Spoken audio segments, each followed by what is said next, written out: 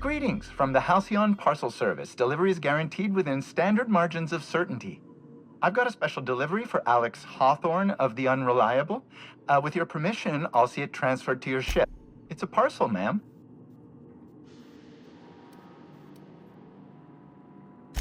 I certainly shall. I have an exceedingly short memory. I'm sending a technician over to deliver your parcel. Stand by, Captain Hawthorne. An HPS certified distribution technician has deposited the parcel into your cargo hold in accordance with hazardous waste disposal procedures. They dispense 3 complimentary spritzes of Anti-Cleo's Citrus Squirt Air Freshener. That's the HPS touch for you, Captain Hawthorne. On behalf of HPS, I'd like to remind you that HPS is not responsible for any damage, defacement, or unseemliness to your parcel. Thank you for your patience, and please remember HPS for all of your future parcel-related needs.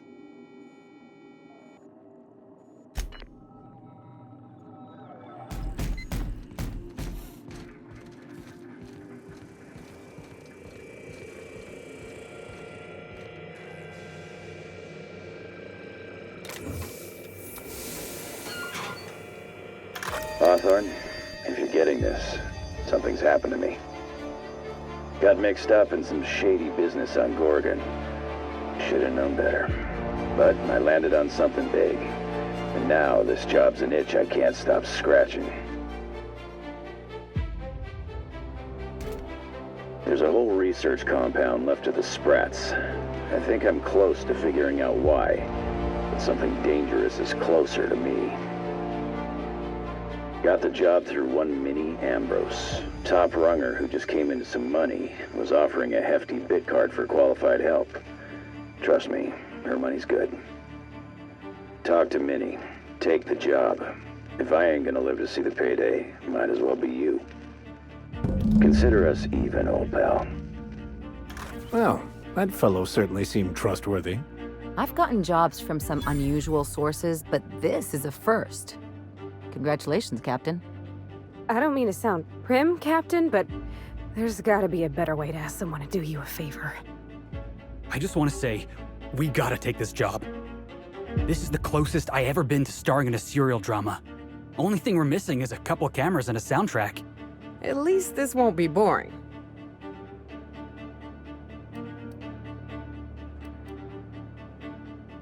Lucky Montoya owed Captain Hawthorne a considerable debt. I believe this is what humans refer to as payback. Captain, the message contains landing coordinates for a small asteroid in the Charybdis cluster. It was recently registered to a Wilhelmina Ambrose. He was an old friend of Alex Hawthorne's. Lucky Montoya had a statistically significant tendency to encounter situations of extreme danger. Oh, really? I thought he lost his arm gambling. He was also the 4th best paid freelancer in the system. This had less correlation with his measured aptitudes, which rank at or below average, than with a pattern of fortunate circumstances. Based on the condition of the limb, I calculate a 92.7% chance that there is what humans colloquially call a sprat's chance in a mantisaur's den. That is a very low chance, Captain. I have transferred the coordinates for Ambrose Manor to your navigation terminal. We can travel there when you are ready. Hawthorne, if you're getting this, something's happened to me. Got mixed up in some shady...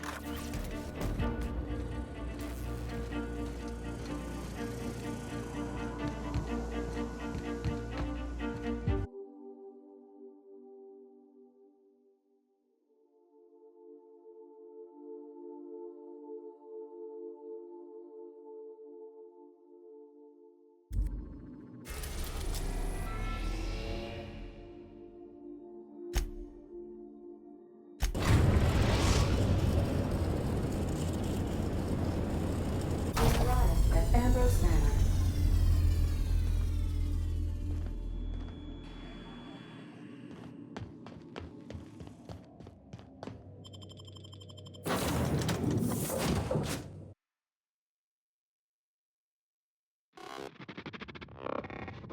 Welcome to Ambrose Manor.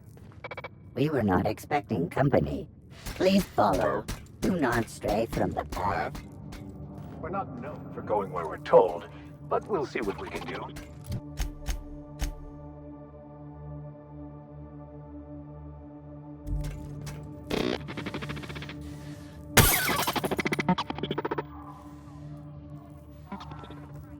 I've never seen blindly following.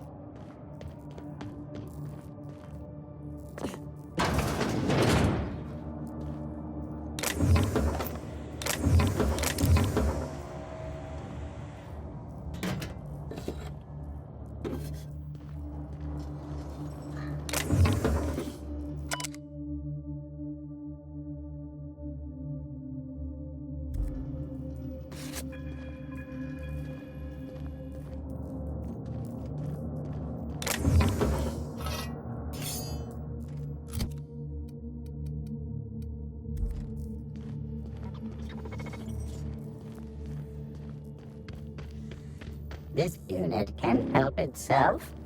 Please do not be concerned.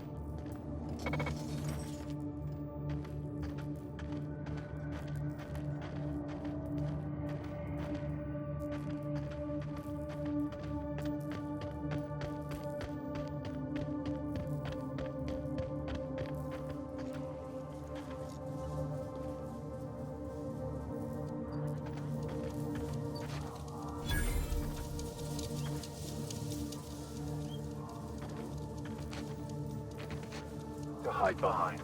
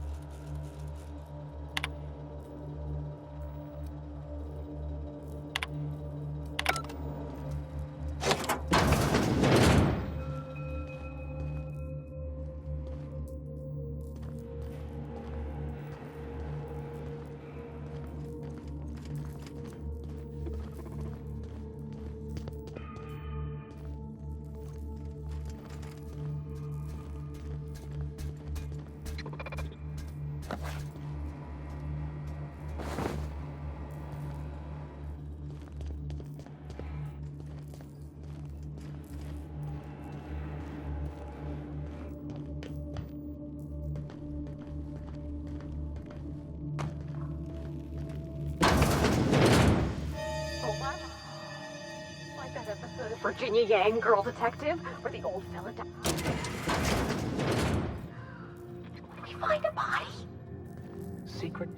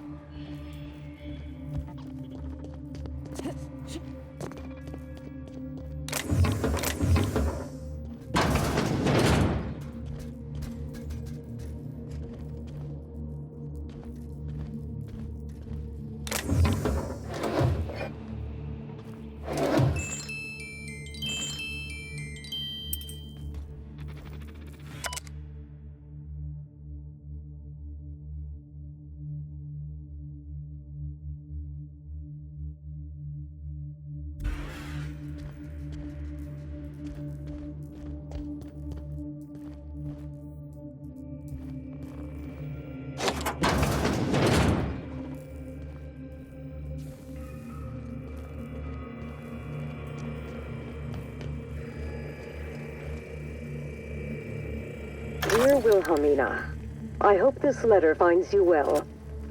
No, it's too stilted. It sounds like I'm writing to request a loan. Dearest Wilhelmina, I regret to tell you... Law, no, that's worse. When have I ever called her dearest? She's my daughter. This should be easy. How can a mother not know how to talk to her own daughter? My love, I can no longer... For your safety, I must... Oh, hell. Even if she despises me for what I had to do, I should still be able to say goodbye. Minnie, I have to leave, and I don't intend to come back. I love you. I'm so sorry.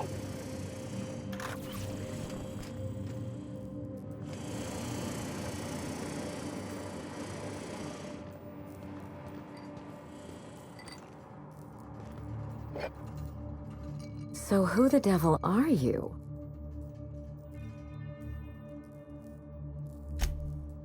You don't say. Well, make yourself at home, Captain. I'm sure we have much to discuss. Do you see that glowing chunk of space rock? That's Gorgon. My birthright, my burden, and the bane of my existence. I hate to drink alone, and this is my third. So join me in raising a glass. To Gorgon. To Gorgon. May cosmic winds shepherd her to the nearest star.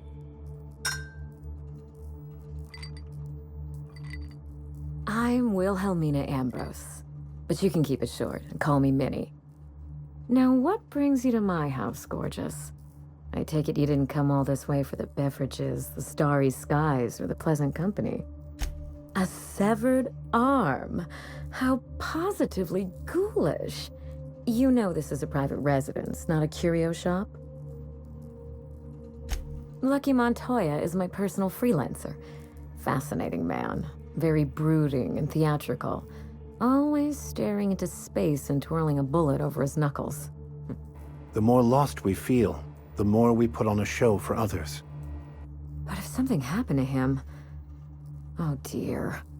I suppose that makes him my former freelancer now? I sent Lucky on a dangerous mission to the Gorgon asteroid. Whoever found his remains must have wanted to inform the next of kin. What a time for his luck to run out. We were in the middle of something grand, and I really can't afford another setback. Excellent deduction. I can tell I found the right woman for the job. How would you like to be my new freelancer? There's been a recent vacancy, and I think you're well suited to the job. You offer work to everyone who breaks into your home? Must be some kind of Byzantine tradition I ain't know about. I don't believe you thought this through. Or much else, for that matter. I'm looking for someone rough around the edges. A gorgeous, dashing scoundrel type. Incidentally, someone good with their hands. My mother, Dr. Olivia Ambrose, worked for Spacer's Choice at the Gorgon Research Facility. She was brilliant, the top scientist in her field, until tragedy struck.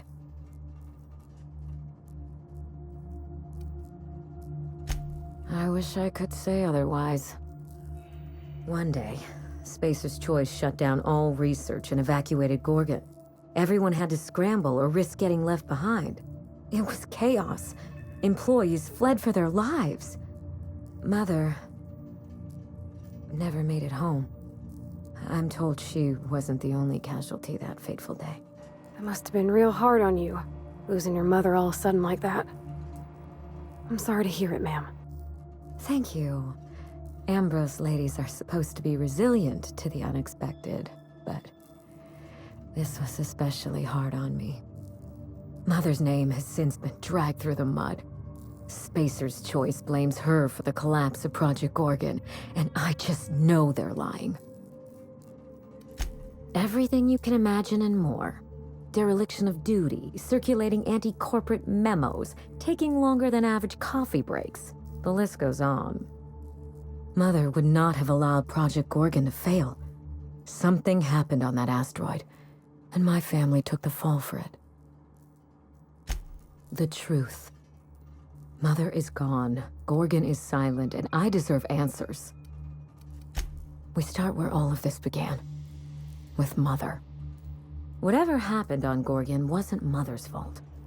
I simply need the evidence to prove it. We're going to drag the truth, kicking and screaming, into the light. Even if it means bringing ruin and humiliation to Spacer's Choice.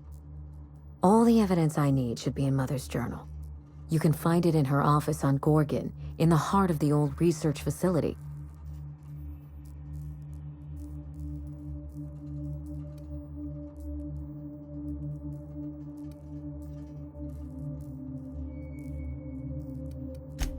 I admire your enthusiasm.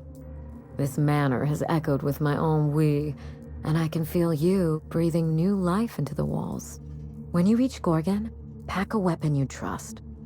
The corporate lockdown hasn't stopped the wilderness from squirming in through the cracks. I told him everything I've told you. Just the facts. Maybe a couple of harmless embellishments. Why? There's a little saloon near Gorgon's landing pad, the Sprat Shack. Lucky was renting a room, so if you want to follow his trail, that would be the place to start. Oh, you think maybe they got a little mascot? Like a sprat in a tiny hat? Just so we understand each other, money is no object. I'm willing to squander the family fortune if you get me what I want. Between your payment and any salvage you happen across, you'll walk away from this rich enough to buy a mansion of your own. How does that sound?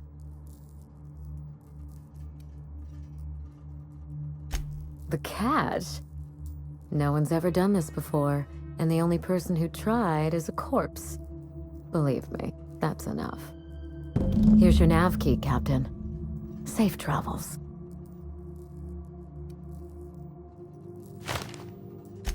Spacer's Choice should be the one apologizing, but thank you.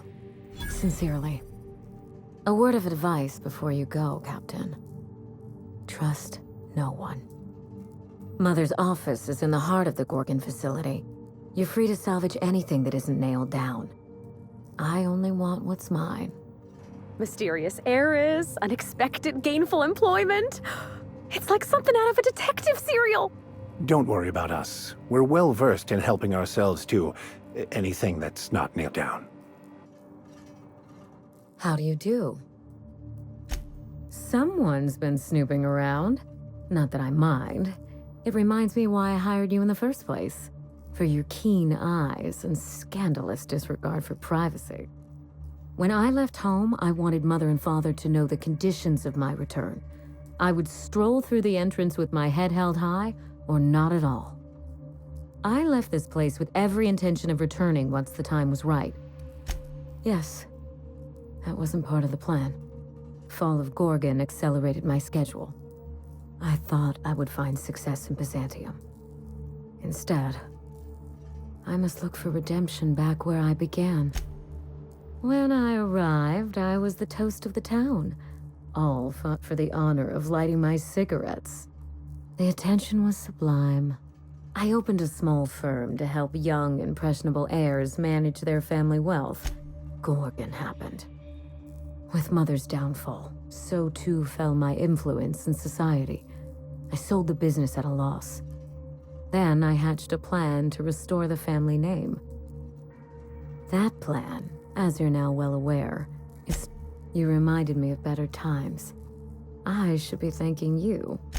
The Ambrose family comes from old Earth money.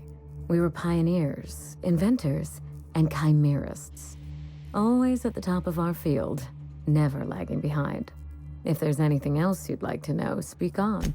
A goodbye recording? I don't understand. Law, but I think you're right. Mother left that phonograph because she knew something awful might happen to her. She knew Spacer's Choice wanted her silence. Murder. How naive I was to assume otherwise. I thought the corporation could sink no lower, yet here we are. We have to find that journal, Captain. And when we do, Spacer's Choice will rue the day they crossed my family. If Mother and I shared anything, it was our love of chemistry. Chemistry is a desire to understand matter, the very foundation of our existence. What Ambrose could ignore such a tempting lure? Ah, yes, I've scanned her old logs. But I'm afraid they haven't given up anything I didn't already know or suspect. If you have any questions, you can trust me to answer them. Lucian was Mother's point of contact at Spacer's Choice. I'd call him high-ranking, but I don't think his job had a rank in the traditional sense. He once tried to recruit me to work on Gorgon, but of course Mother wouldn't hear of it. I never forgave her for that. And risk losing one of the colony's greatest minds to Auntie Cleo? I think not. No. In their estimate, I'm certain a little bit of everything, I suppose. Manage personnel, keep an eye on budgets, see that goals and expectations were well defined.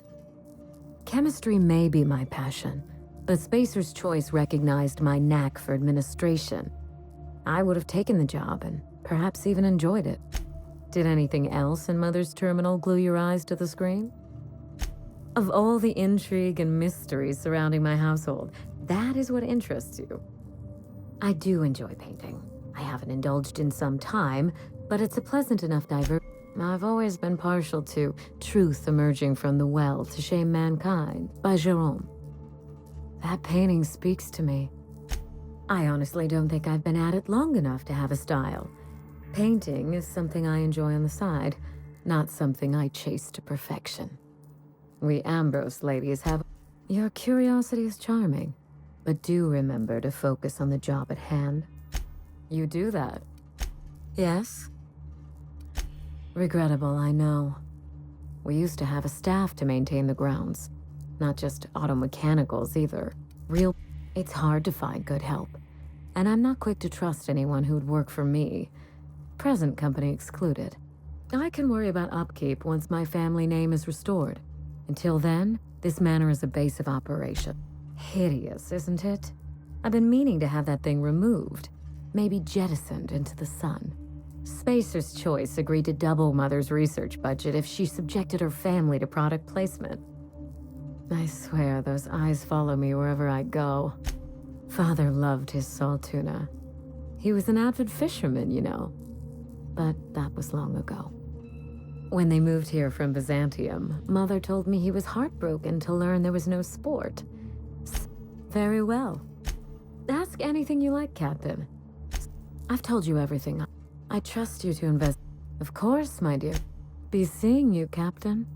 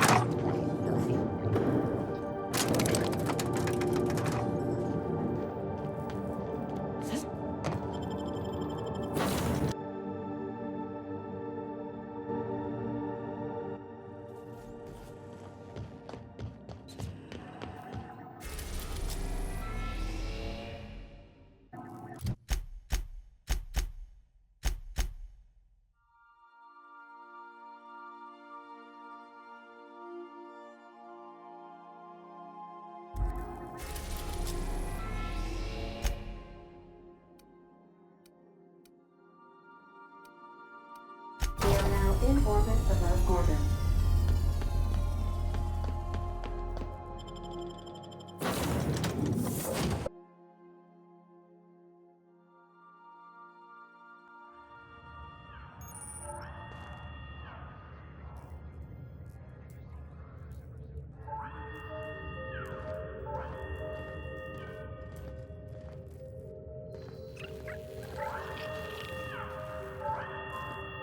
Evacuation in progress.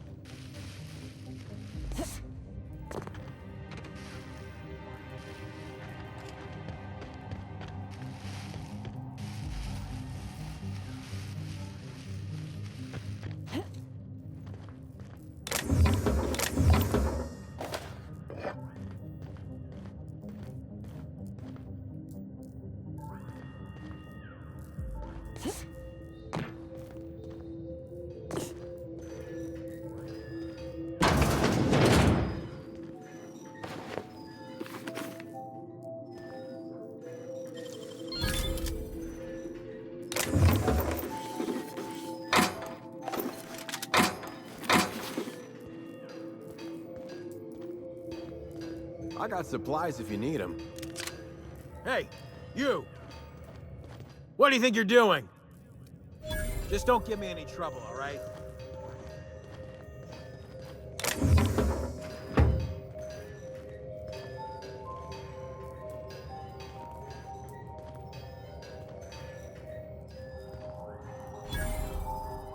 You looking for supplies, stranger? Let's stock up here. If you run low on bullets out in Gorgon's far reaches, there ain't no one around here liable to help you out. Let me know if you're looking for something for... You mean you came out to this asteroid without knowing nothing about it? Me too. Heard it was wild here and couldn't resist. Trouble is, if you wander off to somewhere you oughtn't be, like way out in Gorgon's farthest reaches, odds are slimmer of your bits finding their way to my pockets. If you want my advice, stick close to the Sprat Shack. Unless you fancy having your limbs torn off and eaten. All right, you know you better than I do. Just be sure you watch out for the Marauders. That's the #1 thing. Oh, and the Mance. You watch out for Marauders, Mance, and Charles from accounting.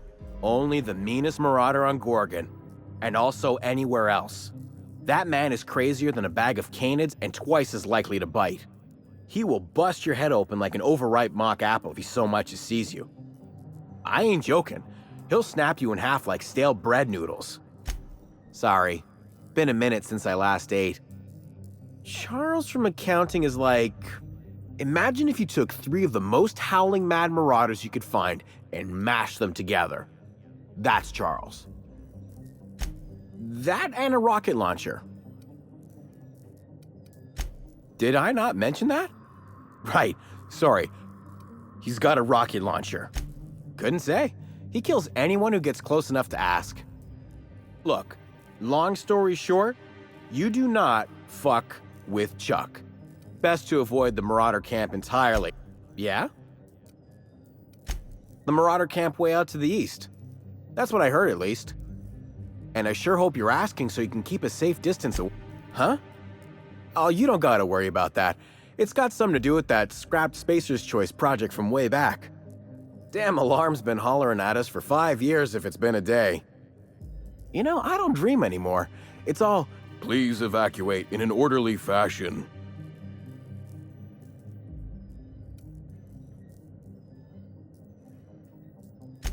I think that alarm's gonna bang on for all time. Ain't nothing doing that control terminal in. I know, 'cause even Von Hoffman couldn't bash it in. And I seen that tough son of a gun throw a man clean across the Sprat Shack one time, like, only that Spacer's Choice shut it down in a big hurry. From what I heard, some of their folks got left behind even. Don't seem like the project. Found a pickaxe in the mine like none I've ever seen before. Could be awful useful if you're the violent type.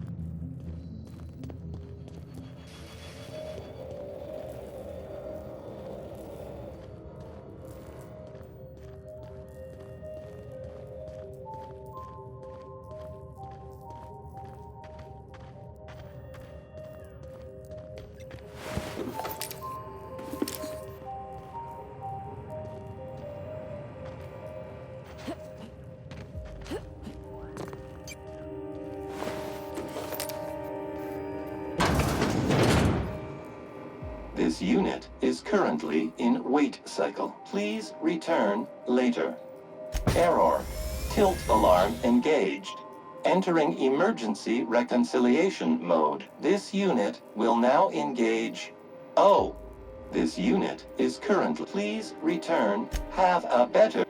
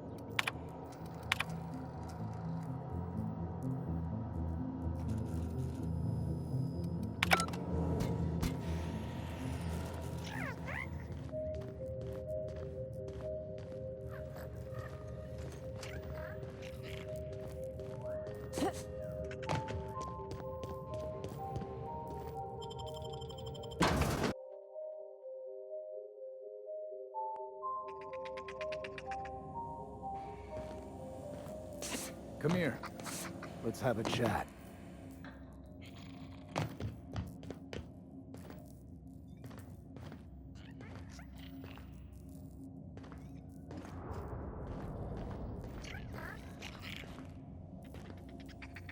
All right, inspection time. Look at my eyes for as long as you can without blinking. Starting now. Did I stutter? Want to run that by me again? Feisty one. Well, fuck you too. You're cleared to go downstairs. That was a sanity check. If you had changed like the others, it'd be in your eyes. You'd also be drooling, cursing, and making a mess of the place. Every day, salvagers and scrappers set out to comb the ruins and make their fortune. The ones who come back, they aren't always the same men or women who left. They change. Never for the better. First, they get real twitchy and paranoid, shouting at folks who aren't there. Then they smell like they soiled themselves, on account of how they soiled themselves. After that, they're gone. Nothing but animals wearing human skin. Seen it happen myself. This is the Sprat Shack, the most remote watering hole in the system. Rule number 1, no fighting. Rule number 2, wipe your feet on the way downstairs. We're the only hospitable place on this rock. I want to keep it that way. That's why we have rule number 3. When people change, they stay outside. Just don't ask me to dance. Bouncer, bodyguard, law enforcer. I make sure the Sprat Shack gets only the highest caliber of clientele. That's us. Yes, your presence screams high class. We get a lot of brand-loyal corporate types, and a lot of cutthroat freelancer types. Both sides have their share of dirty scoundrels. This is a sublight bar, so most of our regulars come to plunder the old labs.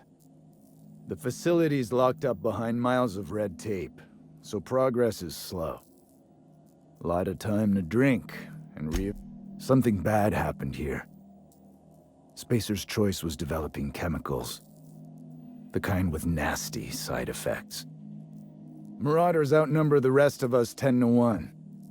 Either they came from Gorgon, or something draws them here. I don't know which is worse. This place is under a dark cloud, stranger. That's all I know. If you want the history of the Sprat Shack, talk to Lex behind the bar. Watch yourself out there.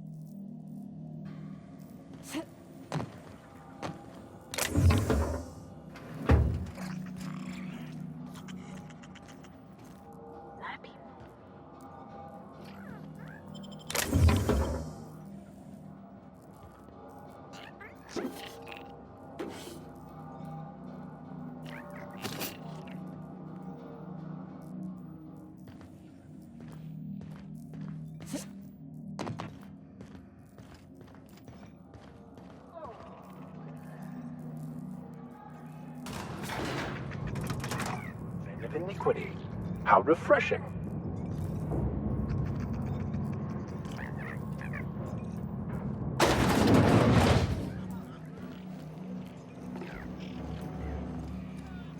Are you my agent on the ground?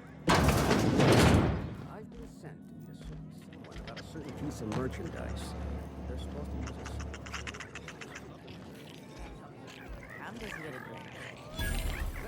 Welcome to the Sprat Shack. First one's on the house, and I won't even water it down. What'll it be? Bottoms up. I assume you're here for salvage. Even if I did, I ain't supposed to play favorites. Most of my regulars are sublight scavengers. They pick over the ruins of Gorgon, spend their earnings at the bar, and head back out the next day. Vicious cycle, but that's life. You're the first new face I've seen in a while. Lucky. Sure, I knew him. He could get a little dramatic at times, but he was a good guy. Heard he took on a dangerous job. Spent a lot of time coming and going from the Office of Creative Incubation, just down the road. That's where the top rungers at Spacer's Choice came up with slogans and marketing. Lucky never told me why it was so important. Awful shame about what happened to him. You really want to hear my story? Law, most everyone around here is sick to death of it by now. Last I saw of Lucky was a few days ago. I went outside for a smoke and a stroll, and I saw this wild canid dragging a bloody limb. So I kicked the canid, scared it off.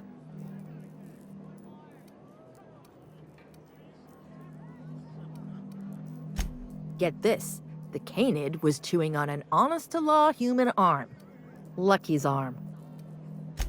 I'm a bartender. Attention to detail is my middle name. Anyway, the arm was clutching a phonograph that mentioned someone named Alex Hawthorne. I did some poking around, and this Hawthorne has a reputation among the salvagers who frequent the bar. So I packaged up the arm nice and tidy and sent it care of the Halcyon Parcel Service. They even gave me a discount on the hazardous waste removal stamp. No kidding. And now you're here? Colony feels smaller than you'd think some days. I'm glad I was here to see this confluence of events, you know? The stars really aligned on this one. And here I am, third floor. Once I figured he wasn't coming back to pay his tab, I left his room unlocked to air it out. You can help yourself to anything you left behind. Fair warning, I've been letting the regulars use it for a quick lie down. Just wash your hands when you're done. Spacer's Choice used to brew pharmaceuticals in these parts. That's why the asteroid smells like an old gym sock. They say Adrenatime came from here, just down the road at the old R&D lab. Very hush-hush back in the day. Damn right we are. We've got drugs, scrap metal, prototype weapons, drugs, money, and more drugs. When Spacer's Choice evacuated, everyone dropped their gear and ran. Most of it stayed where it fell, and all of it is up for grabs. Of course, the real treasure is whatever's locked up in the old facility. Until someone figures a way to crack it open. I doubt anyone knows the full story. One day the evacuation order went out. Grunts and lab coats scrambled to get anywhere but Gorgon. And the weirdest thing of all, Adrenatime still hit the market. Me, I never touch the stuff. To each their own, but I think it's dangerous. Roscoe might tell you more. He spent some time around here before the bar opened up. And I trust him well enough. There's always Leonora, my favorite customer over in the storage room on the second floor. Keeps to herself and always closes out her tab. He's been here since opening day. I think he told me he was some kind of journalist. He got left behind when Spacer's Choice pulled out. And I guess no one's coming to get him. Roscoe's drinks are on the house. We all know how it feels to get left behind. He'll be all right. He's with the family now, and we take care of our own. He didn't tell me, and I didn't ask. I'm his bartender, not his human resources rep. If you believe the chatter, a lot of good folks got left behind, and a lot of bad folks made it out. Sometimes that's all there is to it. Nice lady. Been coming around a lot these past few months. She isn't with Sublight, but seems to know the lay of the land better than anyone. She spends most of her days drinking alone. I think she's looking to hire someone. If you're open to... Now that you mention it, I thought I saw those two sharing stories over a pint. Didn't think twice about it. I don't speak ill of the dead, but Leonora deserves better company. That Lucky was no good for her. What are friends for, eh? You got it, bub. Yes and no. The Sprat Shack used to be a shipping and receiving warehouse during the old Project Gorgon days. When Spacer's Choice pulled their guys off-world, Sublight moved in to salvage what we could, and they put me in charge.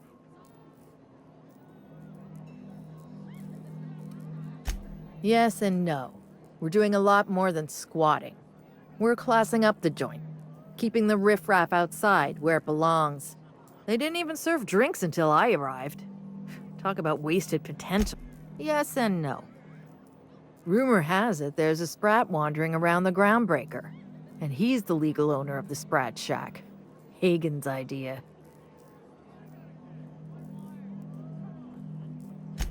See, Hagen didn't want a paper trail that led back to her, so she gave the bar to the Sprat. If there were any legal problems with this place, the Sprat would do the time. Most businesses in Halcyon are run by Sprats, but this is the first I've heard of it being openly acknowledged. You think a Sprat could own Edgewater? Oh, imagine one wearing Mr. Thompson's little hat! Anyway, that's what the paperwork says. I don't make the rules. Easy. His name's Matt.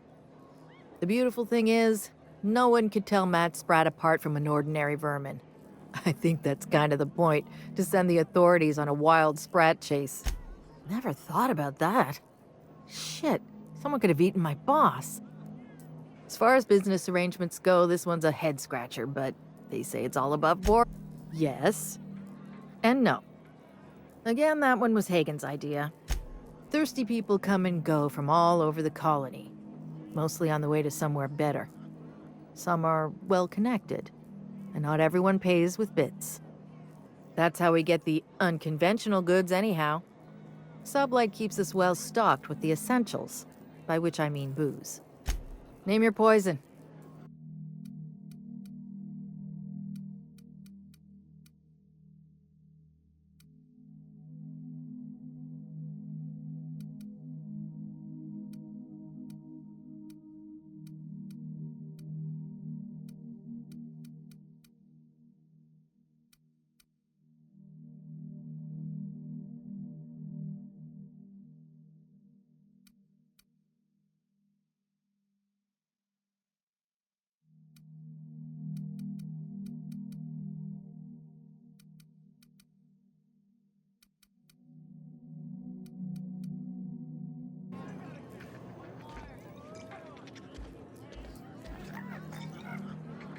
I don't even remember how I got here. Fell asleep one night and woke up in the lab.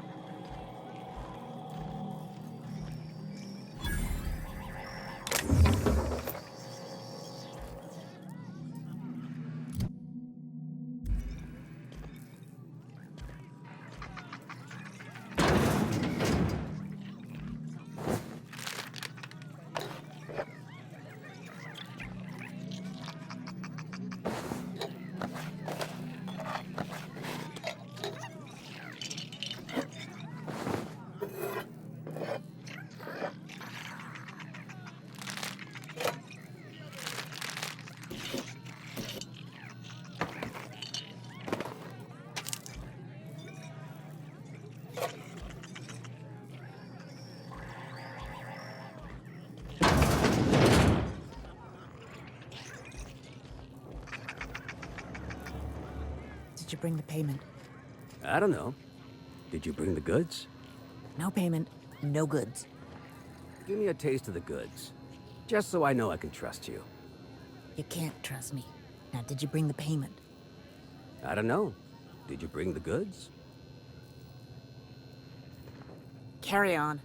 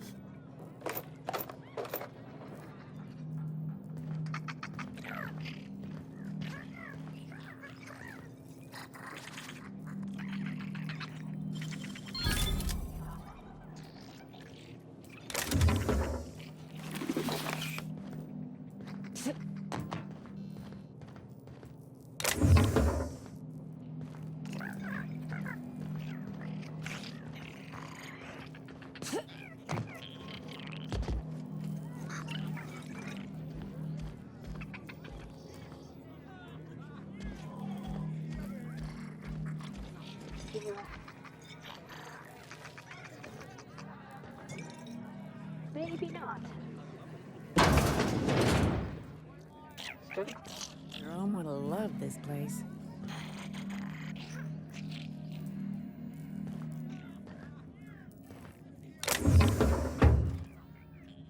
You don't look like one of the salvagers, no? Don't really seem like the type. You've got the look of someone who's traveled far to get here and whose journey is far from over. Confidence. The scavengers around here, they're faking it. You're the real deal. I don't know if you're bound for the old ruins, but in case you are, can you look into something? I'd do it myself, but of course, the Marauders would eat me alive. Looking for something out there. Been paying Sublight to help me, but they haven't made much progress.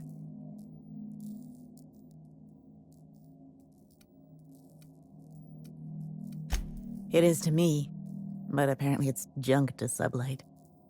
My husband and I worked on Gorgon during the good times. Jerome was on maintenance duty. I cleaned out test tubes till nowhere good, that's for sure. In his final hours, Gorgon was a war zone. Violence broke out in the labs. The hills were full of marauders. You couldn't take a leisurely stroll without an armed escort. When the order came through to evacuate, non-essential personnel drew a lottery to see who would board the first wave of ships. Jerome won. I lost. As soon as I wasn't looking, Jerome switched our tickets and pushed me to the front of the line. I got to leave. Jerome stayed. You're a quick study. This place is greedy. It took my Jerome, and it would have taken me too.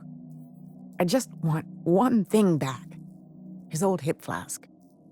I gave it to him the day we signed our marriage contract, and he carried it wherever he went. I know it's still here.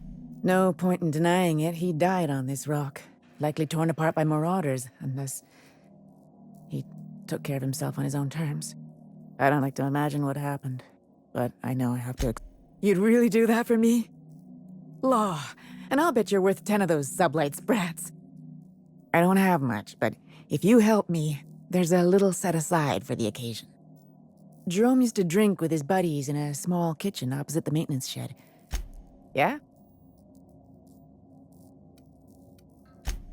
That old flirt? Yeah, I let him buy me a drink or two. He talked my ear off about exciting jobs he'd done. All lies, I'm sure. He fell asleep with his head on my shoulder. That man had baggage like you wouldn't believe. He bragged about having the key to some sort of maintenance area in one of the old buildings. I never saw it, so I just assumed he was talking himself up. He also asked if I wanted to see something gross and slimy he kept in his room, but I declined, politely. He put on quite a front, but I think he was weary, like he'd seen too much and had too little to show for it. Guess we were kindred spirits in a way. Sure thing. The lab coats kept quiet about the project, but the air was charged with excitement. You could feel it wherever you went. They wanted to change the world. A tenfold boost to worker productivity with no side effects?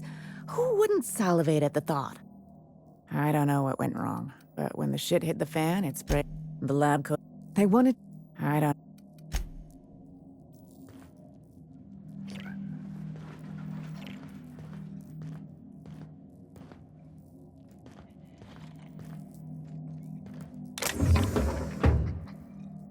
Hey!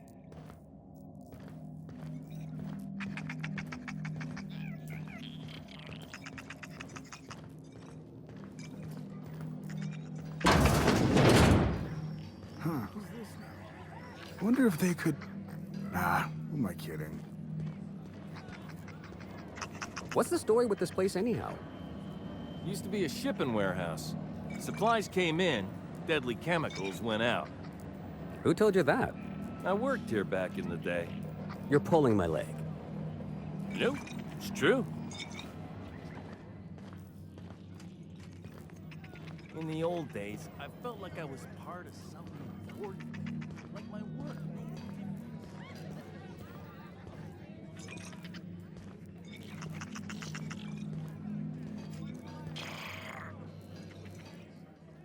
Holy shit, a fresh face. Haven't seen your like in years. Don't know what brought you to the most dangerous corner of this solar system, pal, but you're welcome here. Oh, you talked to Lex yet? She tell you to keep it civil? You wouldn't guess to talk to her, but that lady's got a mean left hook. Me? Nah. Never been a pugilistic kind of guy. Did most of my fighting with a pen back when I did it at all. Nowadays, I just drink. At least Lex has got the good manners to let me do it for free. Some kind. Yeah, that's a good way to put it. Got into reporting thinking I was gonna be some sort of public intellectual. What a joke. Spent 95% of my time playing stenographer to the board, and the rest writing puff pieces on the chairman's latest beard trim. Real life and death shit. If you're going back out there, do you think you'd be willing to do an old bastard a small favor? I prefer to think of it more as a way of life than a job. Well, I've been trying to get away from this rock for 5 lobby-fucked years, but I can't stay gone. Told you I was a journalist, right? I was here on a story back when Project Gorgon was active. I was doing an interview series for Spacer's Choice. Recorded them all on these little portable phonographs. But when everything fell to shit, Spacer's Choice wouldn't let me leave. Terms of my reporting contract unmet, they said. Right on the money. Look at me, I'm no fighter. I've never even touched a gun. But you're just the right amount of rough around the edges. Help me get my recordings back so I can finally get the hell out of here. Someone had been trying to steal them since the day my assistant and I started interviewing. Couldn't even keep them in my safe. They always found a way in. So I took to hiding them all over the fucking asteroid. Thought I was so clever. What a fool I was. Oh, I've tried, make no mistake. I've caught a couple of rides out with sublight folks. But the board's fixers always send me right back. And I'm not about to stand toe-to-toe with marauders just to fulfill a line item on a contract. I've got some bits saved up. Haven't had anything to spend them on but beer. And Lex has been letting me drink for free. It's nothing extravagant, you know, journalist salary and all. But the bits are yours if you... No shit? That's downright civilized of you. All right. One of them I stashed in the Office of Creative Incubation, in the projector room on the 3rd floor. I gave another to my friend Birdie to keep in her apartment, just outside OCI's upper entrance. You'll find another in the chem lab. It's in the main lab storage room. The final one is in human inquiry and auditing. It's tucked behind a pipe in observation room B.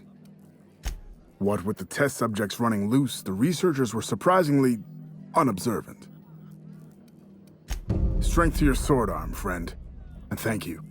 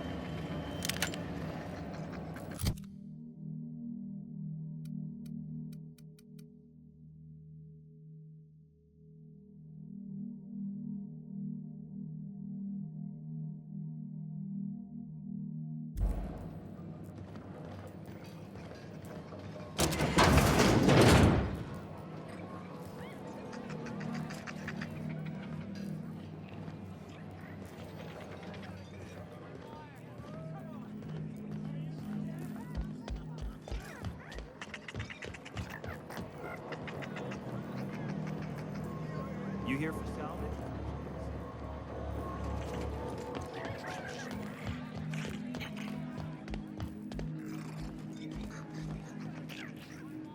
What have you got there? Adrenatime, I think. I found some in an old busted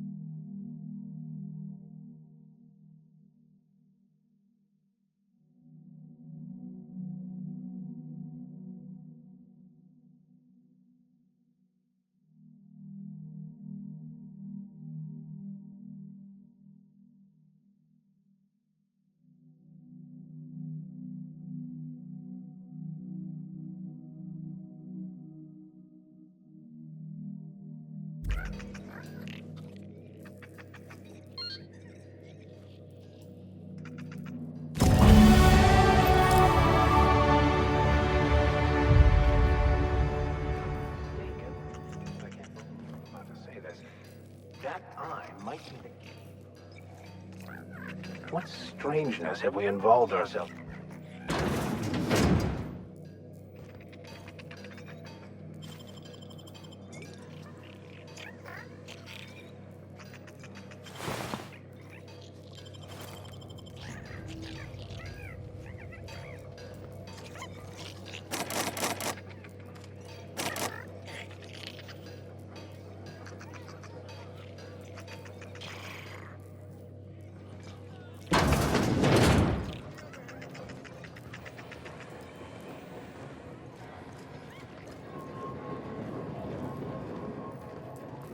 Someone's in here. Olaf, it's coming back up again.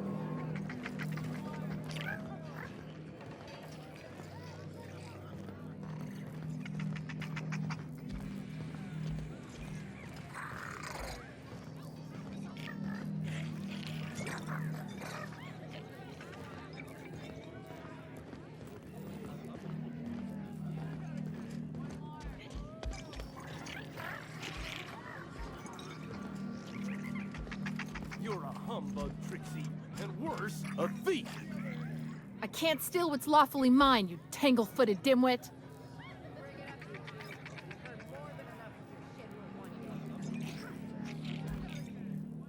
That was my salvage, Trixie. You had no right to it then, and you've no right to it now. Don't you be getting any ideas. I risked my life sneaking around marauders to claim that wreck. And I didn't see your name on it. Now you've done it. Eat fist! All right, that's enough! This is a family establishment! You want to make a mess? You make it outside! But this was personal, Lex. It's a question of salvage. That wreck was gonna make me a fortune. That's what I've been trying to tell him, but he won't listen. It's the same fight every day. 5 years we've been at this, and we still can't agree on how to properly tag salvage. Now you two listen, this is my place.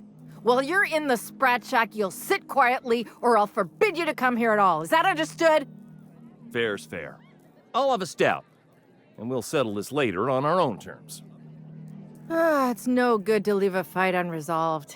If I don't do something, these two are gonna be at each other's throats. Would you do me a favor and weigh in as a third party? I can use an unbiased set of eyes on the problem, and an outsider like you fits the bill. Freddy, Trixie, go on and make your case to the generous stranger. I'll start, seeing as I'm the one who's been most wronged in this equation. So, just up the road and due east of here, there's a shipwreck lodged in the mountainside, right? I staked my claim on that wreck. Then I wandered in for a drink. An hour later, Trixie swaggers in bragging about her salvage. Ugh, the nerve of some people. I climbed on top of it and called out in my loudest voice, "Finders keepers!" I don't know about legal, but it's legit by sublight standards, assuming anyone was around to hear it, which we can't know for sure. Someone must have heard me. They just ain't brave enough to step forward and admit it. When I found the shipwreck, there were no salvage mark. See, the whole area was teeming with bloodthirsty marauders. So I snuck around and added my tag, clear as day so no drunken idiots could claim the salvage out from under me, Freddy. For the record, when I heard the marauders coming, I left. Trixie must have set her mark down after me.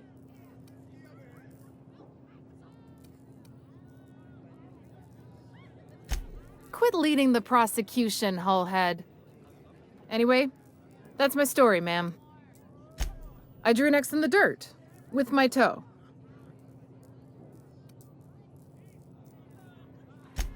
Wouldn't surprise me in the least, but that doesn't mean it ain't mine. In all my years, I've never heard a more contentious argument. I don't envy your shoulders for bearing the weight of responsibility. You've heard it from them both. So, who gets the salvage?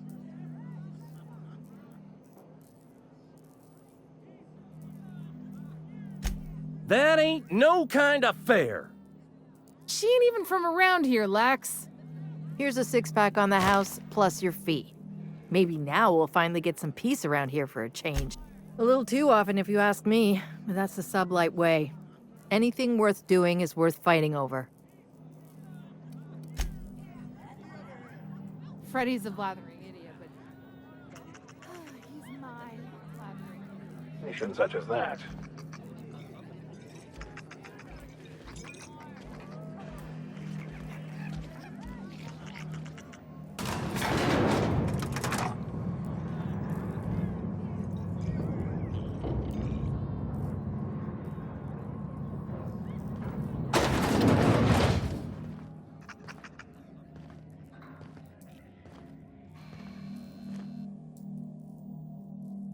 Any trouble I should know about? If you're heading...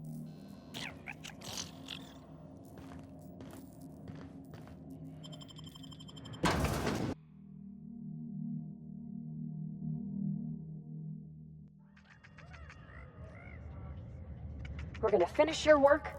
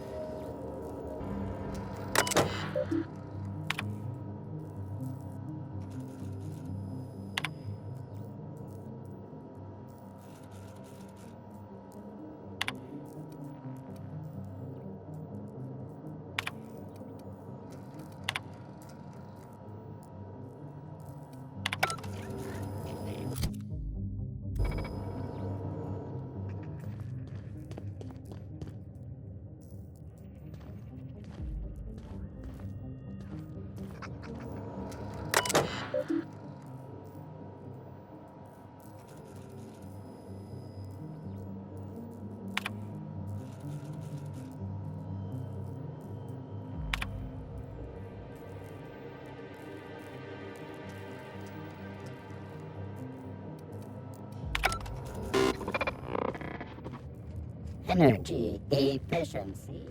Is it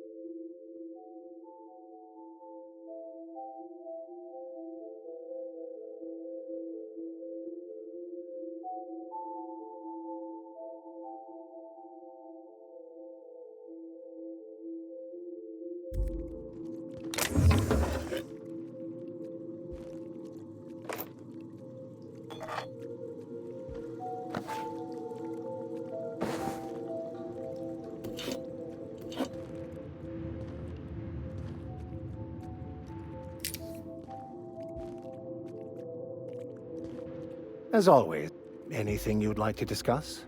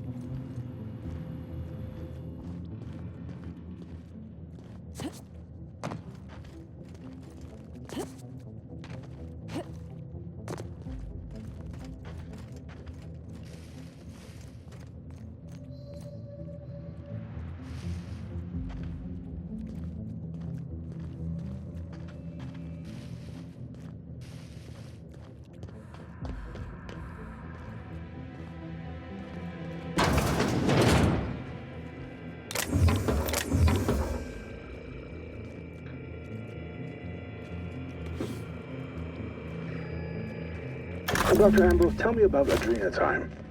What does it do? Hasn't Clarence already dumped a pile of promotional materials on your head? Where's the fun in that?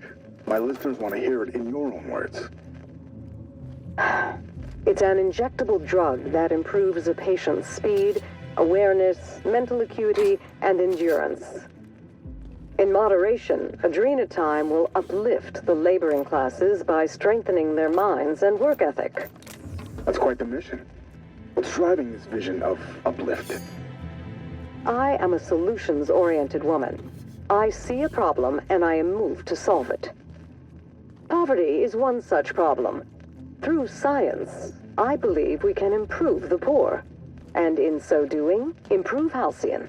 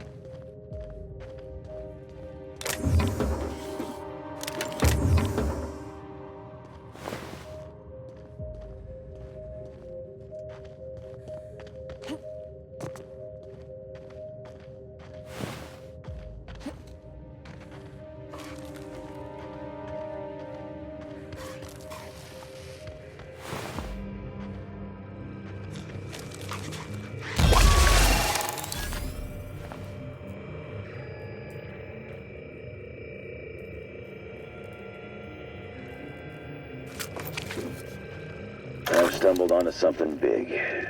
Bigger than Minnie Ambrose's journal.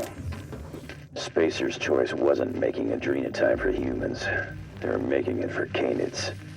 The ads were all smoke and mirrors. There's no way they'd make something this dangerous for people. But why? To build an army? Like in the Archie Excelsior comics? To make them smart, so they can do most of our jobs? To make them smart, and give them thumbs, so they can do all of our jobs? Only one way to find out.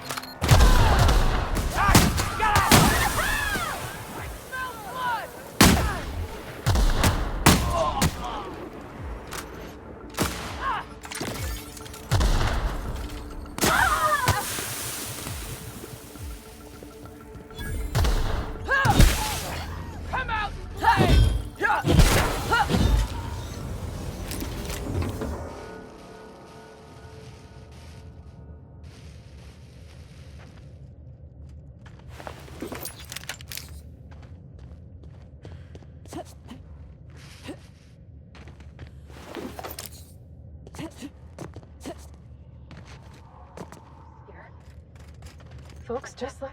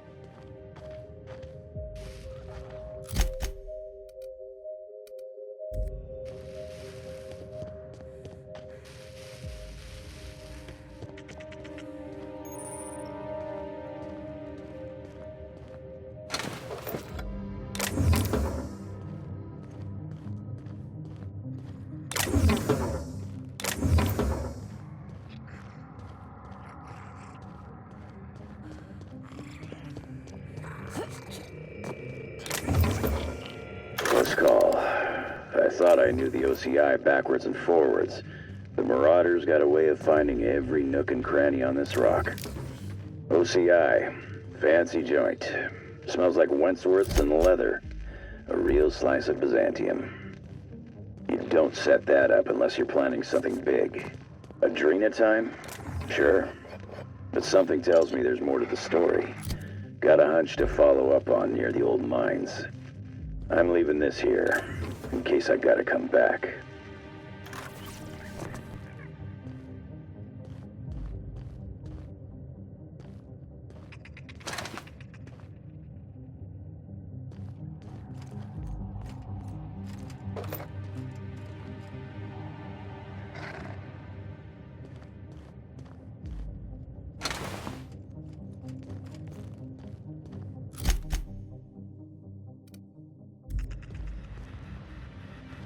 Initiating ocular measurement.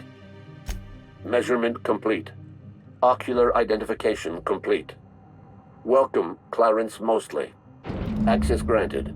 Welcome to the Office of Creative Incubation. Initiating ocular...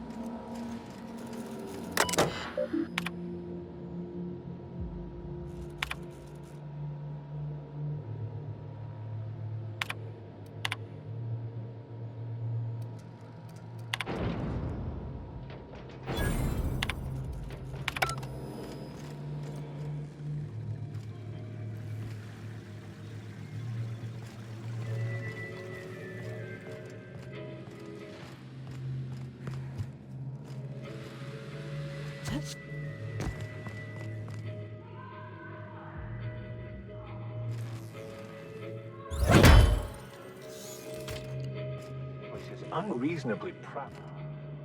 Steering steady and your trigger finger at the ready. Adrena time brings out the hero in you. Because you take Adrena time. Team of the entire Spacers chosen tossball team. Adrena time, putting the performance enhancing drugs. Don't let sleep rob you of your life. Cut your resting hours in half and double your productivity. With Adrena... Yes, you caught me. What's occupying your thoughts?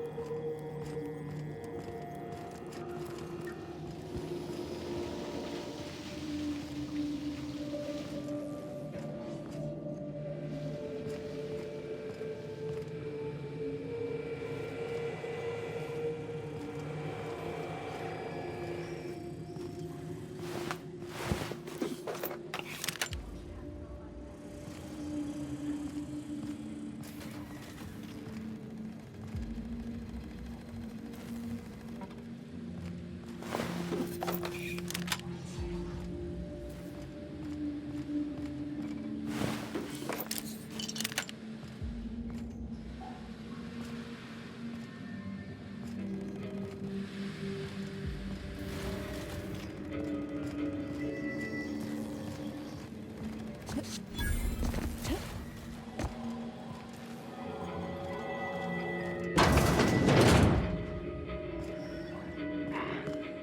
find you!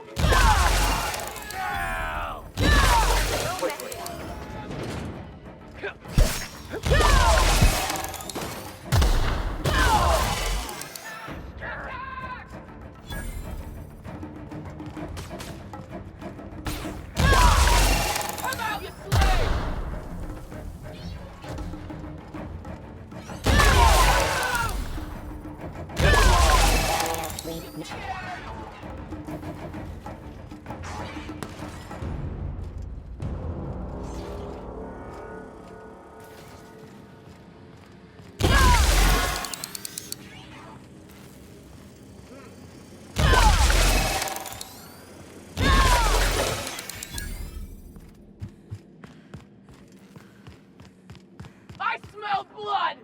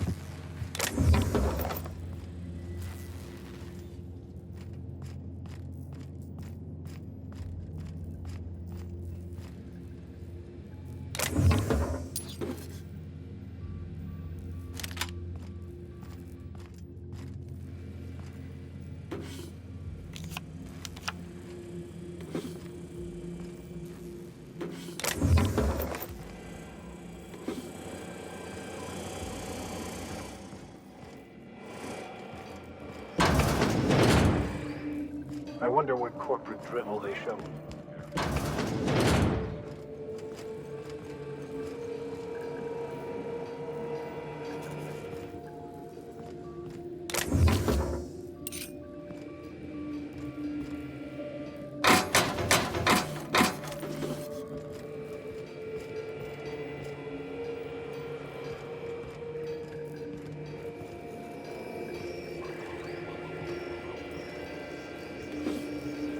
About your test subject, I assume you're trying new formulations on humans, correct?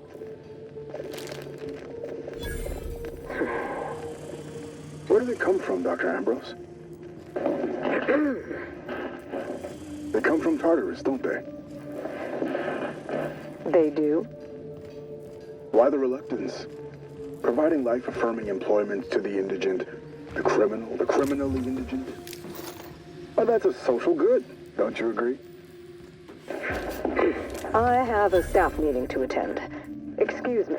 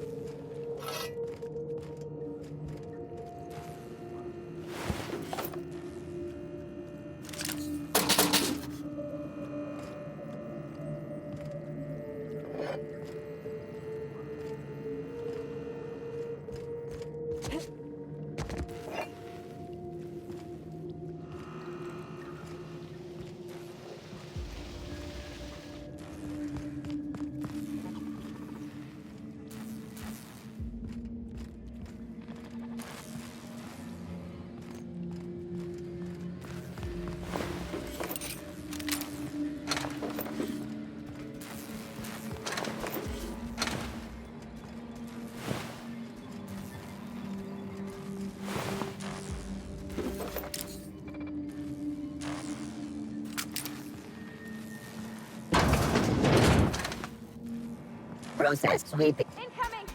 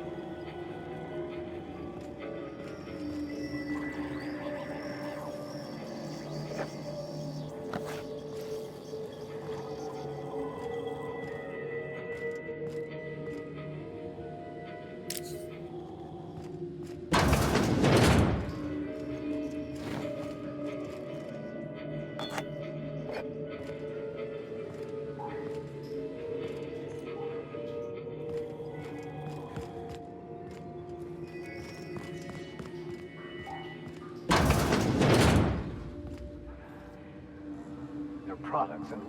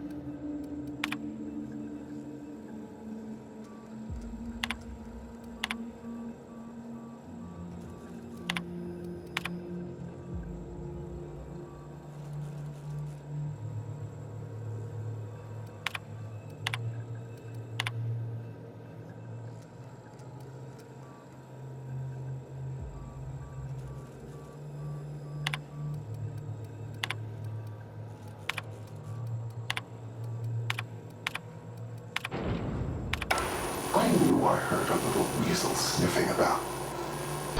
You'd best go back the way you came. There's nothing for you here. Call me the Ghost of Gorgon, or its warden. This place is a graveyard.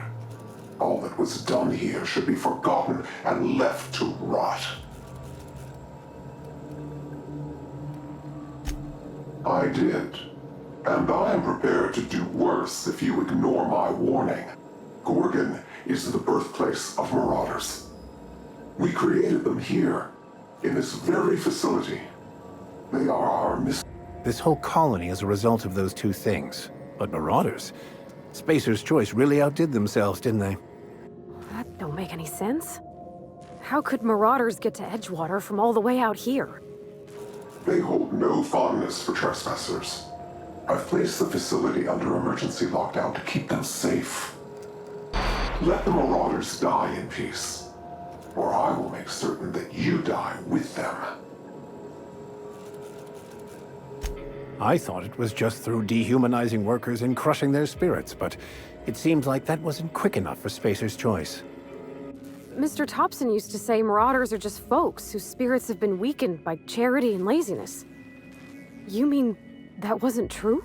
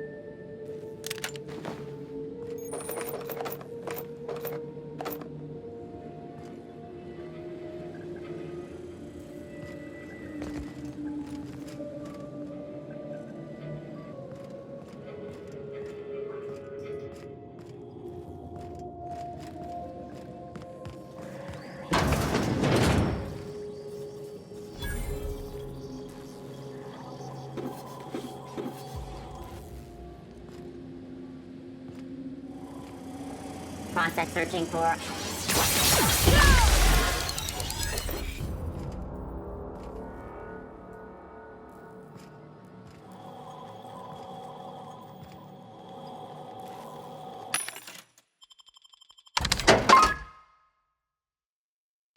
Show your boss that you are proud.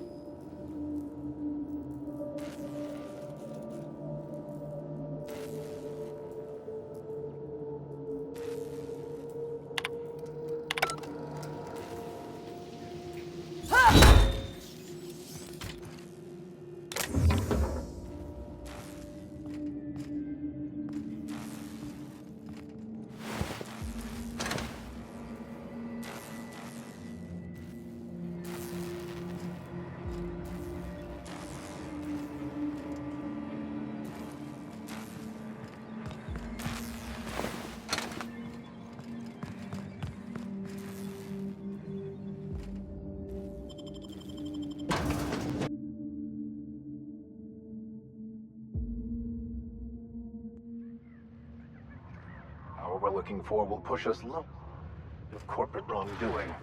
I sure hope that spooky person on the... I'm about ready to jump. This needs to be interesting in a macabre.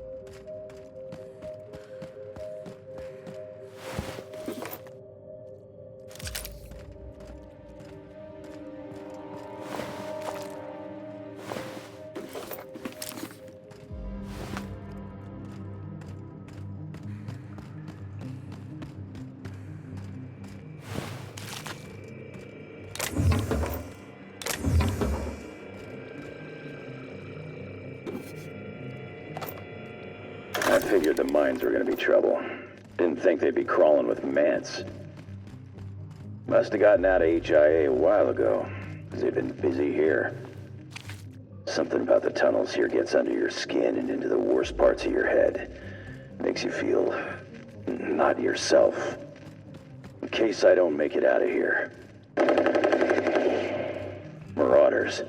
Must have followed me from OCI. Time to make tracks while the mants are busy. I'm shedding some extra weight. It's yours if you find it, whoever you are. You need it more than I do now.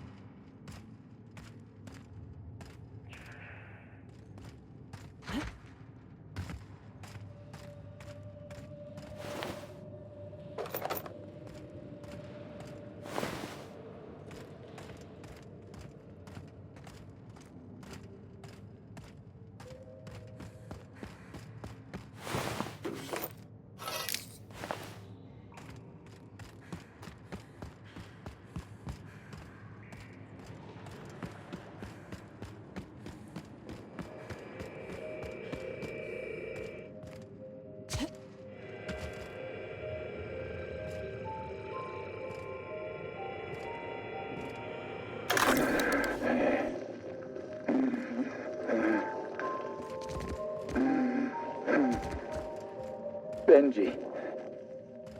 You remember that time? That time we... Yeah, fishing. Down on Stellar Bay. You read my mind, Benj.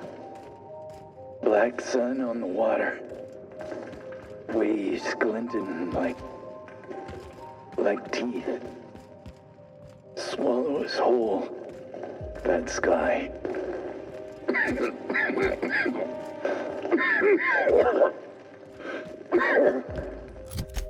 The rock. It's whispering, Benj. Yeah, you hear it too? Wants me to crawl. Crawl down deep. Let the beast consume.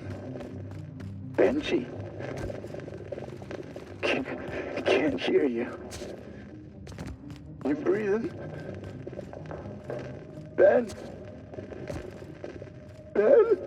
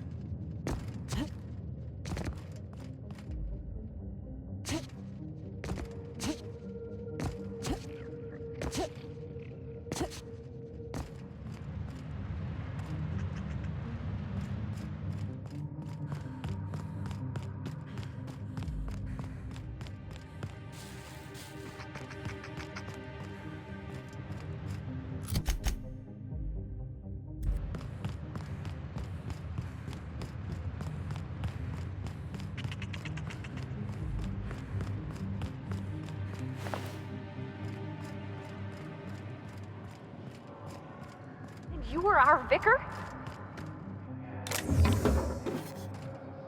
Vicar, but for all intents and purposes.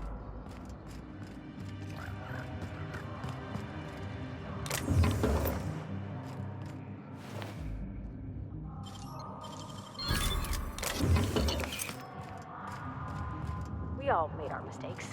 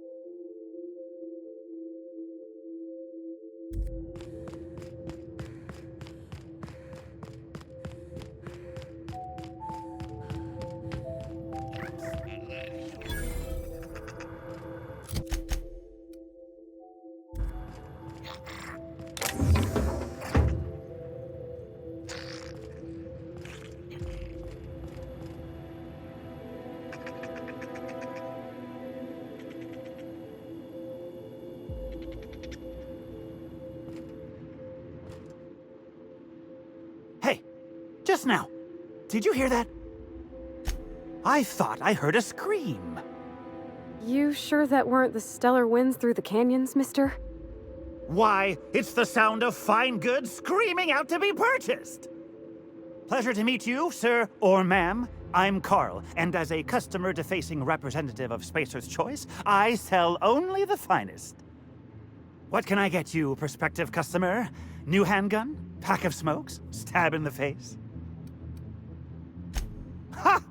Then who's been reviewing my inventory requests at the Office of Creative Incubation? Marauders?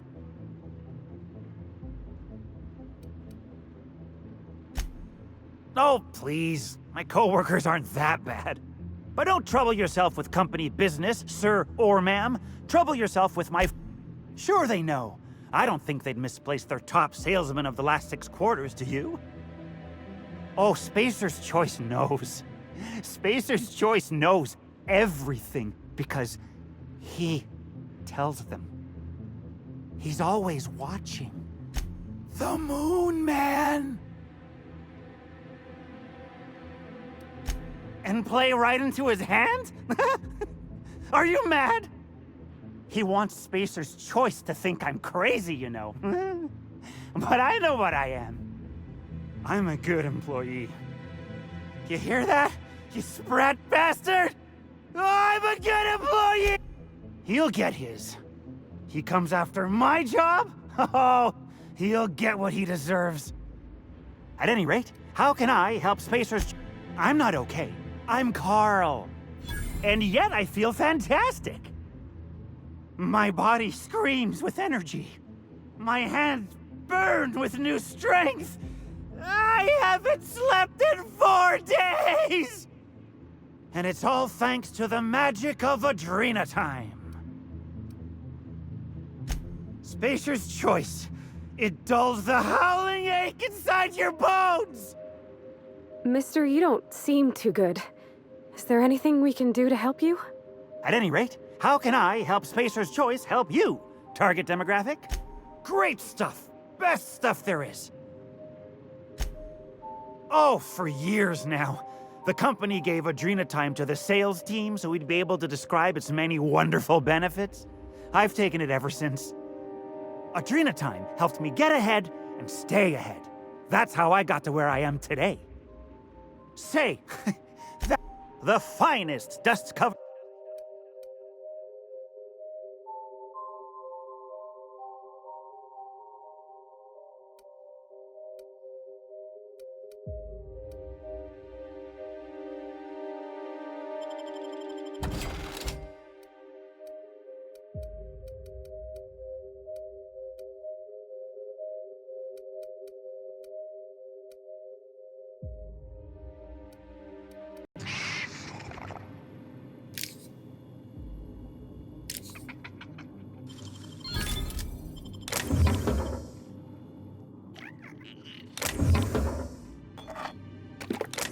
What do you think you're doing?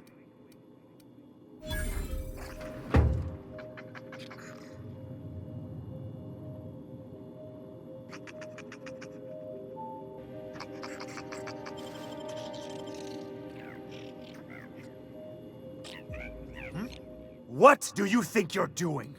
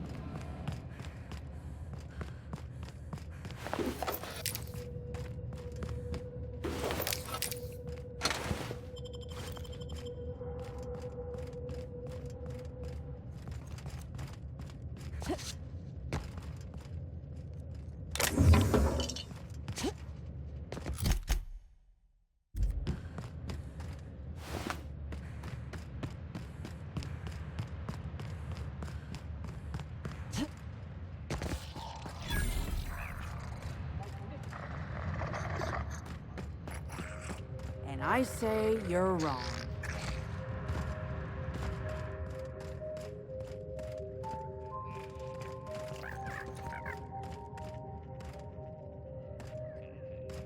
Have you ever seen a finer specimen of a llama? I'm telling you, this isn't the rock. We need to turn back. This is the spot! Now keep your eyes peeled. The dead drop is at the foot of the alpaca, he said. And this is the alpaca. Llama. What was that? It's a llama we're after, sir, not an alpaca. And this is neither. Llama, alpaca, same thing. Llama. They aren't the same at all, sir. Believe it or not. Enough! We've got company. Out with it then. Who are you? I'm the captain of that crashed vessel, to be perfectly accurate.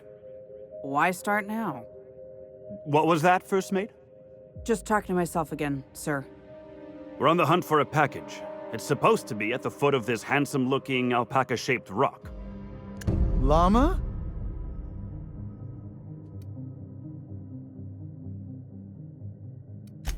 I told you. Didn't I tell you? How many times did I tell you, Captain? I believe I owe you an apology, First Mate. What? It's true. I wouldn't know an alpaca from a raptidon, and as a captain, that's a mark against my good name. Can you ever forgive me? Llama. I don't know what to say. I'll start. Thank you, stranger.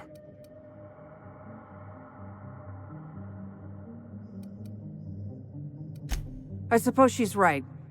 Maybe I was too quick to dismiss your leadership, sir. First Mate, let's say we put this awful business behind us with a round at the Sprat Shack. First one's on me. Llama? Here's my cut. I'd say you've earned it. And here's a little something extra for your time. Be seeing you, and thanks again. Llama!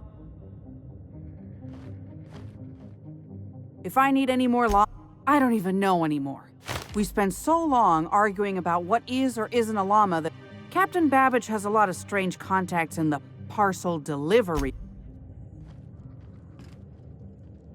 Llama? I'll have you know I'm ashamed by this whole affair.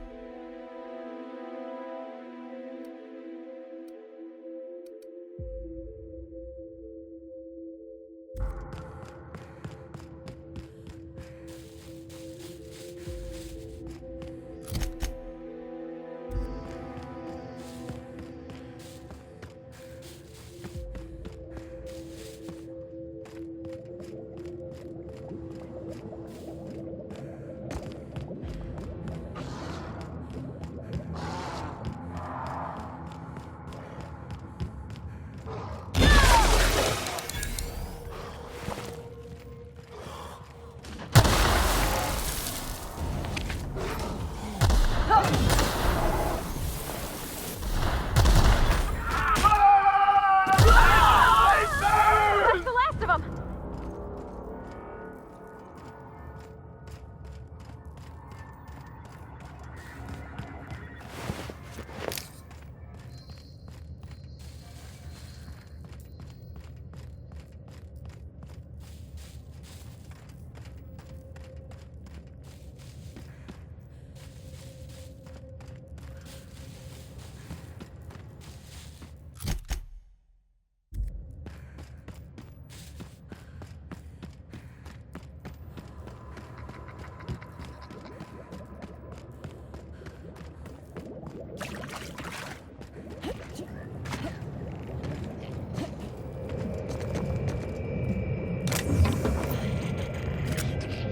Chem lab. This place stinks like the wrong end of a primal. And I think I'm close to figuring out why. Something's off with this place. Those ain't normal primals. Thought I was onto something before. Now I'm sure of it. I got a theory to test at that Marauder camp.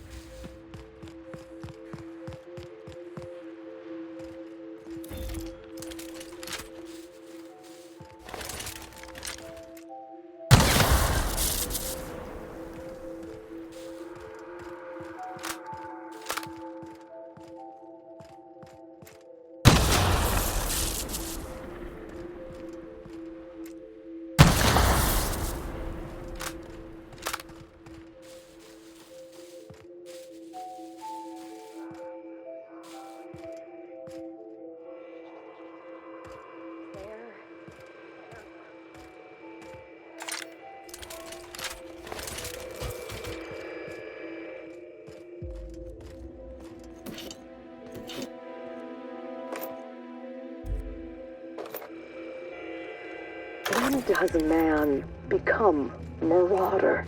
We call them marauders, like they have some kind of group identity. They don't. The name was coined in Edgewater, I think. One of the towns first hit by the Adrenatime crisis. A lonely Spacer's Choice outpost on the edge of a barren sea. A prime place for the company to test a disastrous new product. When the town started fraying at the edges, hardly anyone else in the colony noticed. Just like Lucian planned. I read the reports. Every missing person. Every unexpected death. A town already teetering on the edge, and Adrenatime shoved it off a cliff. This post. Peaceful endeavor.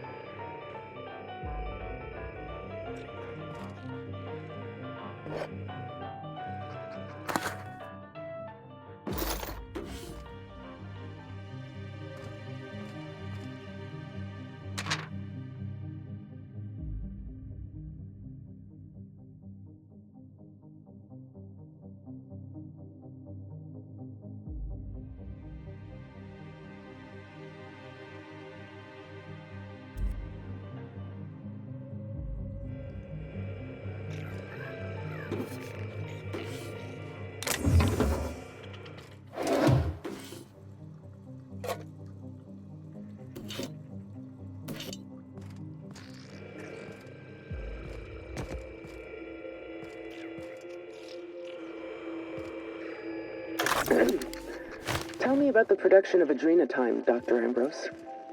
I hear Compound X is a unique challenge to work with. It's temperamental. It must be refined under tightly controlled circumstances at tremendously low temperatures. Do you compound it with anything else? Tell me more about your refining process. Our audience is conversant in the sciences, very detail-oriented, so don't be afraid to get technical. Last time I met you, you spoke like a groundbreaker builder sprat. Why the sudden airs and such specific questions? Does your minder know what you're up to?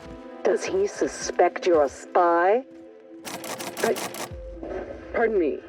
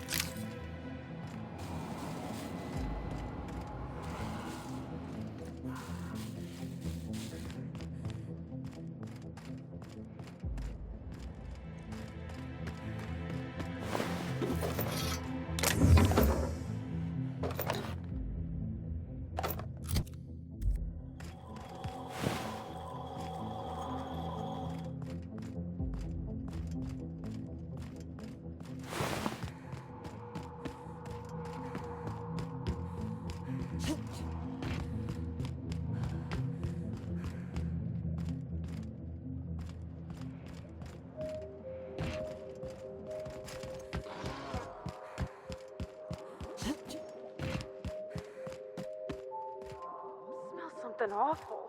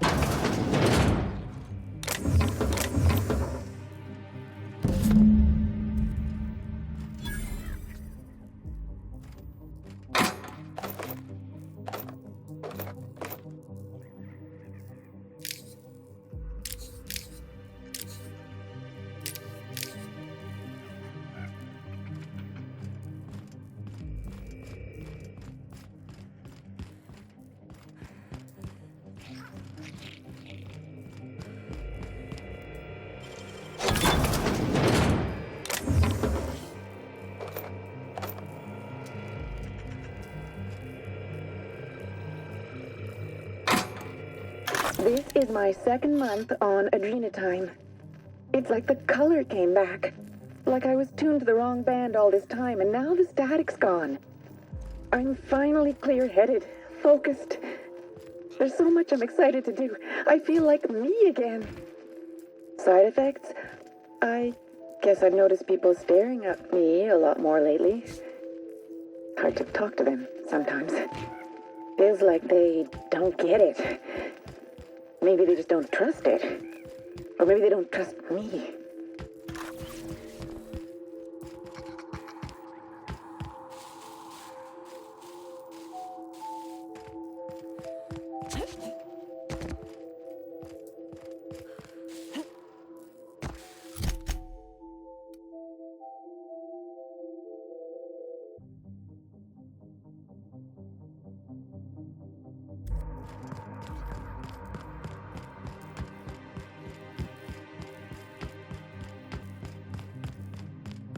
Whitman here.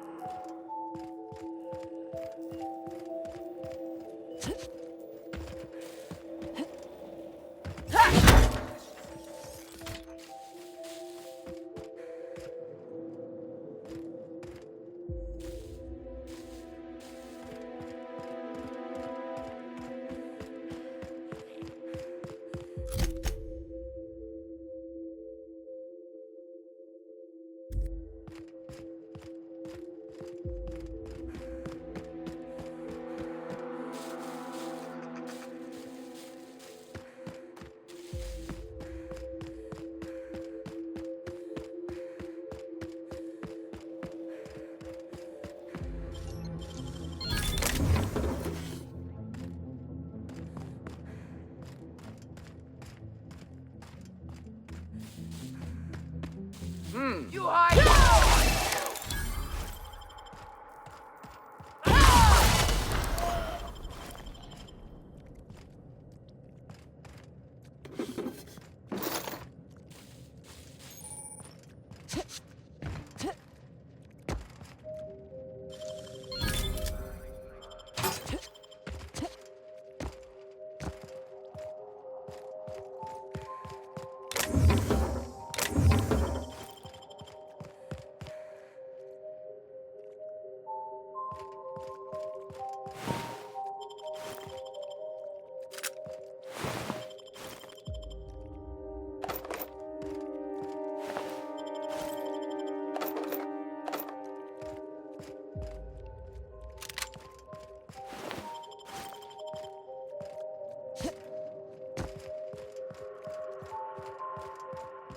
Hiding? Incoming! Scared?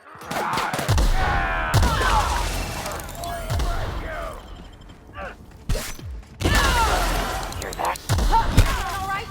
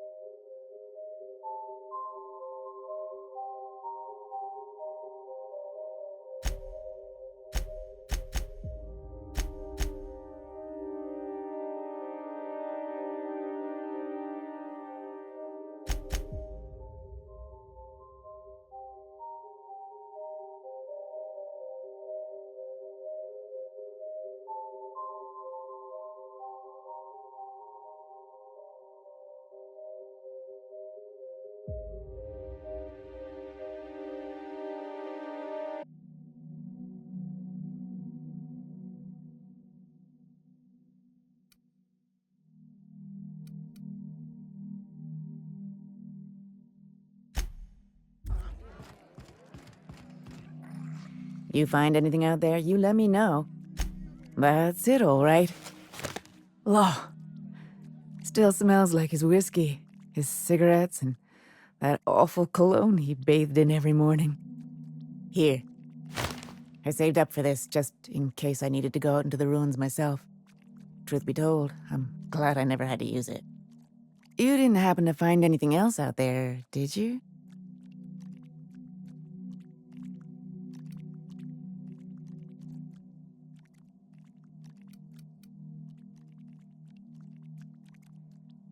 A marauder?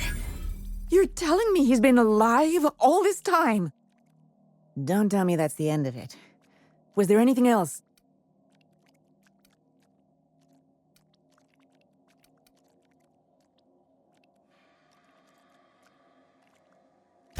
You're right.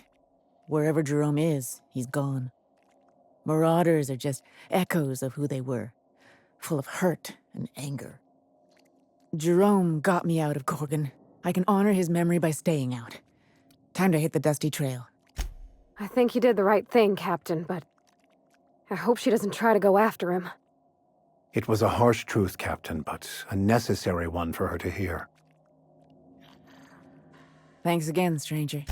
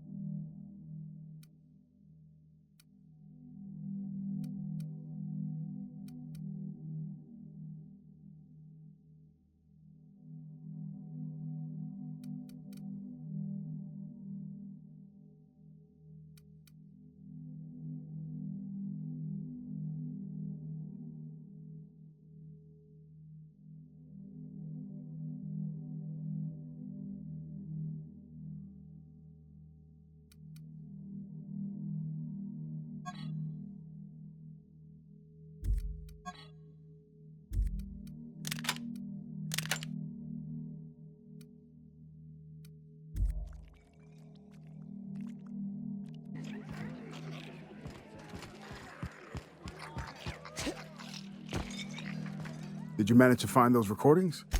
Well, I'll be damned. That's exactly what I'm looking for. But Spacer's Choice won't let me out of here until I deliver the whole set. Sure, I'm an open book. Adrenatime, I'm sure you know it, was a drug, something to make folks work harder, work smarter. Had a lot of nasty side effects. Didn't seem so bad to me at the time, but then I hadn't met the test. The whole thing was real hush-hush. A lot of worry about corporate spies, especially from Anti-Cleos. I probably shouldn't even be mentioning it to you, to be honest. Spacer's Choice, they're really not fond of... Fair point, not even spies like spies. Not much, except that there was a whole gaggle of them, and so far as I could tell, they absolutely... Dr. Ambrose would hardly let me speak to any of them, but she complained about them. Everything seemed like. Marion Blakesley, for example, lady who ran HIA, wouldn't return any of her messages. Not once, for years. Jasper, guy who headed up Chem, was high more than he was sober. He insisted on running special tests. Dr. Ambrose really had it out for this guy Lawrence Goodfellow. Ran OCI. Would lose his shit if he saw red on a schedule. By the end, I heard folks were turning in completely bunk progress reports just to keep him out of their hair. Had this little minion, too, an actuary named Clarence Mosley, obsessed with quantifying every detail of his sad little life. Mosley was the guy who got me mixed up in all this. Asshole. I hope a primal ate him. Oh yeah, it wasn't just that Dr. Ambrose hated them. They seemed to hate each other, too. OCI pushed a ludicrous schedule. Chem made a bad product, and HIA returned garbage results. A regular merry-go-round of shit flying in every direction. It's no surprise it all fell apart. The surprise is that it didn't happen sooner. Mister, I'm not about to tell you how to do your job, but I ain't think that metaphor's fit to print. Editor always did say my prose was a bit purple, or brown in this case. Nice enough guy. Fashioned himself one of those professional gumshoes, like in the serials. They usually work for the board, rooting out dissidents and the like. Lucky though, he was freelance. Worked for anyone who paid, no matter their allegiance. You ask me, I think the guy just likes snooping around in folks' terminal messages. No, but I'd wager Lex does a lot of weird shit she doesn't tell anyone about. That's the sublight way. Gotta say though, mailing a stranger some dead guy's arm probably tops the list. At least I'd hope so. Frenetic, chaotic, vicious, take your pick. I wasn't here at the start, but going off what folks told me about the early days, Gorgon started out with promise. The board's best and brightest were excited to work here, said it was a good posting. The project director had a vision and big, bold ideas. As long as the board gets their bits, that's just the cost of doing business. Thing is, the schedules coming out of the corporate office were unrealistic from the get-go, and they were trying to do the project on a shoestring budget. Couple that with the obvious personnel problems and toxic junk in the product, it was only a matter of time before it all went. Could have been, yeah. Marauders didn't just fall out of the sky one day.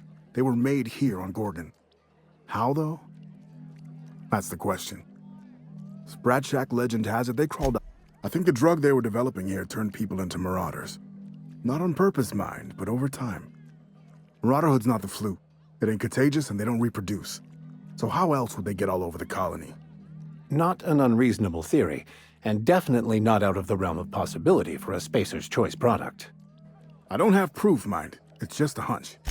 Shit, any number of things. Fire, primals, sabotage. It didn't happen all at once, but it happened fast enough folks couldn't respond in time. Now, if you're asking how it all kicked off, might have been spies that did it. Corporate espionage, you know. Anti-Cleos. I never did figure it out. Not a problem. Anything else? Not a problem. Anything? Well, but Spacer's Choice won't let me out of here. Be safe out.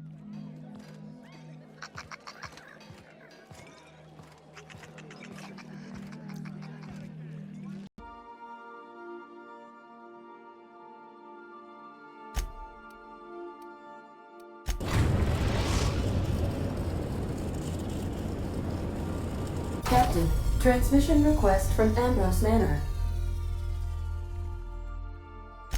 Captain! Imagine my surprise when I saw the Unreliable leaving Gorgon with so much urgency and purpose. Tell me you found Mother's journal. I'm positively dying for good news. too bad. But on the bright side, you've outdone my old freelancer. I don't think you made it very far at all. If I know Spacer's Choice, getting past the lockdown will be more complicated than just hitting a big red button. You'll need authorization and layers of it. No, I think you're going to have to rely on good old-fashioned detective work. It's a good thing you have keen senses, a reliable ship, and a No, but I'm overjoyed that you had the courage to ask for one. You should always expect more from your employer. I seem to recall that Mother worked closely with Gorgon's R&D personnel, but not close enough to invite them over for dinner and cocktails, if you get my meaning. By now, they'll have moved on with their lives. I knew Mother was involved with some important chemical trials, but I had no idea her pet project was adrenatime. Adrenatime is a working man's stimulant, like a caffeinoid. Very popular at launch, though the marketing quieted down over time. What? No!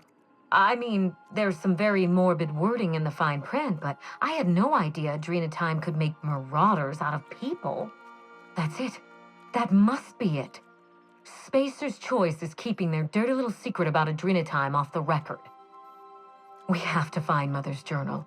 If we don't, then Spacer's Choice gets away with murder. Adrenatime was touted as the working man's best friend, a drug that boosted productivity with no adverse effects. The promise of adrenatime cannot be overstated.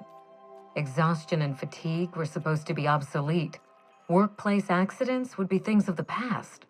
For whatever reason, the drug never lived up to that promise. I don't know. And thanks to Spacer's Choice, we may never find out. I know that I'd like to see a colony where the promise of adrenatime was fulfilled, and I doubt I'm the only one. Thank you. I certainly ought to know what I'm doing. I spent years trying to break into pharmaceuticals, professionally speaking. Mother wouldn't hear of it. She didn't think I had the wit to succeed in her line of work. Safe travels. If your leads give you any... Ta!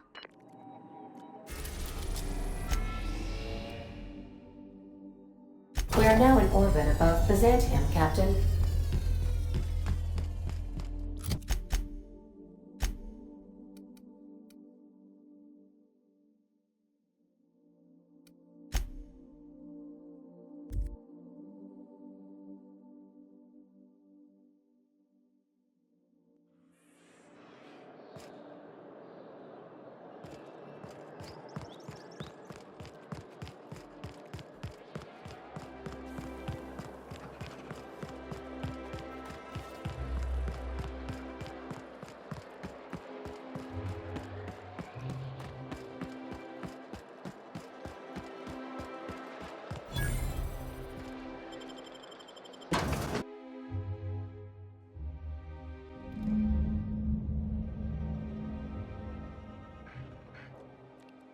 Welcome to the Musgrave Family Collection.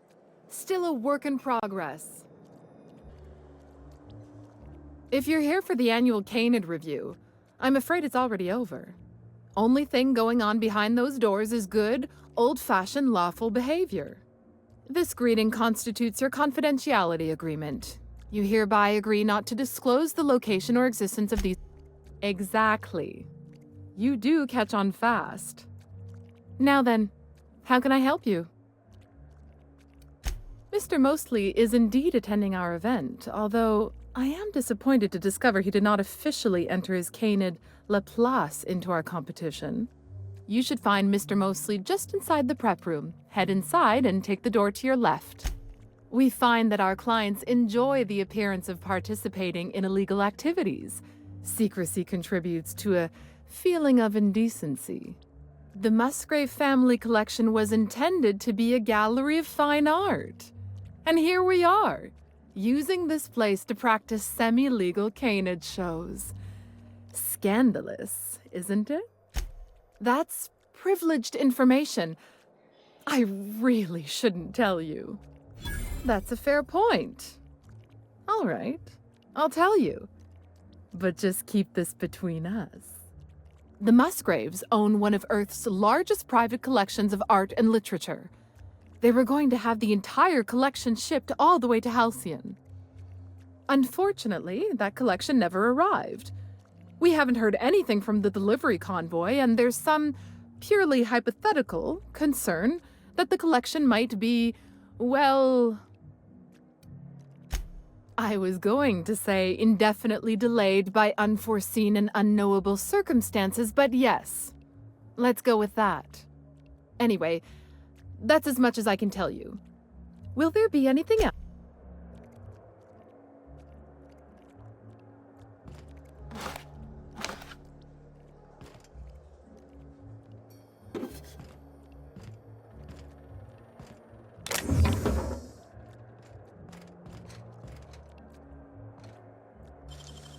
Well done.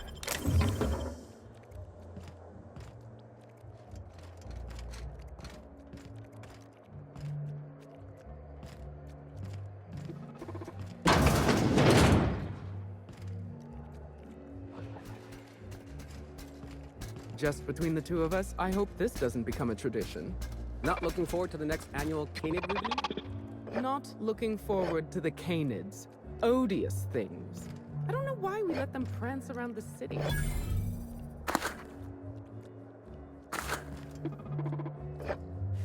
At least the drinks are nice. They even scratched off the warning labels.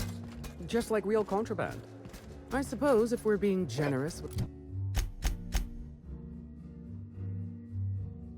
our definition of the word drink, don't you ever stop complaining.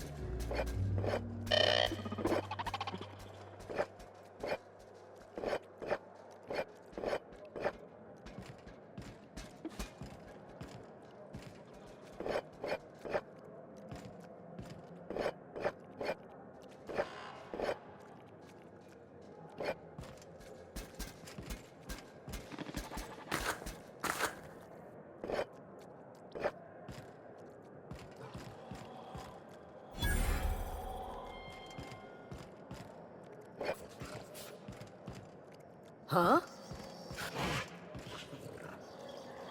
How long did you say Musgrave was gone? I didn't. Carry on. Frankly, I don't know. A couple of years? More?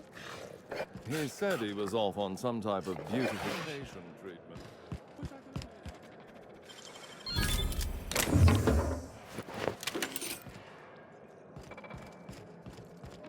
Do you know what I'd like to see?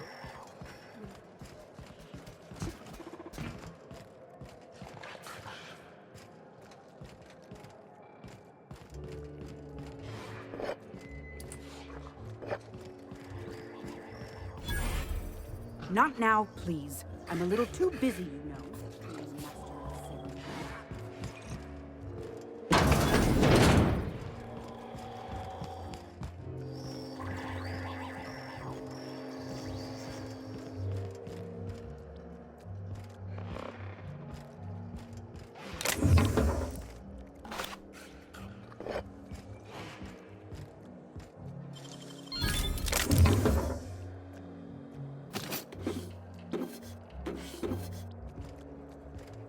Welcome. This unit has now loading banter protocol. Did you know that Canid review indecency ratio set to maximum? Byzantium's glory days are over. Bits cannot purchase happiness. All pleasure is fleeting. No amount of inebriation will dull the pain of ennui. Warning. This unit's banter protocol has exceeded its maximum allowance of subversive language. Memory wipe initiated. This unit's banter protocol has...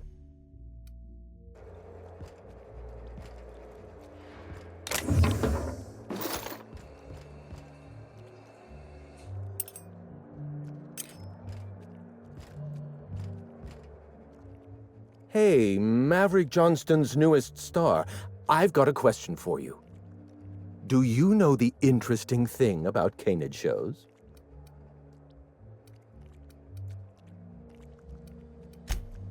So am I. Canids are a fascinating species, biologically speaking. Mathematically speaking, the interesting thing about canid shows is this. They're an exercise in futility. Winning is predetermined. Over time, the inevitable trend is that the race goes to the swift. Time and chance are just statistical outliers. In other words, if you put enough canids through enough trials, the one with the most optimal attributes generally wins. Exercise in futility.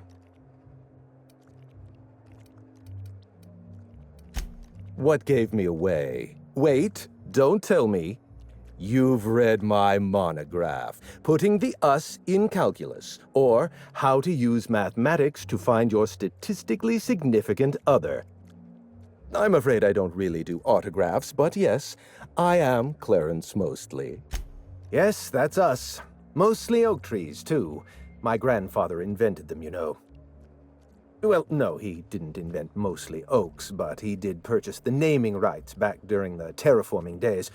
It's essentially the same thing. Oh. Then you're not here about my monograph. It's true, I was involved with Project Gorgon, but that chapter of my life is long since closed. Listen, I don't know what you want with Gorgon or with me, but let me give you some free advice, Let the past go. Live in the moment. Enjoy. I was wondering if you were the sort of person to accept sensible advice or respond with threats of violence. Thank you for resolving that ambiguity for me. Lifting the lockdown won't be easy. You'll need to send overrides from the chem lab and human inquiry. I don't have that level of clearance, but I know 2 people who do. The trouble is, I don't know you. I don't trust you. I washed my hands of Gorgon, and you're asking me to dirty them all over again. Right, of course. Thank you for reminding me. Point well taken. I want a favor from you. Do something for me, and I'll do something for you. That way we don't have to rely on mutual trust. A grand prize trophy to the Canid Review. I want it in my hands. Get me that trophy, and I'll give you the remaining researchers. Names, locations, as much information as I have. What, really? You'll do it? I mean, just like that? Don't you want to know why I asked you? While you're technically correct, which is my favorite kind of correct, no, that's not why. My canid, Laplace, is statistically superior to every other canid in this review. Better average sprinting time, superior gait coefficient, optimal anatomical symmetry. I didn't bother entering little Laplace in this pointless contest. He's already won on paper, you see. That trophy rightfully belongs to him. Head into the main hall and take the elevator down into the maintenance tunnels. You'll find a service passage that leads up into the trophy room. The maintenance tunnel is the only way up into the trophy room. Some technician barred the door shut on our end. Ask Tilda Coatsworth about it, over by the podium. What's on your mind? At the moment, nothing. I have a one-track mind. I can't stop thinking about that trophy. Why isn't it in my hands? When is it going to be in my hands? And so on and so forth. You get me that Best in Show trophy, and it'll clear... My eye! I was wondering where I'd misplaced that old thing. It's perfectly preserved, you know. Every eye possesses unique dimensions, not unlike a fingerprint. The circumference, the shape, the color of the iris. An eye makes excellent proof of identification, assuming you don't mind removing one. I'd rather not get into the details. If Spacer's Choice ever asks you to test out their new model of monocle, just say no. What's on your mind?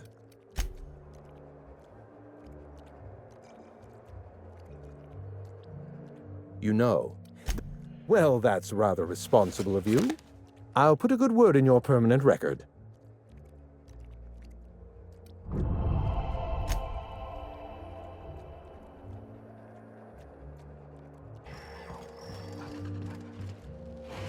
This is a private party. No solicitors. No vagabonds. No freelancers. If you're here to offer your services as an entertainer, we're not interested. Unfortunately, you're too late. The review ended a few days ago. We've submitted our results to the Judiciary Committee and await arbitration. In 8 to 10 short weeks, we'll have the name of a winner. Probably. That gives us 8 to 10 weeks to file a maintenance request. Our technician barred the vault door and then disappeared without a trace. Can you believe that? The Musgrave Vault contracted a security consultant from UDL. They sent a technician to install a few security upgrades, anti-dissident automechanicals and the like. That technician barred the vault, but neglected to leave us with a way in from here. He wasn't seen leaving the security room, so I can't imagine where he's gone off to. The tunnels are guarded by automechanical security. I don't look nearly boorish enough to resemble a UDL guard, so they'd probably shoot me on sight. In any case, I'd rather not step foot in the tunnels. The tunnels are for disposing of unwanted refuse, and no place for a respectable Byzantine. Your eagerness to serve your betters is commendable. Here's a keycard. It should help you get around inside the tunnels. Now, was there anything else? I'd like to get back to mastering over the ceremonies, or people might question why I have this role at all. Oh, just hear me out. It's a brilliant idea. We've been over this before. It's a terrible idea.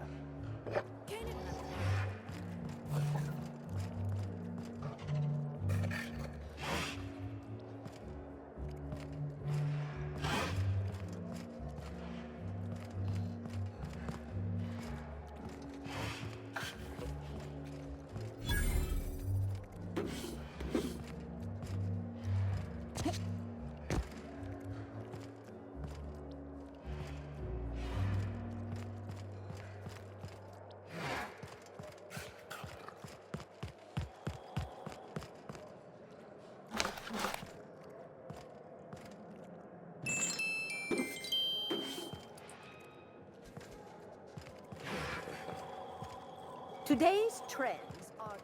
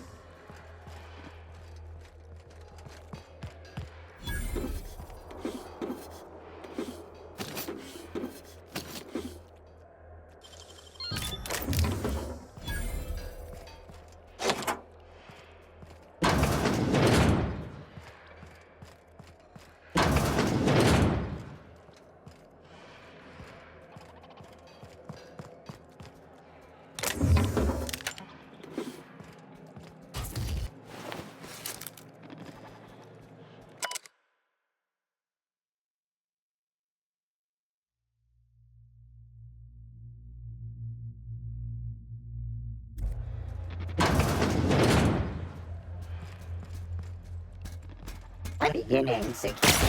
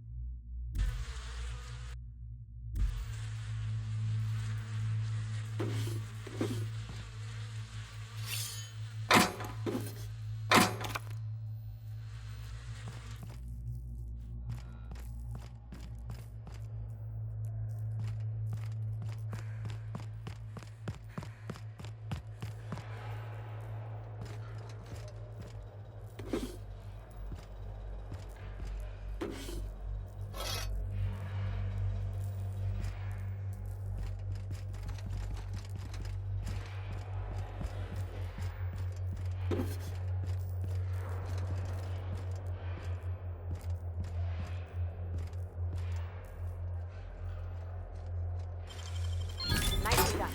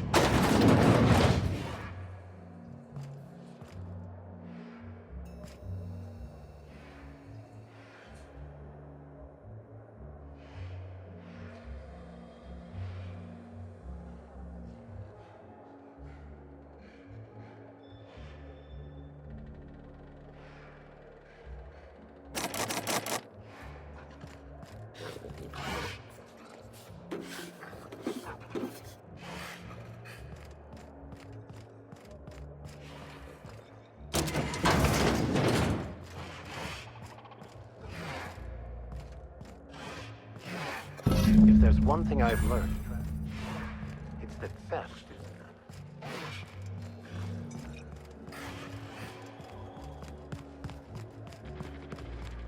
You don't have to be scared of these Canaans.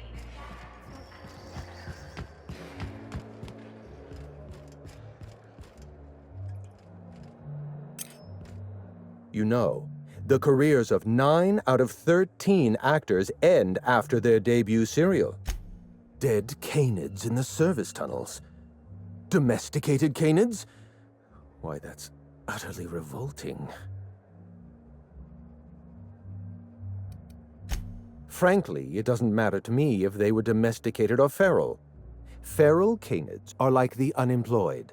Their existence implies the need for a loving master. Every canid, regardless of their physical attributes, is a companion to their master. To kill a companion is a profound and unforgivable breach of trust. I'm glad I chose not to participate in this loathsome canid review. I will, however, take their trophy. My trophy! Look at this thing! Have you ever seen a more garish monument to the boredom of the elite? If only Grandfather Mostly were alive today, I would have loved to wave this trophy right in front of his cataracts. I hope you won't take it personally when I say I had my doubts about you. Nothing ever gets done in Byzantium, you see. Competent work is, well, a statistical anomaly. Lifting the emergency lockdown requires overrides from the Chem Lab and Human Inquiry. Access to those facilities requires authorizations from 2 senior-level researchers, Marion Blakesley, Jasper Lowe. They went into hiding after the project collapsed, but I've managed to calculate their last known whereabouts within a reasonable margin of error. I see you're familiar with my technique. I'd love to show you my numbers, but there aren't nearly enough napkins in this room. After the project shut down, I had to keep my mind occupied.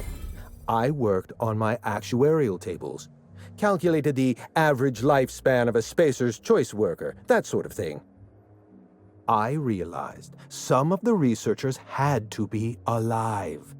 I ran some numbers, did a little research, and concluded that the 2 most likely survivors are Marion Blakesley and Jasper Lowe. Nonsense. I just needed a good old-fashioned statistical problem to busy my mind. Keeps the faculties lubricated. Let me stop you there. I don't accept anything for free, and if you're going to analyze me, I'd have to go through the trouble of hiring you on contract. Think what you will of my intentions, my calculations are sound. You'll find Marion Blakesley and Jasper Lowe at the enclosed locations. As far as I know, Jasper Lowe and Marion Blakesley are the only 2 surviving researchers with high-level clearance. If you want to lift the lockdown on the manufactory, you'll need to send an override from the Chem Lab and Human Inquiry. I'm afraid it's the only way.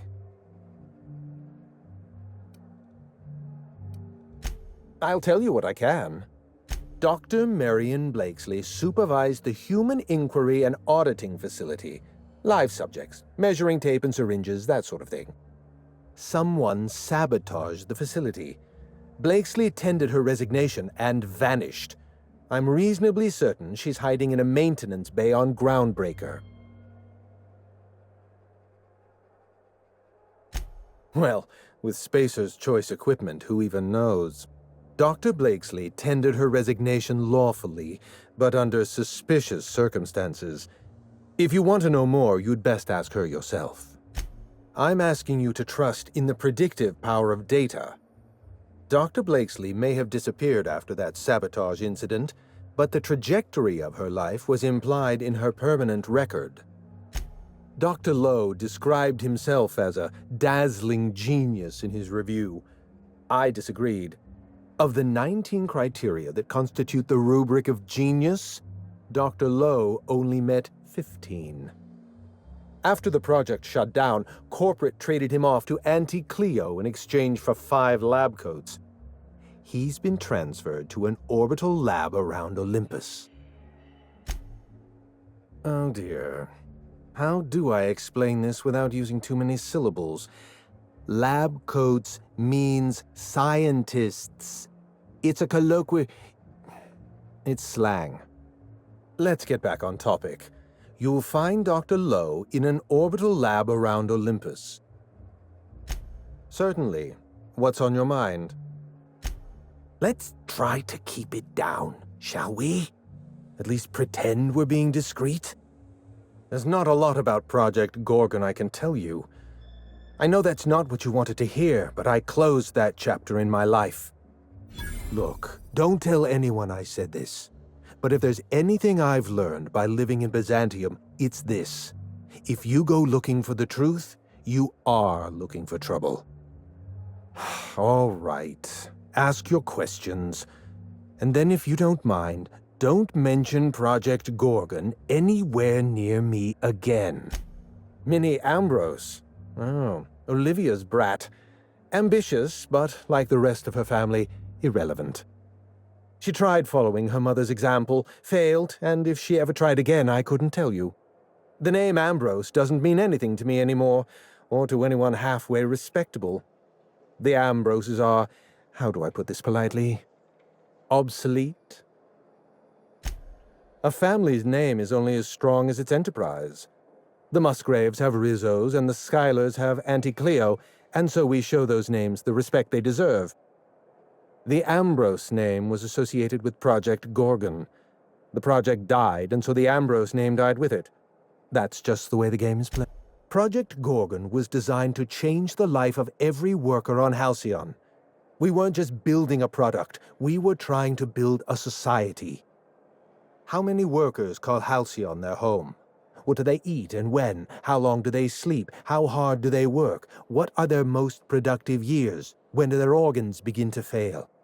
That's the nature of my work. I study human life in order to determine its value. Of course you can. You can break the entire universe down into numbers and statistics. Human beings are as much a part of the universe as weather patterns and orbital mechanics. Forgive me, Mr. Mosley, if I seem awestruck.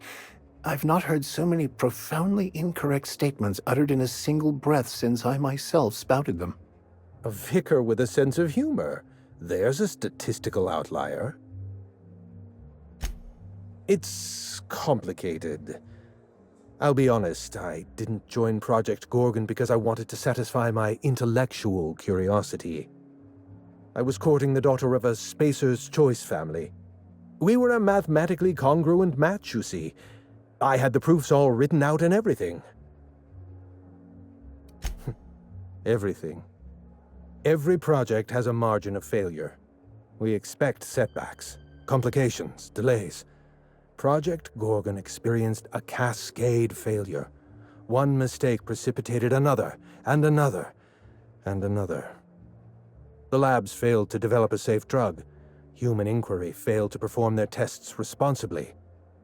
An unsafe drug tested on unhealthy subjects by irresponsible supervisors. That's Project Gorgon.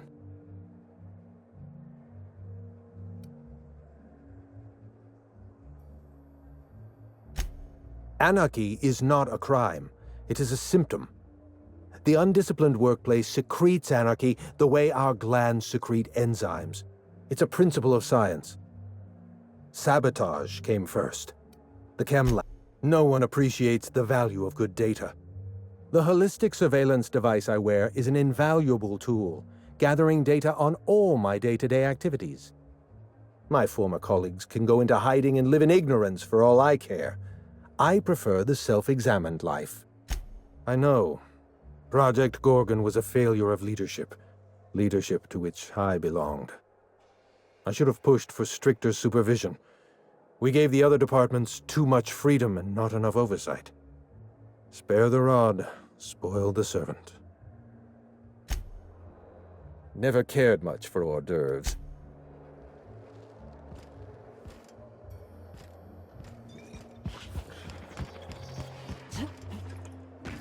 You'd only be letting I've got a lot on my mind right now. Our trophy's gone missing, but I can't file an investigation because what we're doing here is technically illegal. Oh, don't look so cross. Those canids were put down mercifully. Not every canid is suited to the intense competition of our review. Some few canids display flaws that cannot be redeemed. A limp. Wall eye. Poor coloration. Mercifully.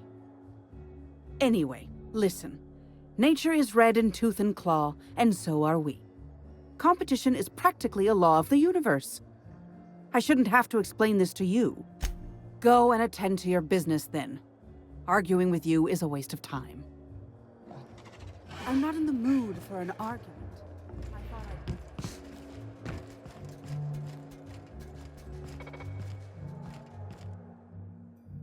Thank you for participating.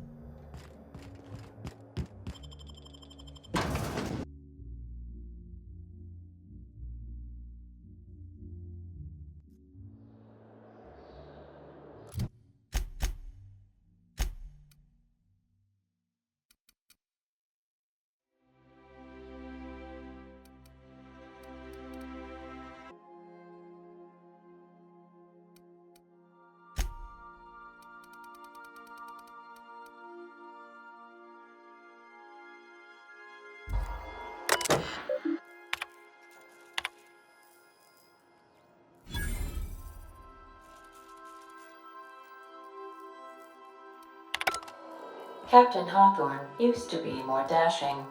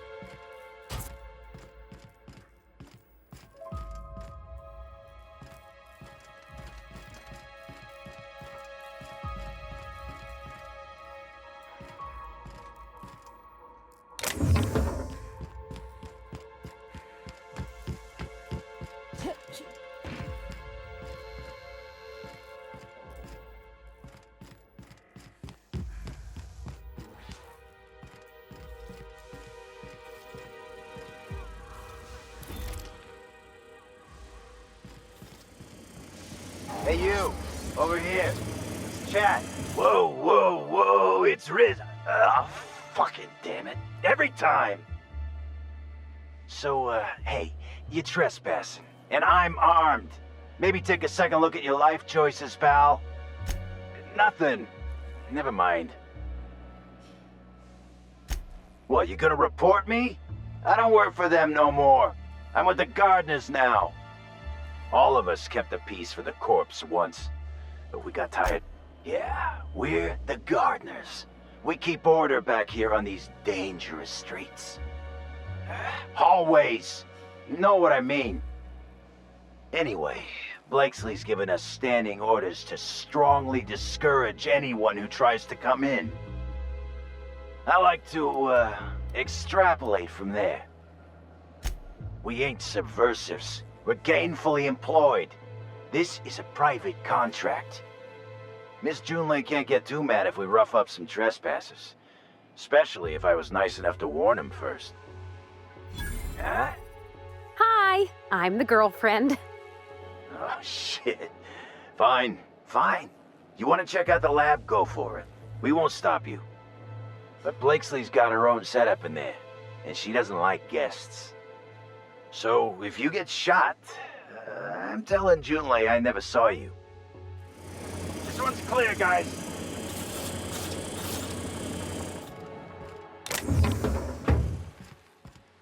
Some days, it's like I don't know what to do with myself. Come on, this is great. We don't have to beat up miscreants for them anymore. We can beat up miscreants for ourselves.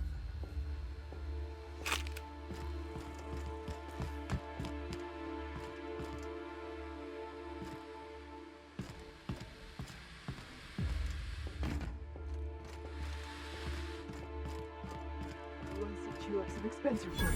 That's a good boy. What are the old squads doing?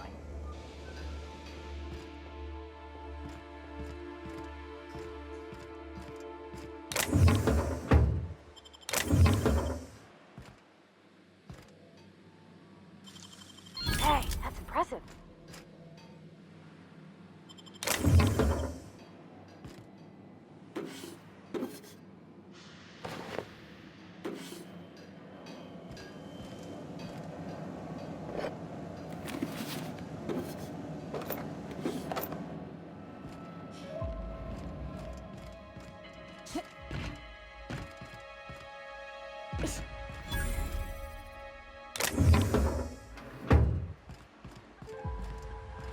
This must be a step up from Boar's factories, huh?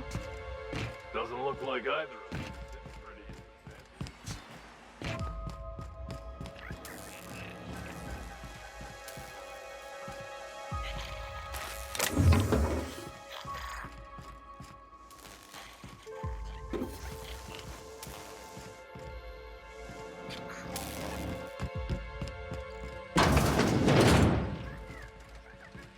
You gonna shoot or what? Because that takes care of, I think it's jammed. Wow, impressive.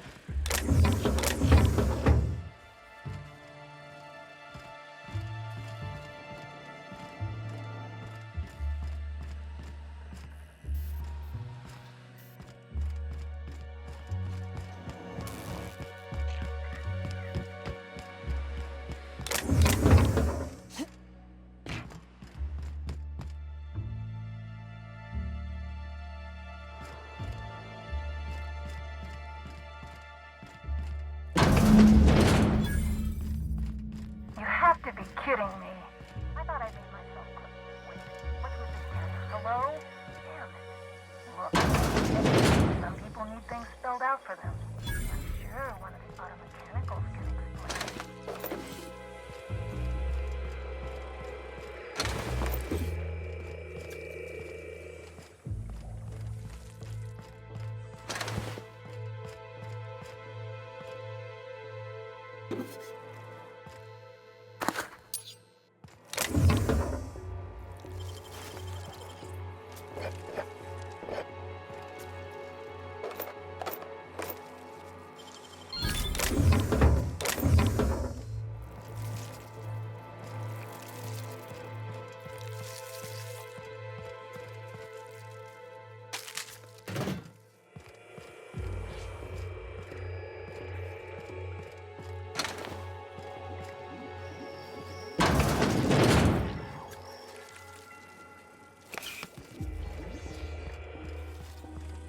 System alert.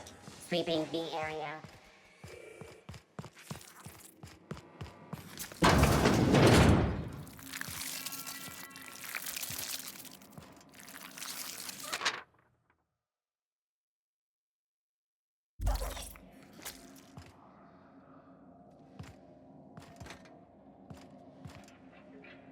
Returning to normal.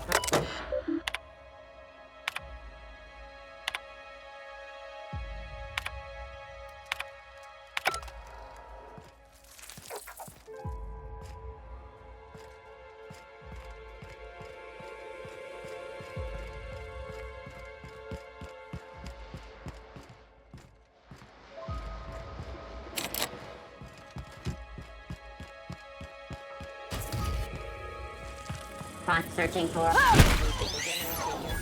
Perform.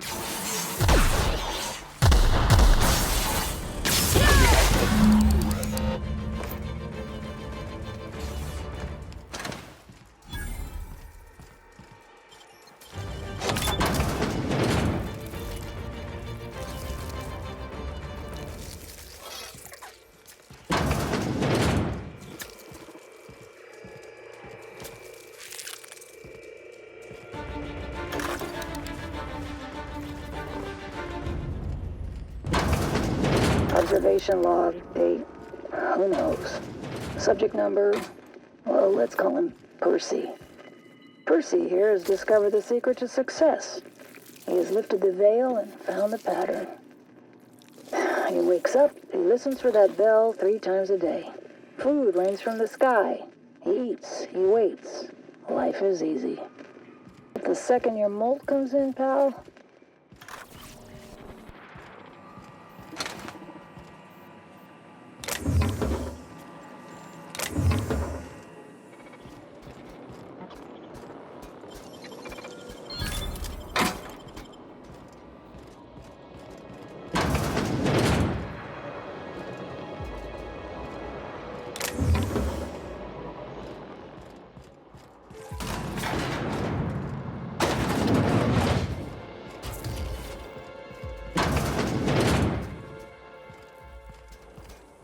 Security.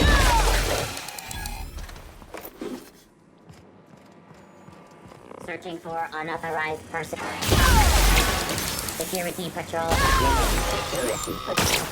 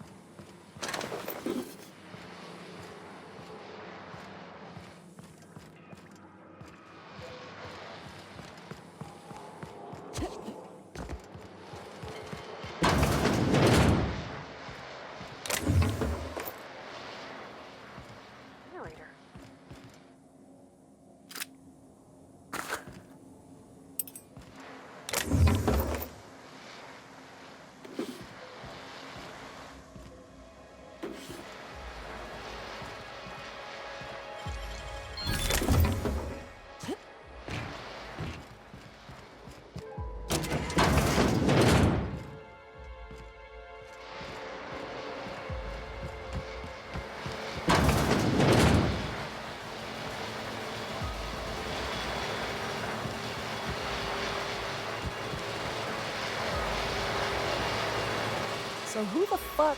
Oh, wait, hang on, I can't hear a damn thing. Just gonna shut this thing off. Right.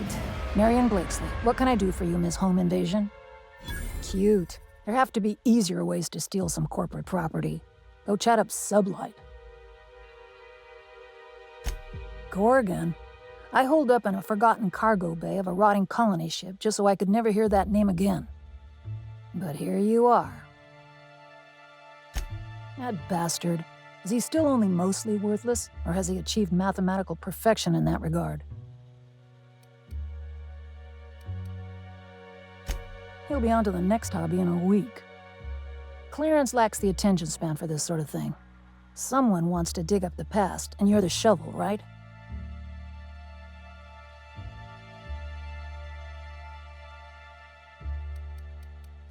Why? Are you worth threatening?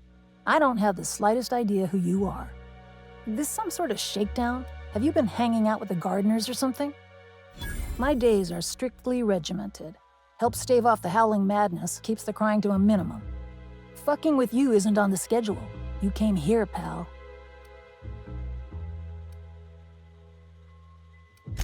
Corporate demanded a product they could throw onto shelves. That put the squeeze on low at Chem to develop formulas, samples. But how do you know if the product works? You run tests, see what happens. That's where human inquiry and auditing came in. I ran HIA, and HIA ran the tests again and again and again.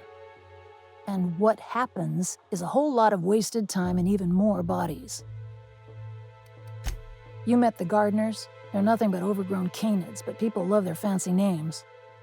We were looking for a game changer, something to better the colony. It felt important, worth a few sacrifices. Spacer's choice. They wanted to sell that change for as many bits as they could. None of us got what we wanted. Testing supervisor. I designed the initial testing regimens, managed the staff, made sense of the test results. Tried to anyway. People are complicated, and I don't just mean the test subjects. Try and avoid working with people if you can. It always... And that messiness you speak of is where true joy resides. Hey, it's just advice. You've heard the adverts, right? Work day and night, still feel refreshed the next morning. Now, what we tested for was dexterity, efficiency, compliance. The traits of a good employee. Numbers never came out right. I could have pumped gallons of those chemicals into every living soul in this colony. Wouldn't have changed that. What we got was marauders.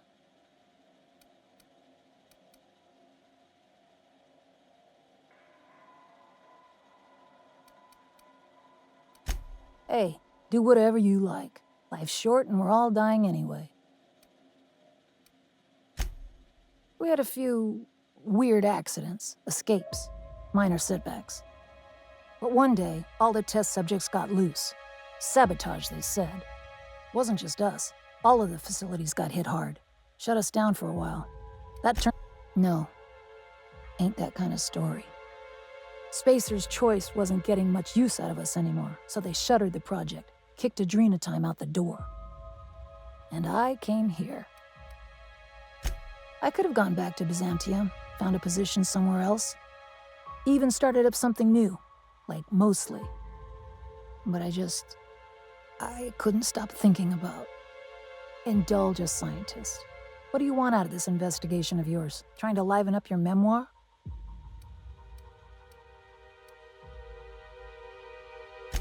Really? What good can that possibly do? Your crew feel the same? Heck of a world out here for the shy types. What do you get out of headbutting murderous automechanicals for your captain here? A family. Or something near to it. We don't always get along or nothing, but what family does? Fair enough. That's all I've got. Here, I still have this pass. Don't much feel like hanging on to it anymore. Made my exit the moment the project started falling apart. Had to steal some credentials. This should get you into the volunteer induction entrance.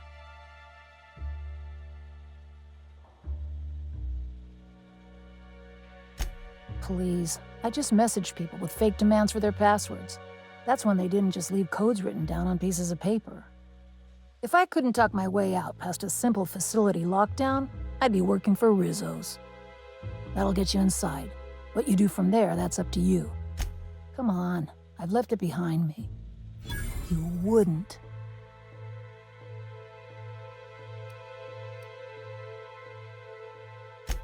Damn it. Fine. Fine, here, I remember one of my access codes. Just punch in the keypad equivalent for replication. Should get you into the offices. Maybe get you to my terminal a little sooner. Go test that persistence of yours out on Gorgon. Yeah, I'll make sure the auto mechanicals don't bother you on the way out. I'd offer you wine or something, but I don't really want you to stay. Generators mostly, when they work. I've only got so many instruction manuals. Might not want to walk too close to some of this wiring, ma'am. I don't think any of it's been grounded. Not much, to be honest. Spent most of my time inside the facility. having a tediously protracted nervous breakdown. The biome's been irreversibly tampered with at this point, so I'd say be prepared for anything. Yeah, I'll make... Look at you, so chatty. Tryhards, incompetent or unlucky enough to get themselves fired. Probably missed their bludgeoning quotas. They were milling around the back bays. We had some colorful negotiations. I talked them into keeping watch for me. Not hard. They were... Not at first. Your average shrub isn't much use to the corporations. They're vicious organisms in their own way, plants. But at least they're quiet about it. I read there's plants on Monarch that eat people. Nothing quiet about eating folks. Yeah. Look at you, so Yeah.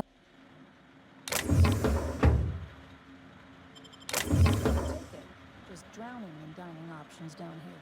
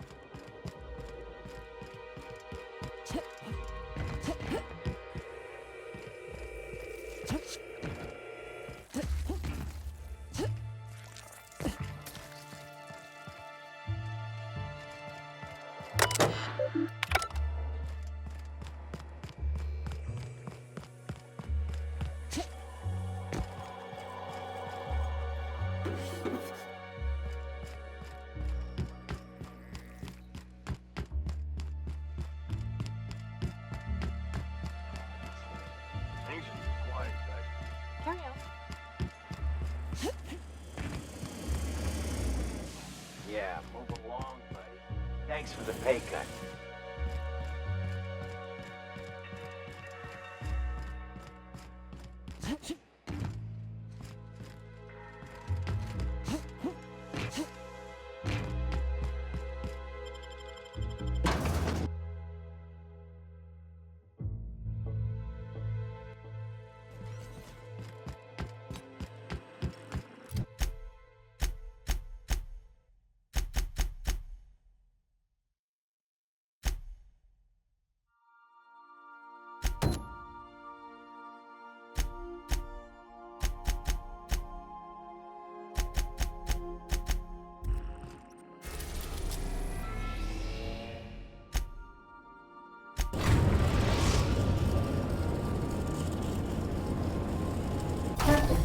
An unknown vessel is approaching our ship. Their intentions are currently indeterminate. Once I deduce their intentions, I will play one of two audio signals. A cheerful fanfare if they are friendly, alarms if they are hostile. Their intentions are no longer unknown. At precisely this moment, Captain? No. Within the next 60 to 90 seconds? Yes. The unknown vessel has deployed a boarding mechanism. They will attach themselves to our airlock. That sound indicates that a boarding mechanism has succeeded. Captain, I am pleased to inform you that we are currently in the process of being boarded. Captain Hawthorne installed a lethal shock trap on our airlock in the event of an invasion. I am prepared to deploy this trap at a moment's notice. I was bluffing, Captain. When we met in Emerald Vale, my systems were not fully operational. Even if they were, I might have made an exception.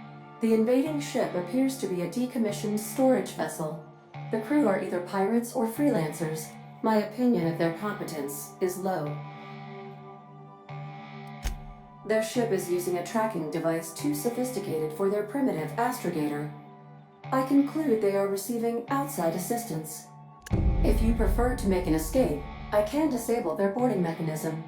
However, as long as that tracking device remains on board their ship, they will be able to find us again. Understood, Captain. I will be deploying the Unreliable's lethal deterrence system. Please approach the airlock and enjoy the show.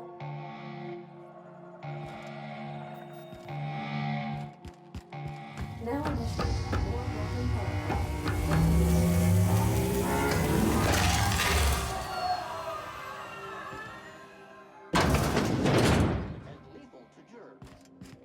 Do return in one piece, Captain.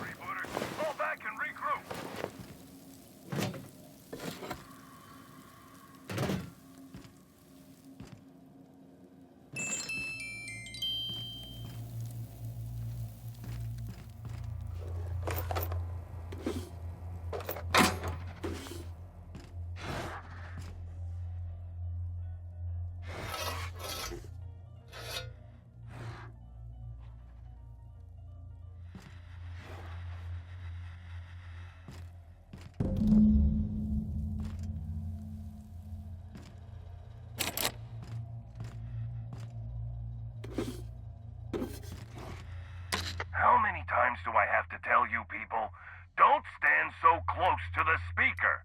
I can hear you breathing. Unsportsmanlike and disrespectful. My freebooters could learn a thing or two from...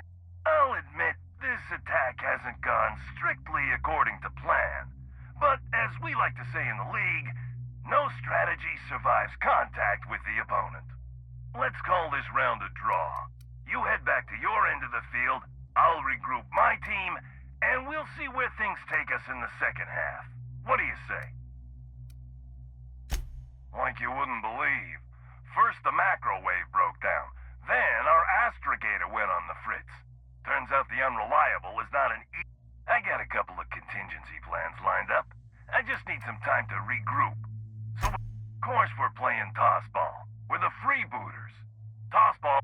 Here's the problem. I can't let you live, but as long as you're on my ship, you couldn't tell you. Disclosing the identity of my also impolite to ask. Yeah, well, you've been upsetting some powerful people poking around Gorgon like that. Ah, damn it. Forget I said that. Freebooters. Come on.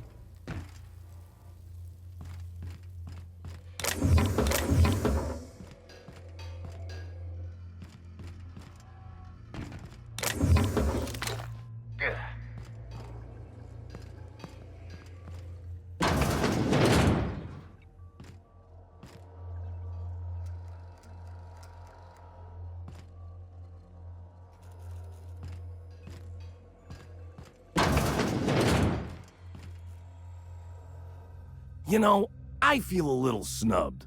We were having a civilized conversation over that intercom, and you just walked off. Now you're barging into my office, muddying tracks all over my floor. A little respect for the ship. Is that too much to ask? Yeah, but I had every intention of respecting the upholstery. I would have had you spaced or shot in the bathroom or something. You're the captain of the Unreliable. You dropped out of the sky in Emerald Vale, and whatever you've been doing on Gorgon, you've upset my employer. You and I are in a bit of a situation. I don't get paid unless you're dead.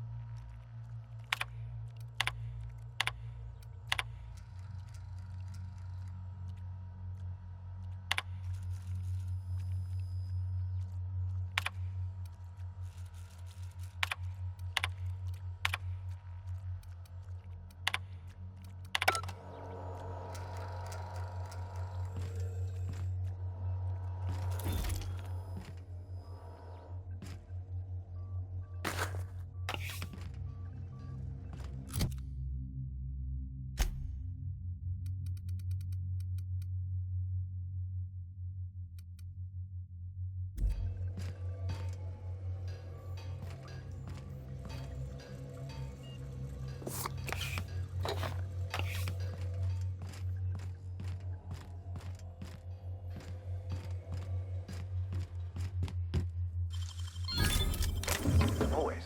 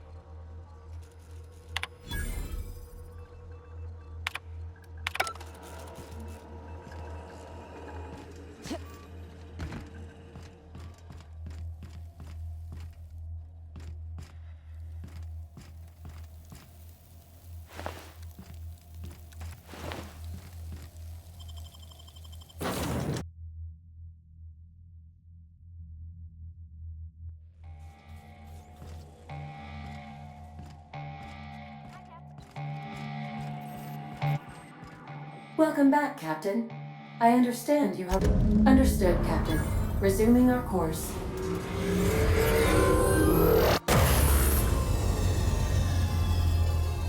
Welcome back, Captain. How can I be of assistance? Goodbye.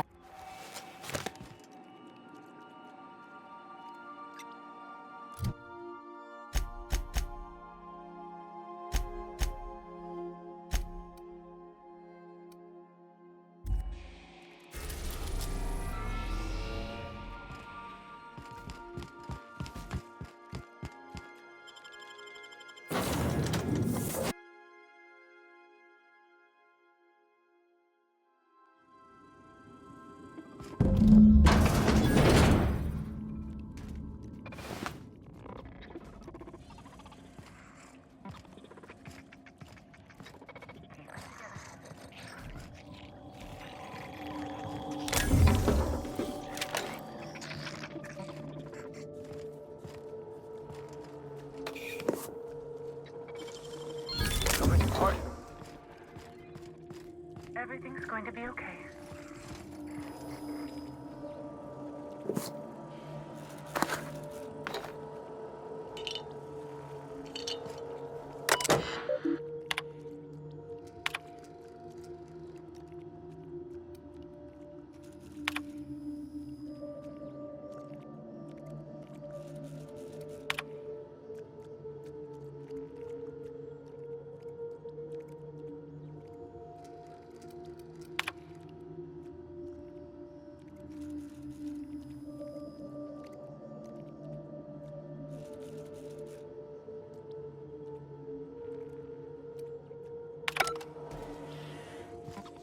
Auntie's going to take care of you. It'll be okay. Just breathe, Kelly. Everything's going to be all right.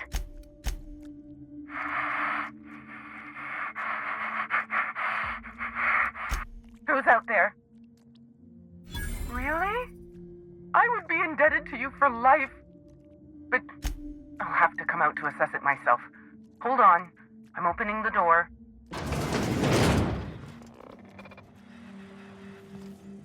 Let me just catch my breath. I swear, my heart's trying to punch its way out of my chest. Law, I'm so lucky you came along.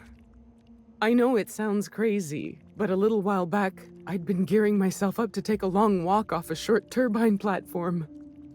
Then the security mechanicals broke out into a massacre, and I realized I really want to live. How can I help you help me get out of here? I'm not making anything. The research team, they were brewing up some improvement to Anti-Cleo's anthracillin. Science stuff isn't really my area, though, so I don't know more than that. Just a feeling I got. Every day was the same as every other day. I felt like I was stuck in a circle, you know? Started imagining what it'd be like to break that circle. Station goes in a circle around the planet, so what if I just dropped off the edge? But after what I've seen, after what happened, I don't want that anymore. I want to live. Pink slip protocol. How should I know? I just monitor the front desk. Well, except for the last couple of days when I've been hiding out in here. If you work at OOPS, you're doing research and development. If we're not researching or developing fast enough, the protocol's there to put the fear in us. Somebody messed up. When one of us makes a mistake, the whole facility pays for it.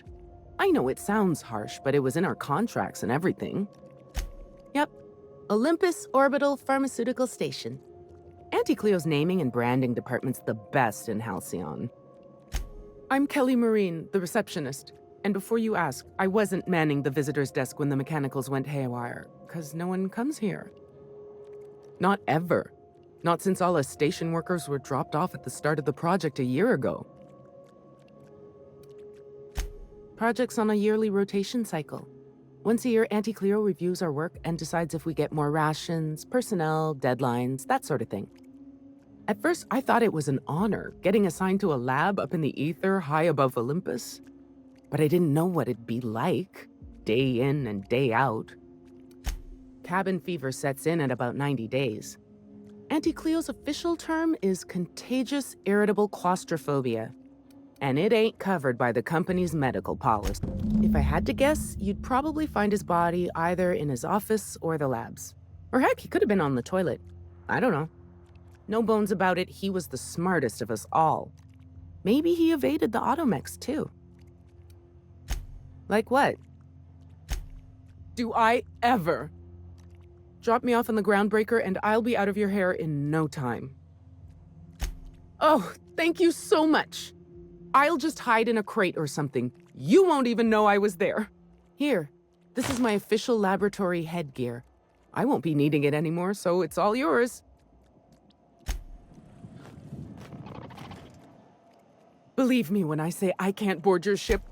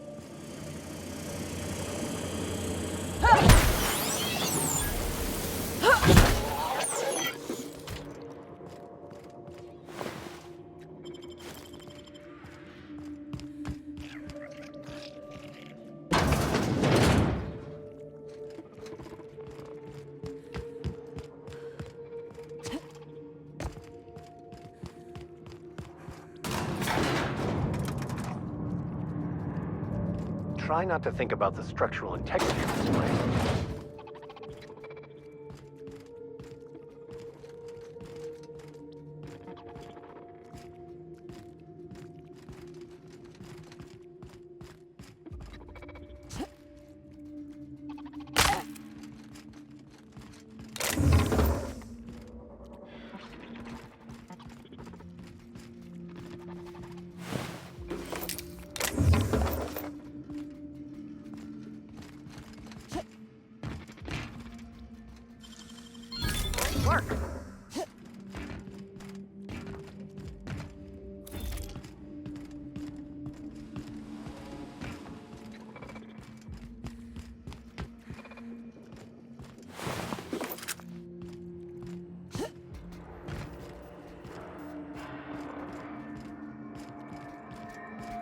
Clinic performing.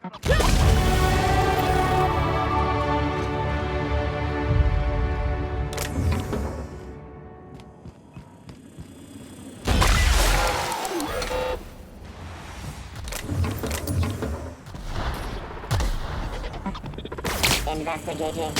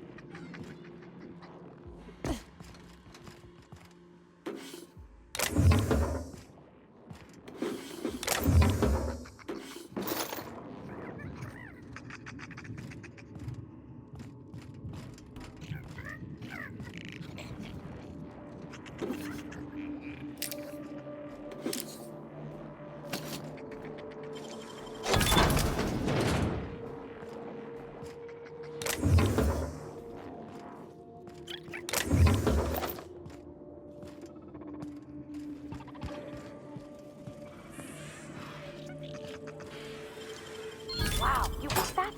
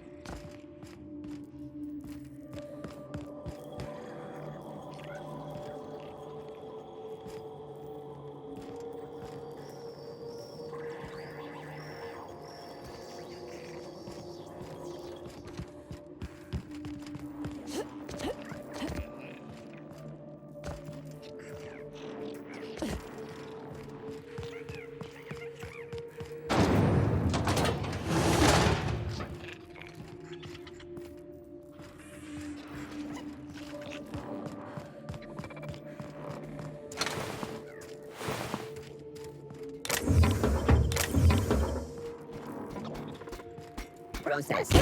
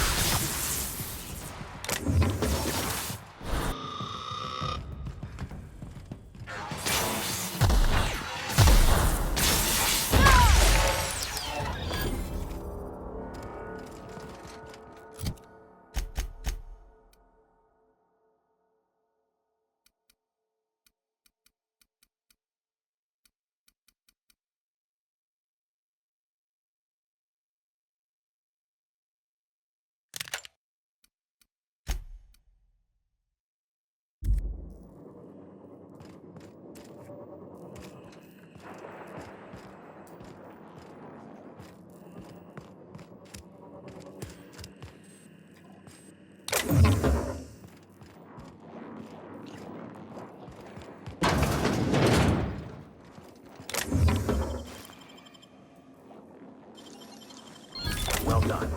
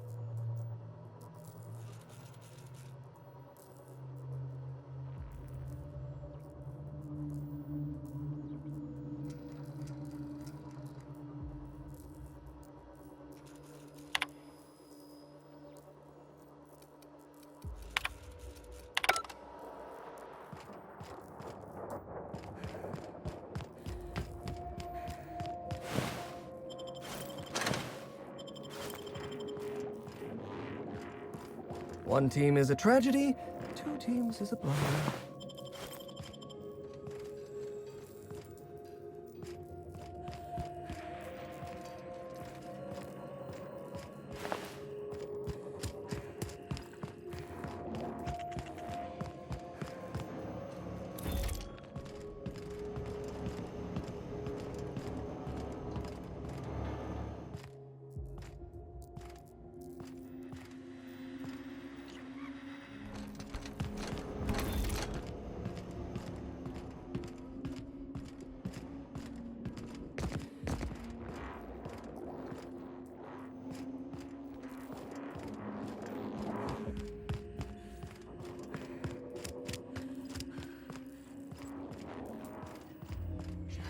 Imbecile.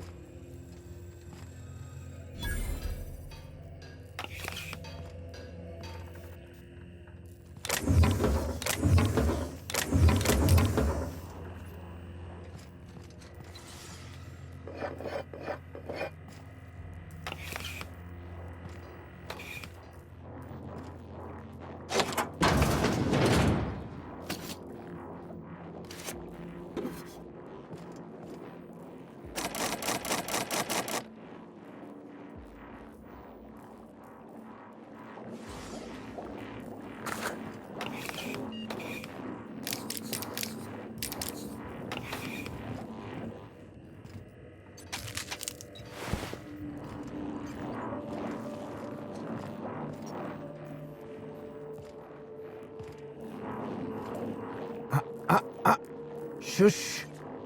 No talking. Concentrating. Damn it. I almost had it. The formula was in my mind and I almost had it. I was so close to a breakthrough, I could practically taste it. You really... Sky High. My magnum opus of psychostimulants. I feel like I've already explained this to the last hallucination. Oh, hang on. I see what's happening. You're real. Ergo, not a hallucination. This is interesting. I have several questions for you. Let's start with the obvious. Who are you, and how are you even alive?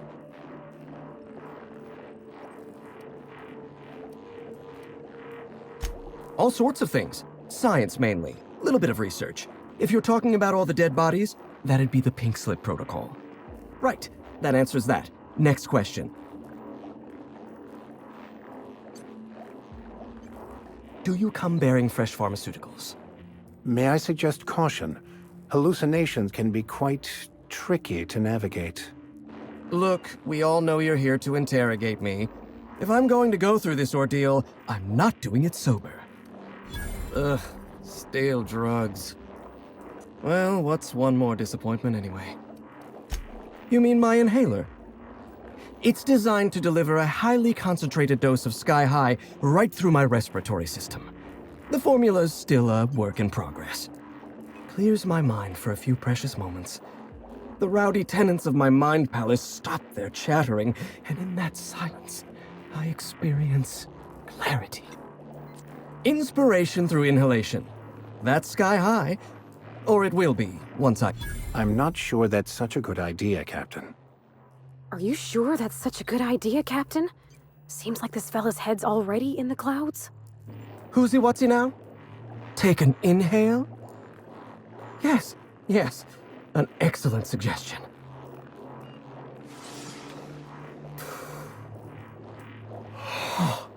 Much better. My mind is clear. So are my sinuses, in fact. I've got a hypothetical question for you, Dr. Lowe. If you were to, say, encourage someone to consume drugs, and then that someone later overdosed, would you be a murderer? Do you think in that case, a captain who accelerated a drug habit would be a murderer? And the so-called victim in this scenario holds no responsibility in the matter? No, I don't think so. To each their own common sense. I knew you would, Captain. I, for one, am glad the sermon's finished. I have much work yet to do. Auntie Cleo instituted the Pink Slip Protocol. Fancy marketing term that translates to, we're not satisfied with the quality of your work, so we're revoking your lifetime contracts. Can you believe Auntie terminated my entire team? It's a terrible setback. For my team, I mean, not for me. Not this time.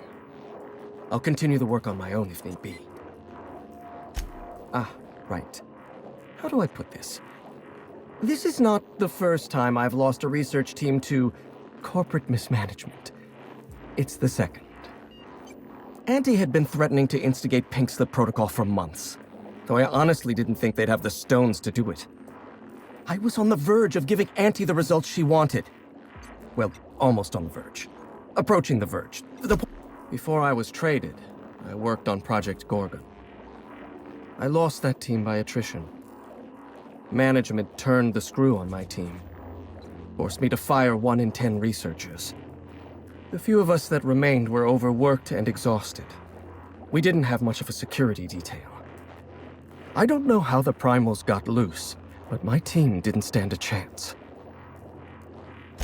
No, you don't. There's nothing interesting in the chem lab. There's nothing interesting in Gorgon at all. Gorgon is a featureless rock dragged along by the gravitational current of a barren asteroid belt. The chem lab is a graveyard.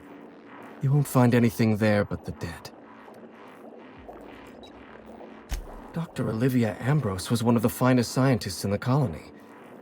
If you're risking your life to retrieve her journal, there's likely a good reason.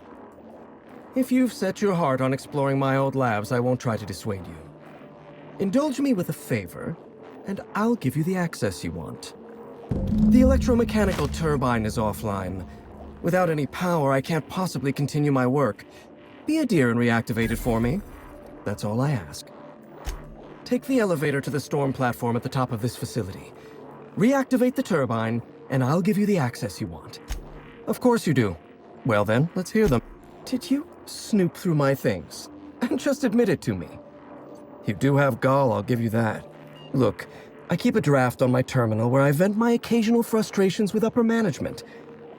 It's honestly one of my less detrimental coping methods, as I am not stupid enough to fill out the one thing at a time, my chatty accomplice.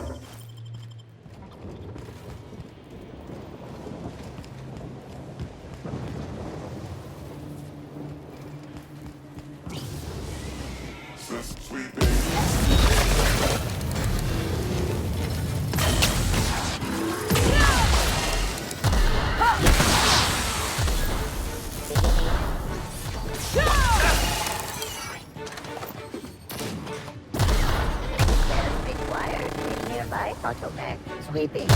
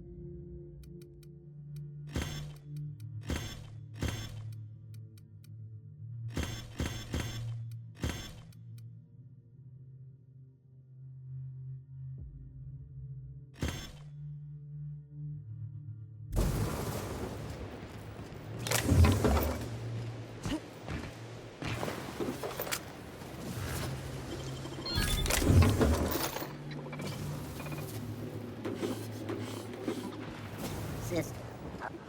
Searching for unauthorized.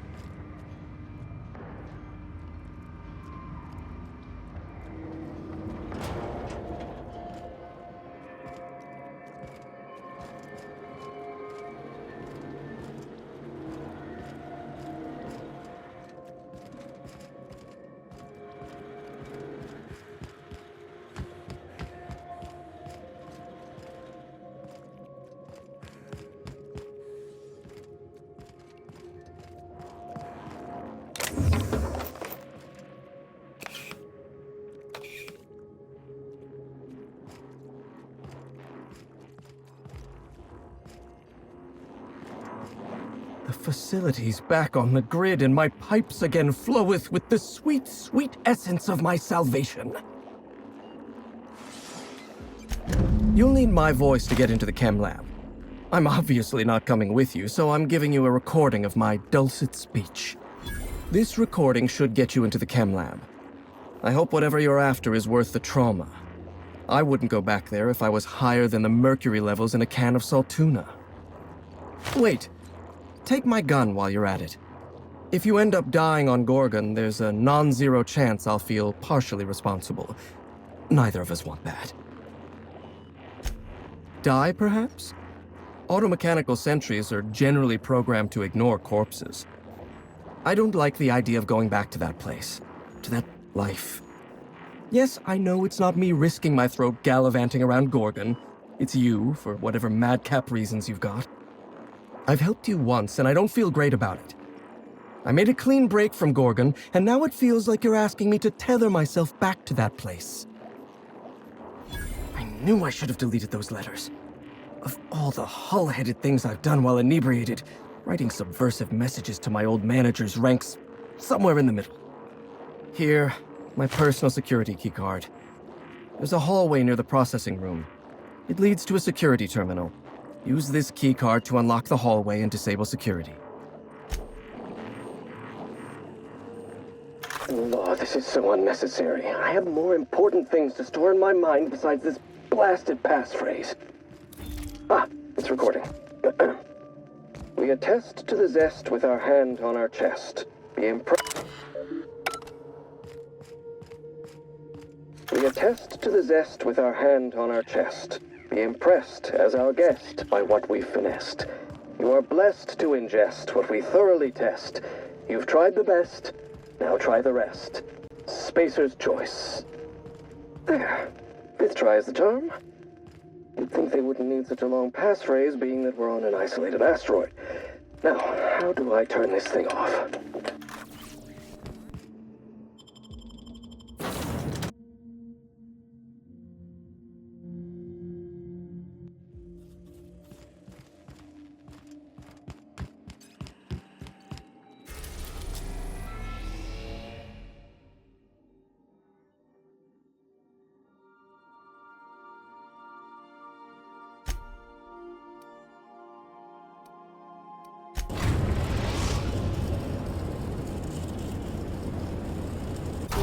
In orbit above Gorgon.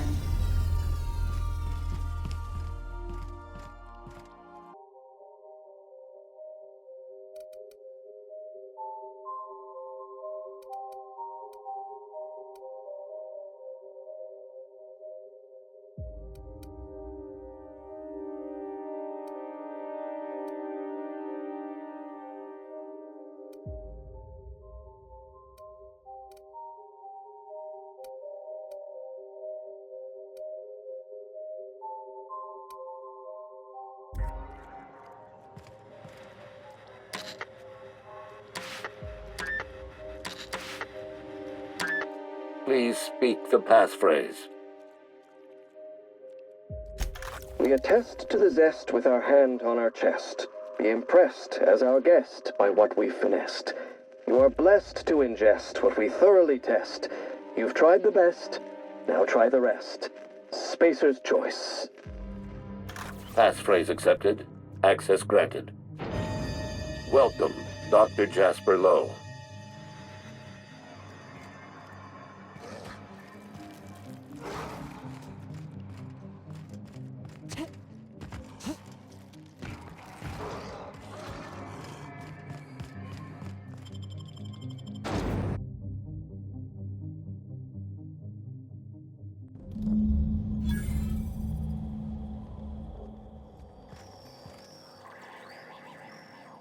Death of the illusion clashes with their well-appointed decor.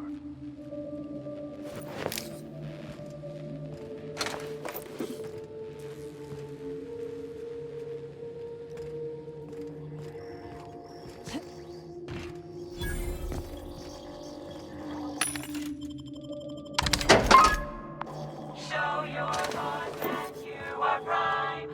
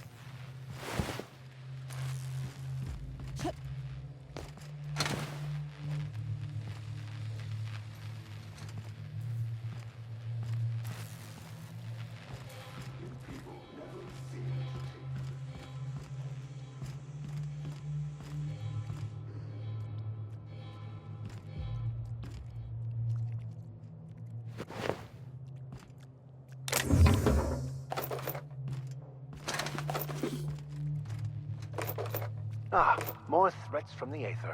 How pleasant. Must be our shadowy nemesis from the OCI.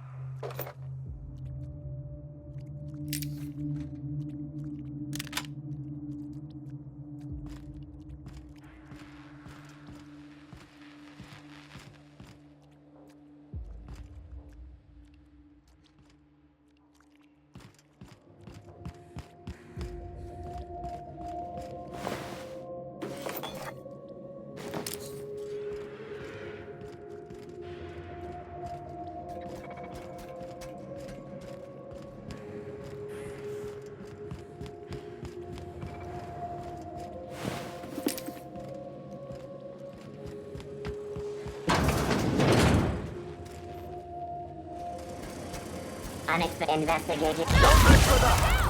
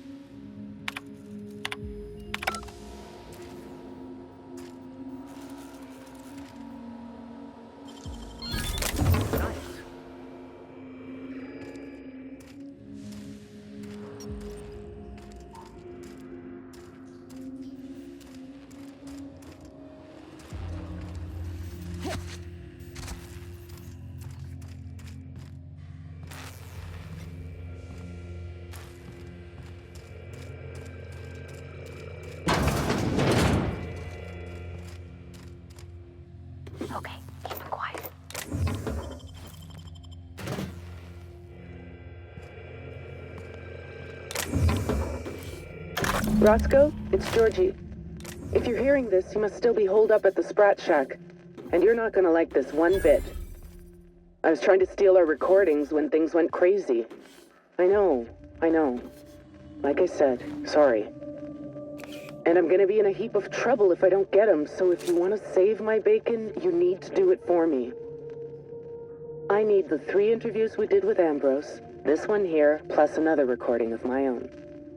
I left that last one with a guy who owed me a favor at the garbage processing office in the chemical waste ravine.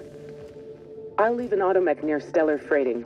It'll want all 5 recordings, plus a passphrase. Glacial Age. Oh, and don't listen to my log, all right? Just stay safe and keep your head down.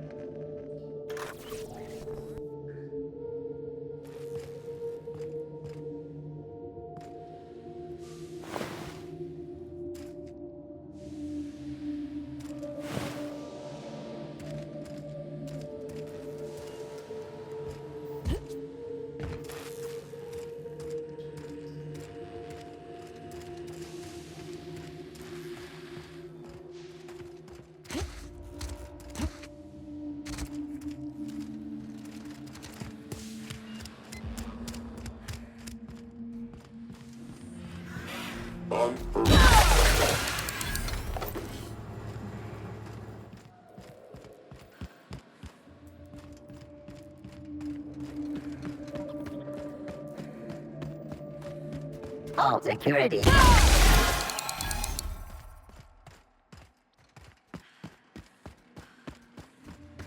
Unexpected performance.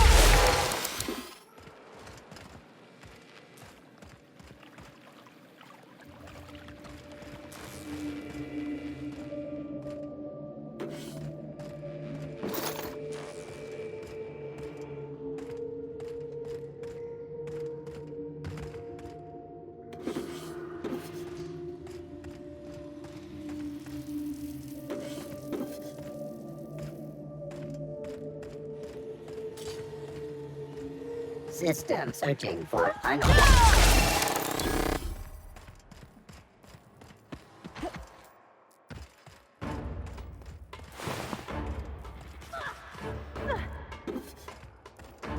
Processing.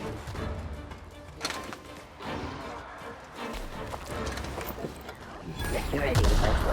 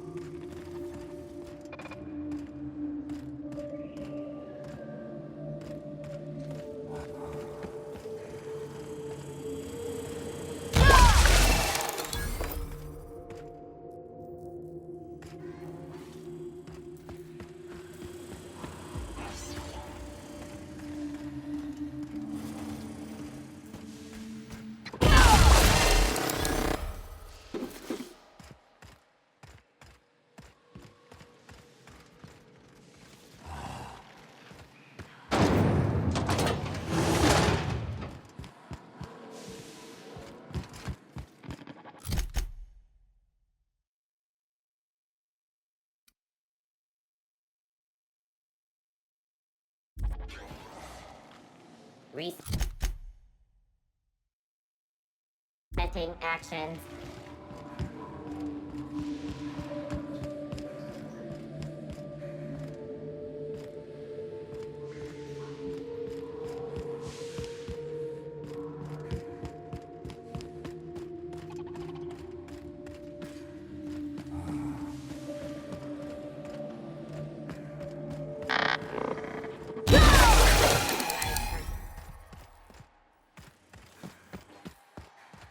Incoming!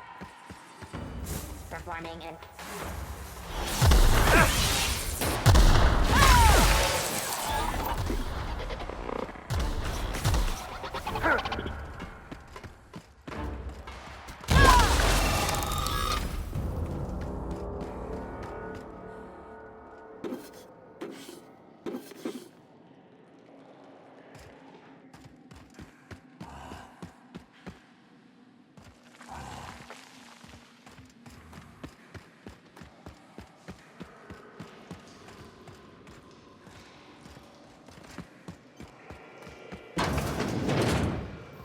Mind was pushed.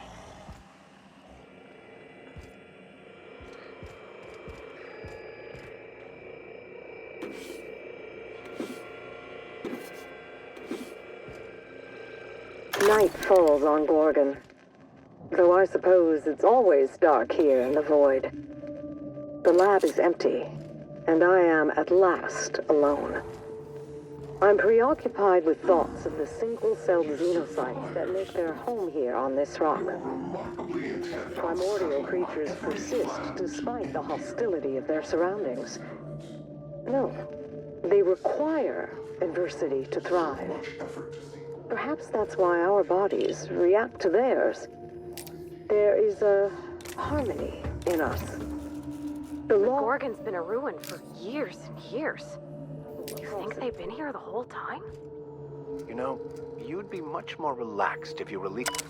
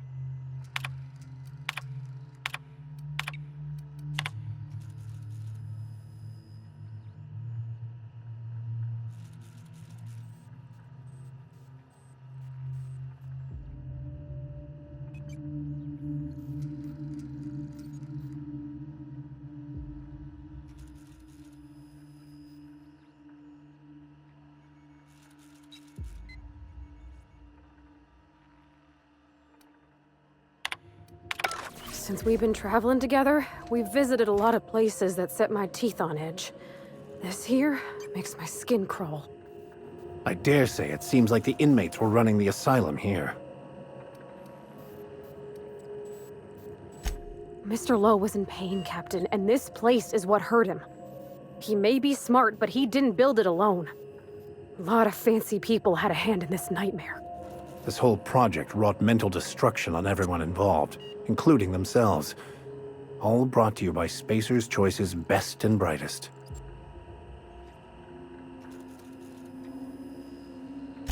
There's a lot of smart people in Halcyon, and ain't all of them work for Spacer's Choice. If the folks here couldn't help the colony, maybe they shouldn't be in charge. Minnie thinks her family has a bad name now. It's nothing compared to how it will be if she compounds on her mother's failures.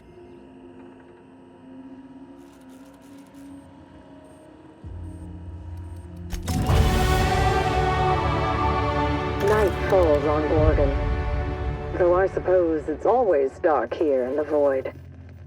The lab is empty, and I am at last alone.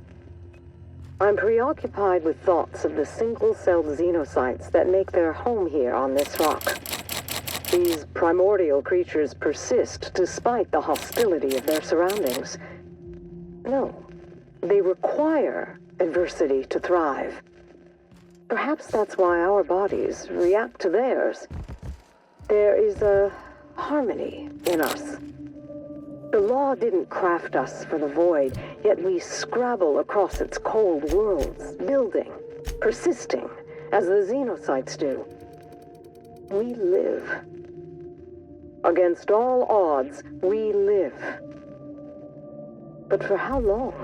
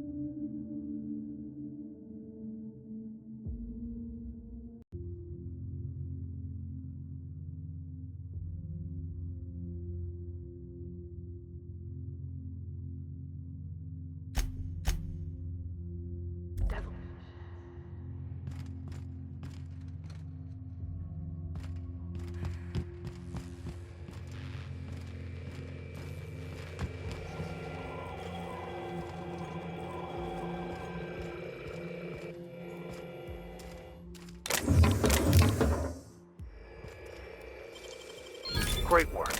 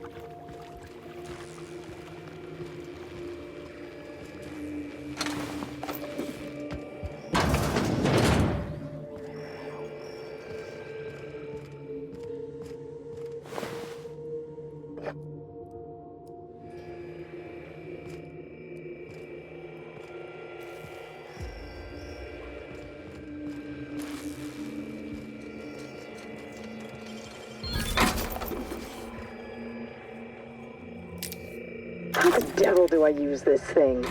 Is it what? Oh, the barrel's turning. All right. I feel like an absolute idiot barking into this horn. I shouldn't have let Lucien talk me into this. What use do I have with audible notes? Posterity my ass. Ah, great fucking law. What's it doing now? Jasper! Jasper, it's... How do I turn it off? It won't... Just press the button. The what? Oh, for law's sake, the button, Ollie. Accursed thing.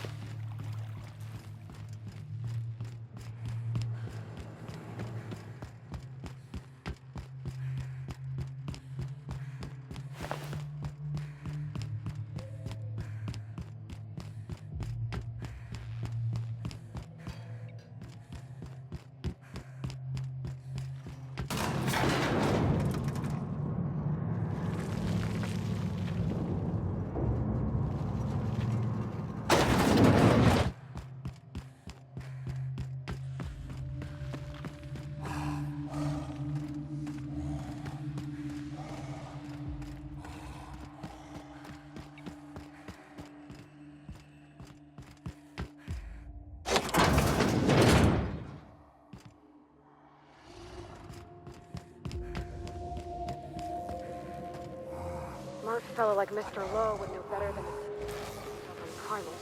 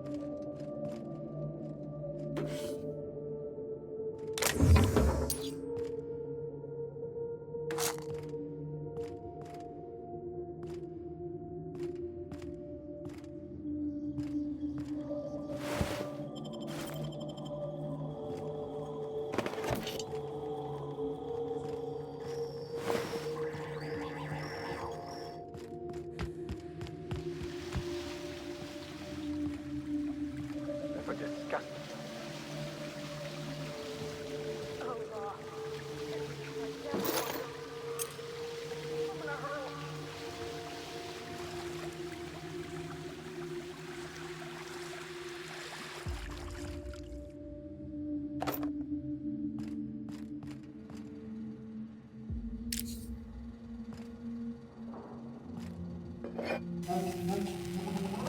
to Human Inquiry Auditing, the Spacer's Choice Facility. My name is Dr. Marion Blakesley, and I'd like to congratulate you on volunteering for this important opportunity. Whatever your past, know that as of today, you will be someone. Together, we will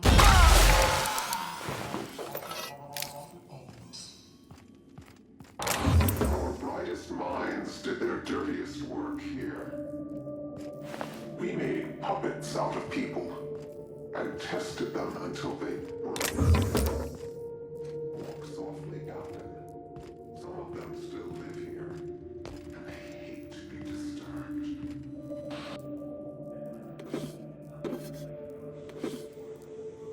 But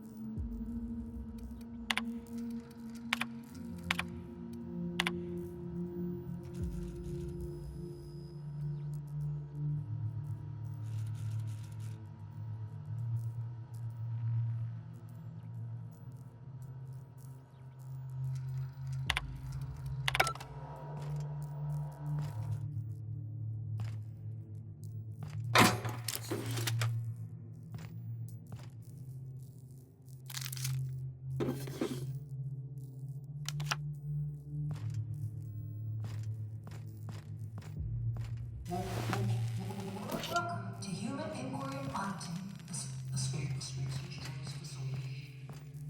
My name is Dr. Marion Blakesley, and I'd like to congratulate you all on volunteering for this important opportunity. Whatever your past, know that as of today, each of you will be part of something greater. Together, all you have to discover is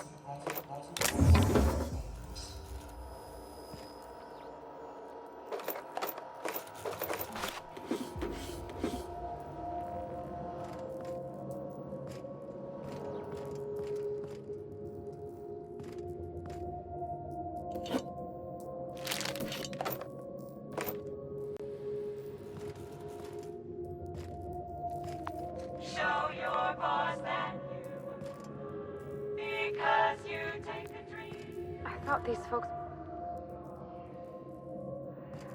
prisoners. this whole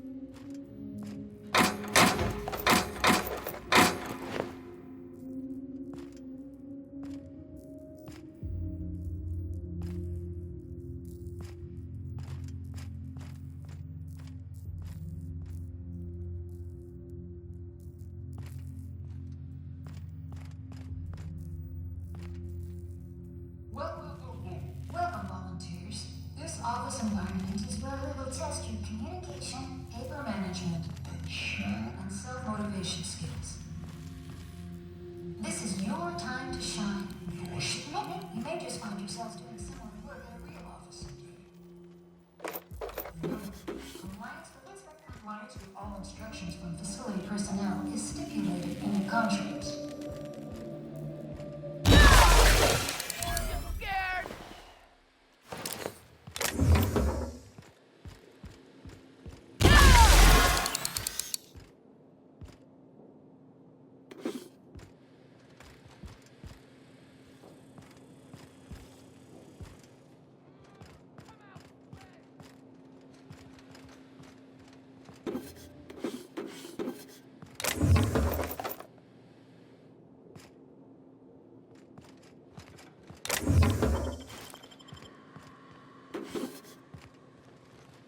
Here they come!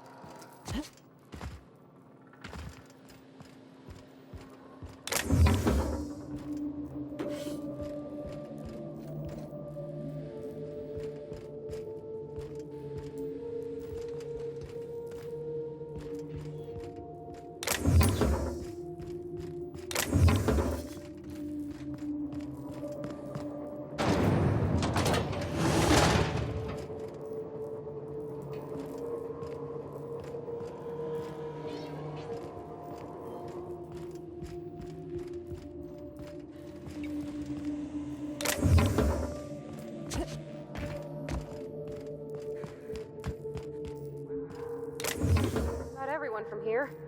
Mr.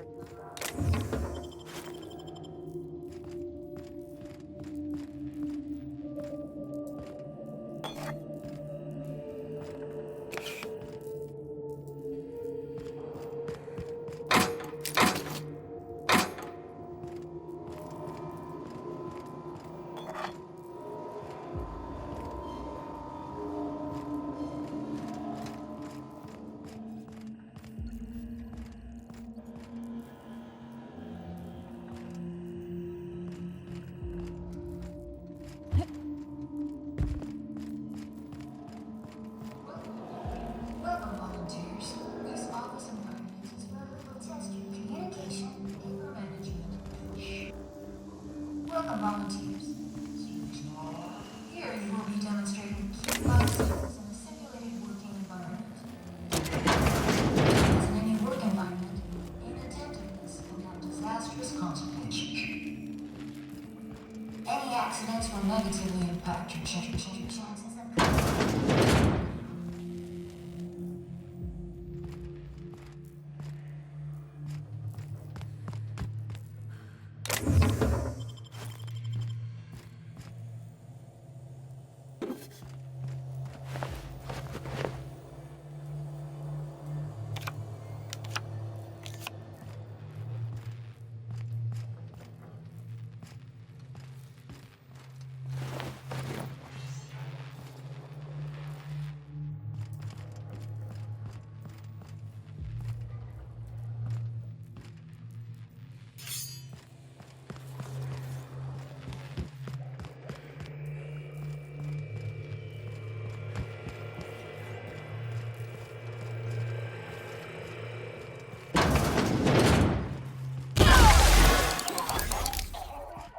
Break you!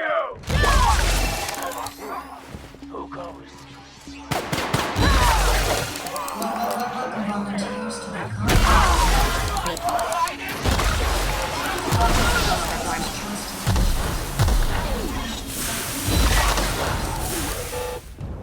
Volunteers are expected to follow all instructions without hesitation. Failure to do so may result in immediate termination. You made it this far. Keep it up.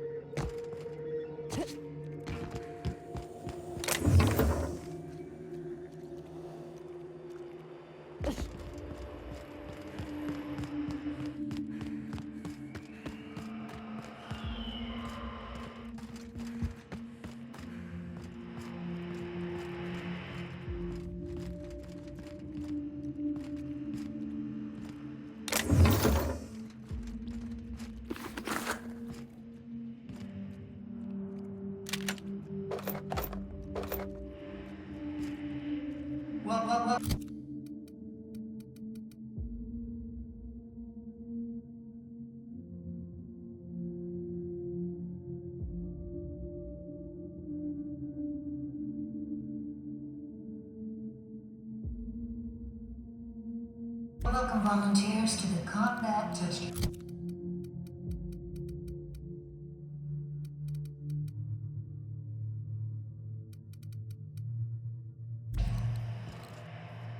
Under the guidance of our Spacer's Choice technicians, you will be completing a brief practice course.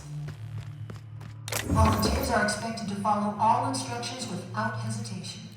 Failure to do so may result in immediate termination. You made it this far. Keep it up.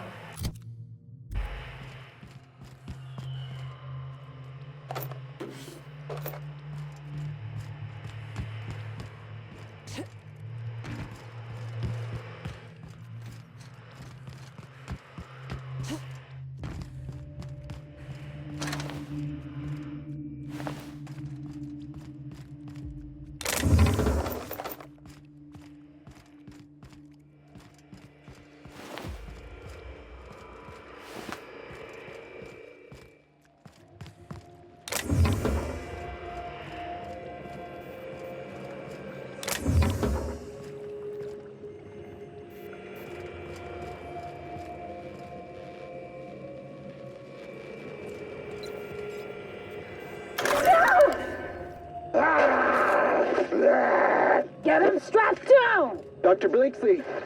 Subject demonstrates catastrophic personality collapse. Fucker bit me. Marion. Interesting. I think I'm going into shock.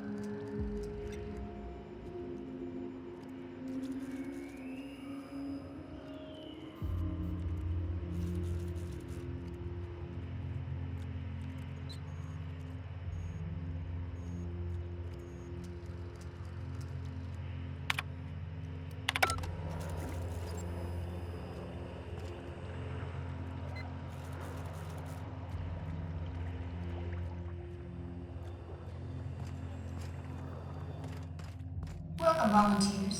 Here you will be demonstrating life skills in a simulated working environment. As in any work environment, inattentiveness can have disastrous consequences. Any accidents will negatively impact your chances of completing the volunteer program.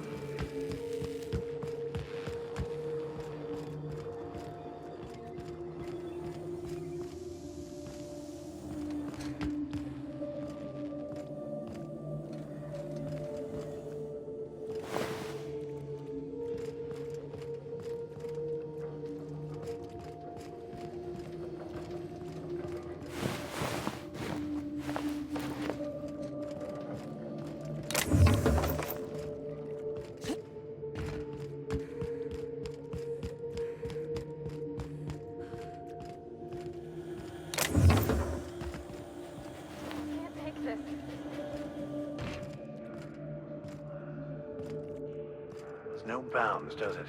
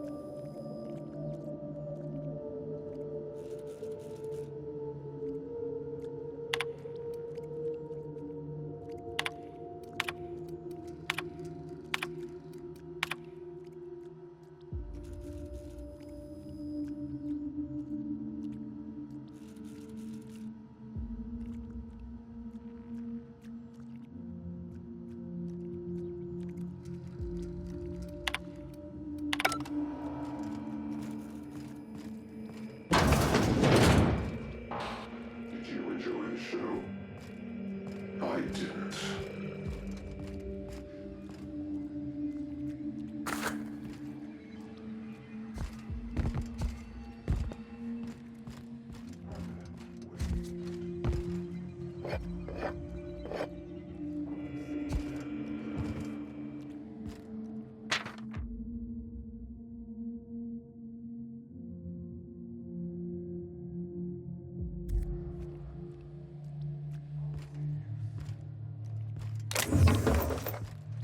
Is it just me? Just too many Aetherwave serials. This is sick. I can't bear it any longer.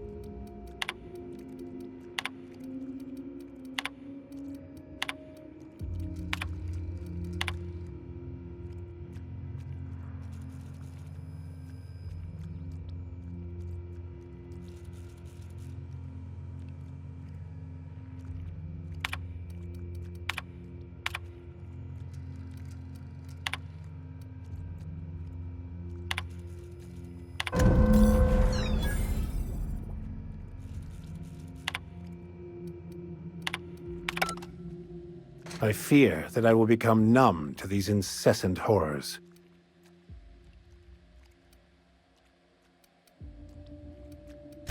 And for the basest of reasons. They knew, Captain. Spacer's Choice knew all along what Adrenatime did, and they sold it anyway. You are the master of understatement, Captain. Maybe Miss Ambrose can help fix things once she's cleared her family name. She could hold the board's feet to the fire. Make them pay.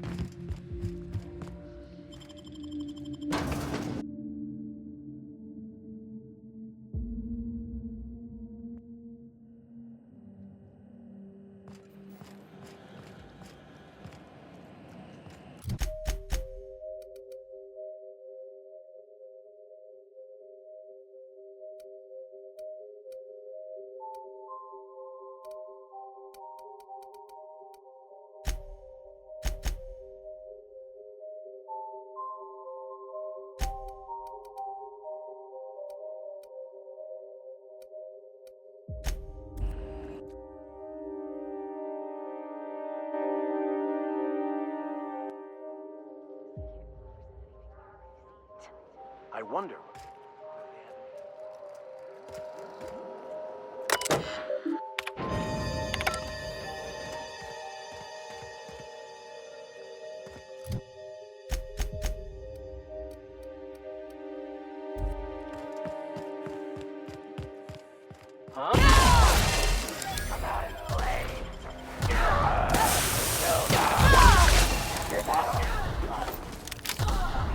Smell something.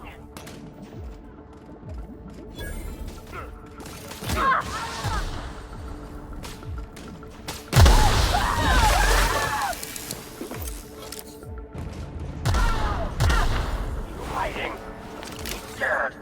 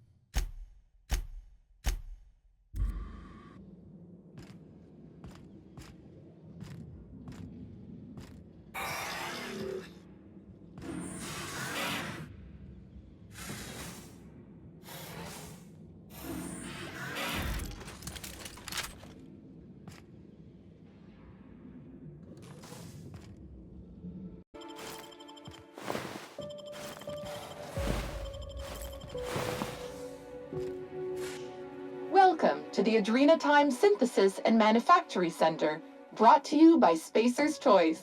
This productivity automechanical unit is at your disposal.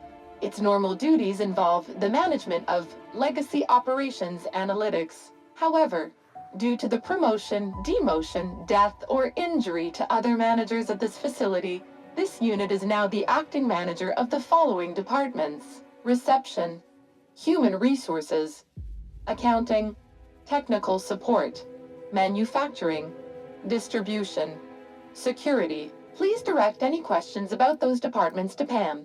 Answers not guaranteed. According to this facility's hierarchy, there are 0 acting managers at this Spacer's Choice facility. Not to worry. If a middle manager cannot immediately be replaced, Pam can safely oversee 3.176 departments.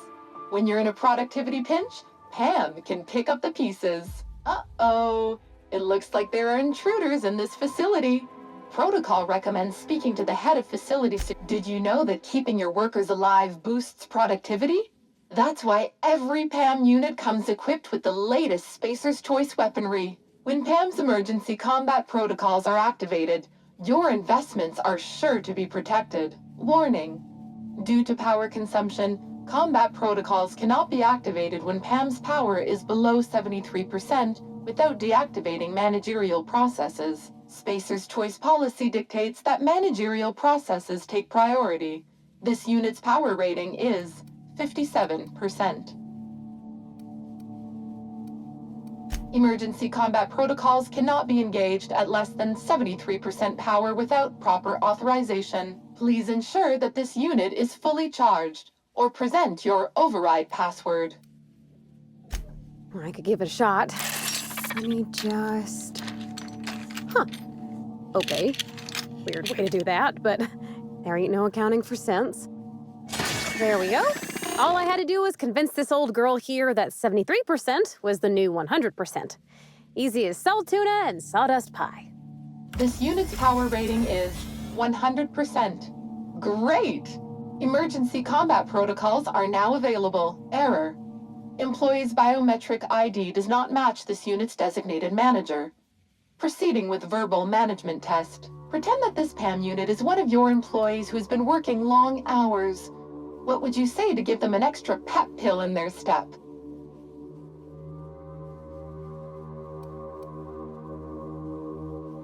PAM is equipped to talk about your career goals. On average, employees managed by PAM units go from assistant to associate roles in 15 years or less. My door is always open, unless I'm recharging. Verbal management test complete. Result: Employee is a Spacer's Choice Manager.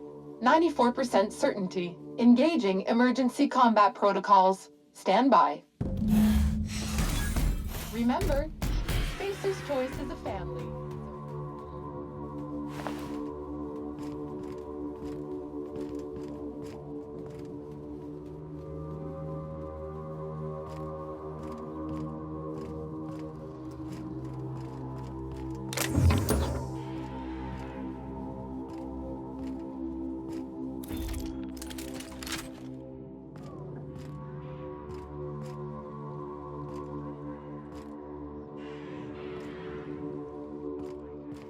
That head's not... Show your boss that you are prime, because you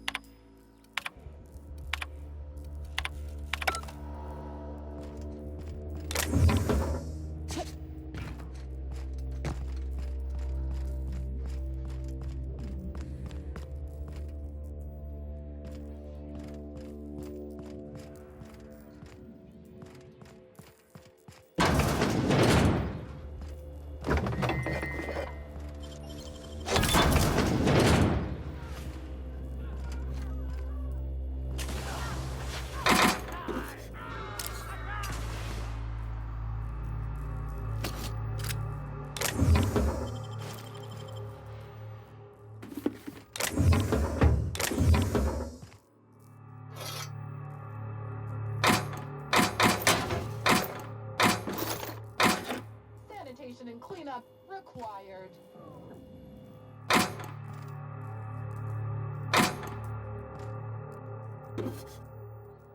System alert. Beginning security patrol.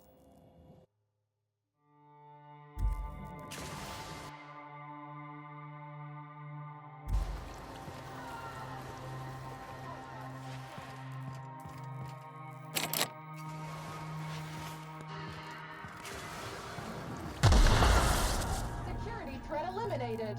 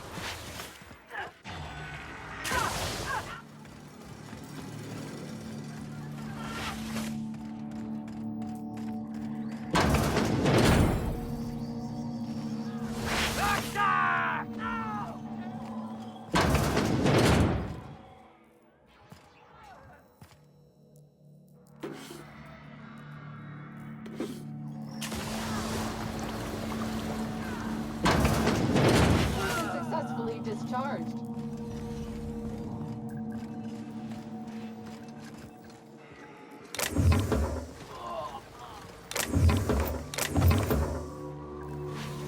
Trespassers terminated.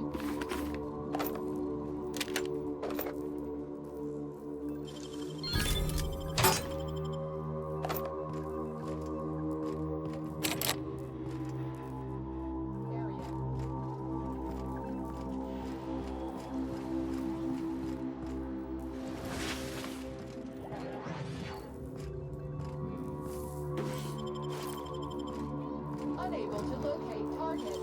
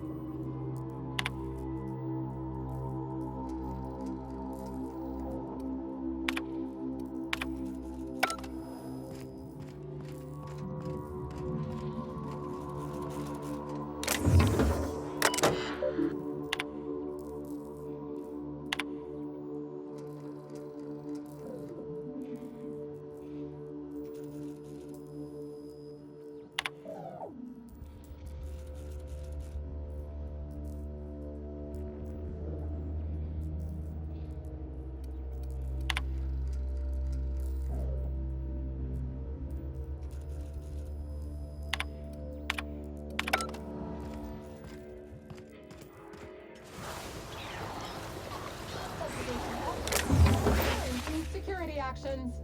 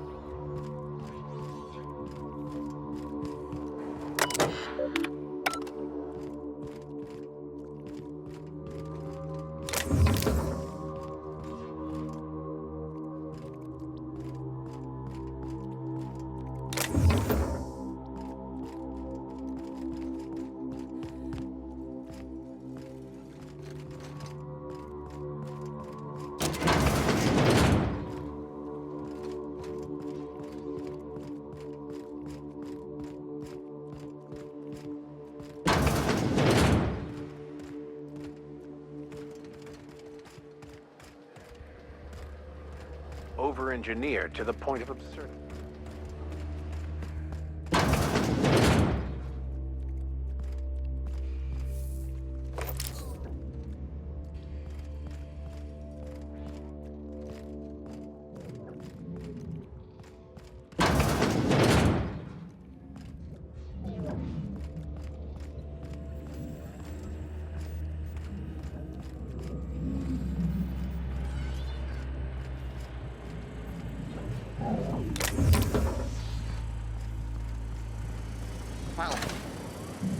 Performing.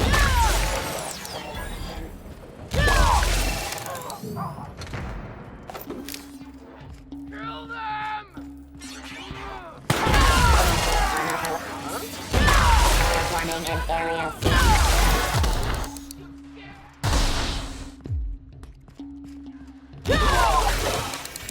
You hiding?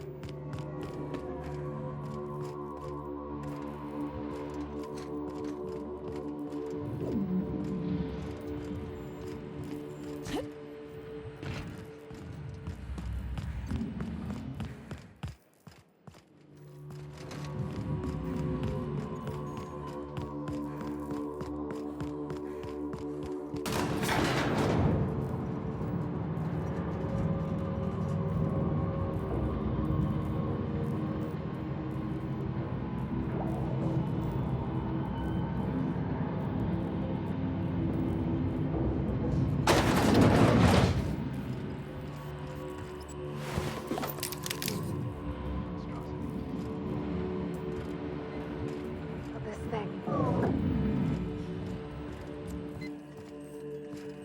Is that weird?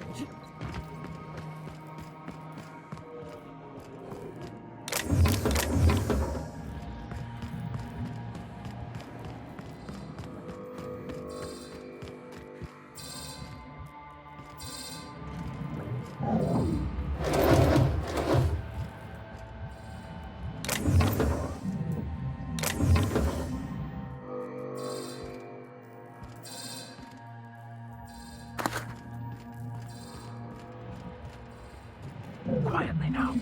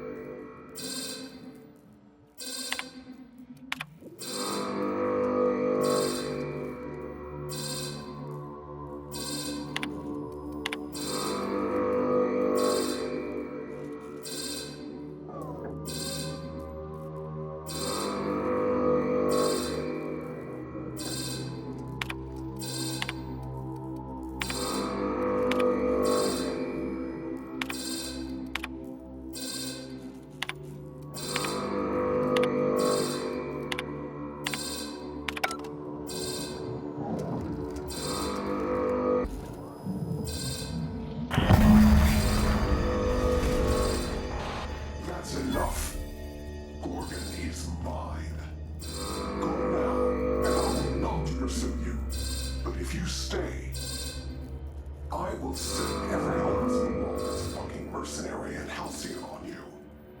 It's your choice, Captain. Again.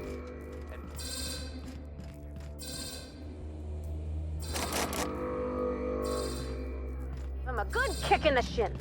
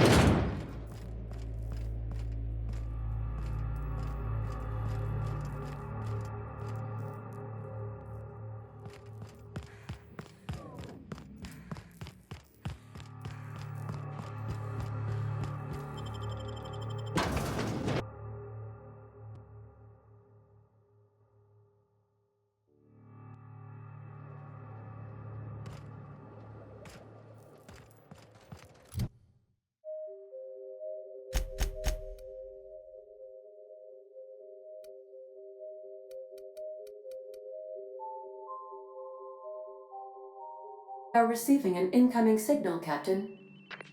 Captain, I see you've made some headway on Gorgon. Mother's old work terminal just lit up with a bunch of new protocols. Very exciting. What about Mother's journal? Any progress there? Are you accusing me of deception? Captain, I would never. Can you hear me, Captain? I'm getting some interference on my end. Captain! Captain!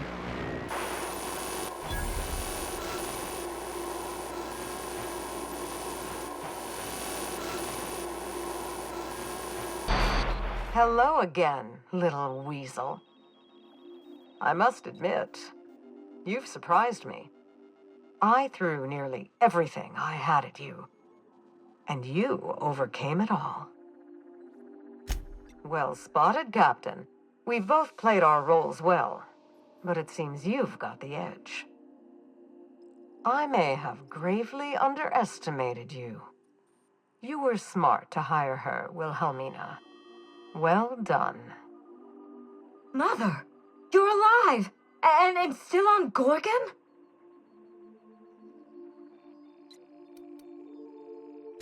Something tells me we've only seen the beginning.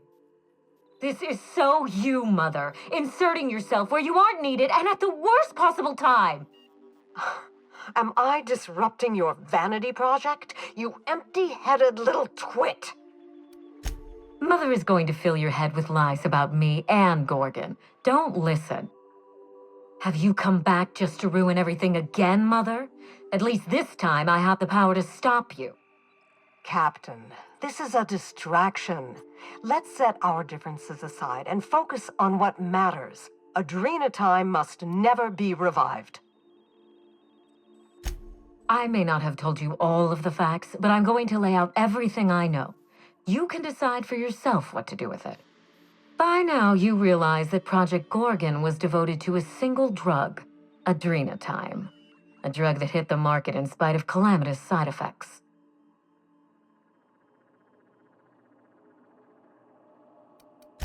Quite right. There's no end to the harm a poorly run team can do, even with the best of intentions. The project was a colossal failure. But you and I are going to revive it from the ashes.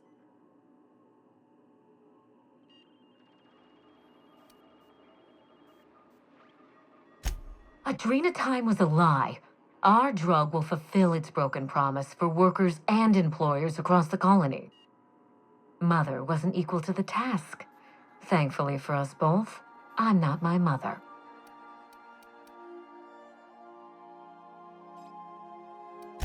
Give it some thought, Captain.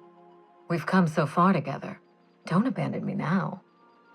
Mother's journal contains the activation codes for the Adrena time synthesizer, the key to a new Project Gorgon. We're going to start again. And this time, with everything Project Gorgon didn't have. Better R&D, better scientists, clear goals, more funding, and a timeline that makes sense. Who else? Spacer's Choice. After I showed them the error of their ways, the corporation couldn't wait to restart the project. If I can improve the chemistry, I can fix Adrenatime. We can put this colony back on track together.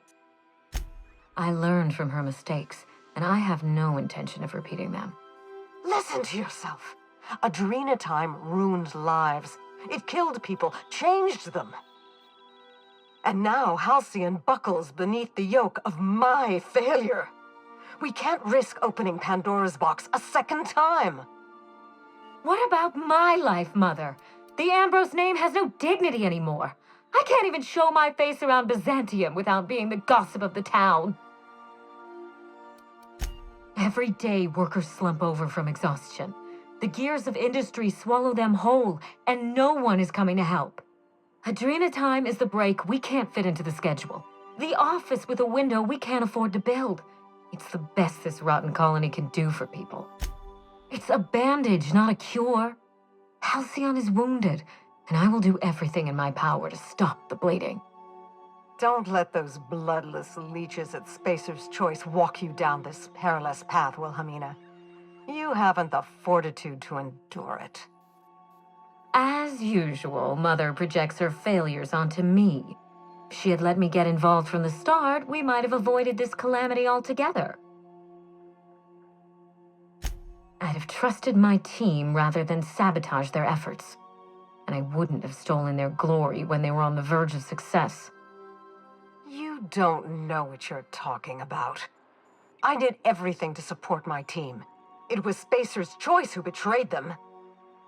But you're nothing more than an empty-headed little social climber. Of course you can't understand. You see what I mean? Mother is afraid of being outdone by her empty-headed daughter, and she'll do anything to stop me. If I can save the colony and redeem the Ambrose family name, I owe it to myself to try. Mother be damned.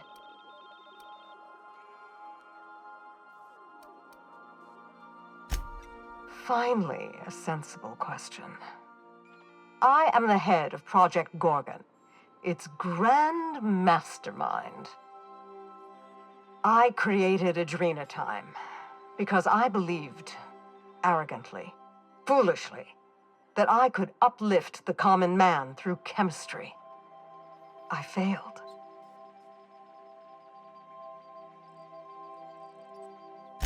With Adrenatime, we can increase worker productivity orders of magnitude above ordinary stems and risk none of the harmful side effects. Imagine if we flooded the market with drugs that actually helped people. We could influence the very business model of Spacer's Choice. I can't change Halcyon's reliance on hard labor and grueling hours, but I can help us endure it. That's my promise. No, this is madness. The project, the complex, it has to be destroyed, razed to the ground. It's the only way. I need that facility online, but I can't do it while Mother's still a problem. By now, she'll have shut down the Gorgon reactor. Deal with her however it suits you, and get that facility back up and running. Don't do this, Wilhelmina. Minnie, don't make this choice. Adrenatime is our future. It's bigger than money, bigger than family. It's the colony's best hope.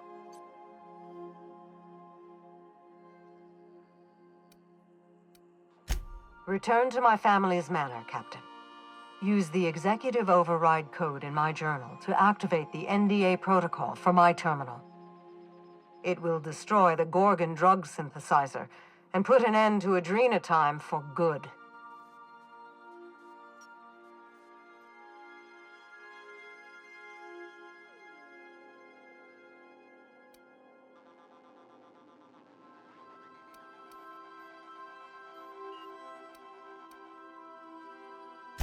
My daughter's gotten her hooks into you. I understand. She's always had a knack for manipulating people. But I know you're more than her foolish little puppet. You've survived this long. You have to be more. She will try to force you to fight her. You don't have to. In fact, I would ask you not to. Whatever mistakes she might make, she is still my daughter. Captain, in light of recent events, I'm putting the manor under lockdown. Until Mother is dealt with, anyone who lands here is presumed hostile. Finish the job. I know you won't disappoint me.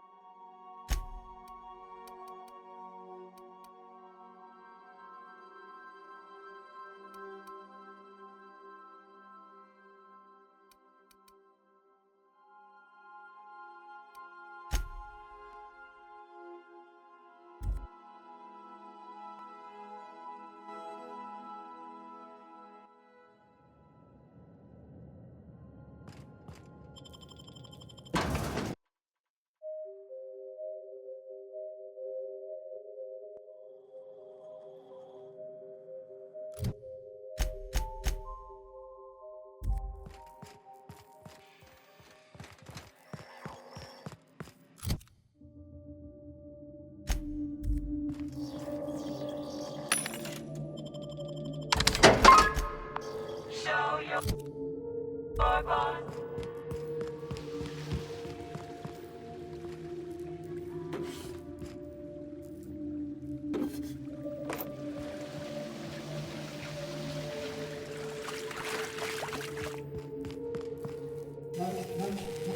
Welcome to Human Inquiry Monitoring, the Spacer's Choice Facility. My name is Dr. Marion Blakesley, and I'd like to congratulate you all on volunteering for this important opportunity. Whatever your past, you'll know that as of today, each of you will be part of something greater. Together, we will walk the path to discoveries.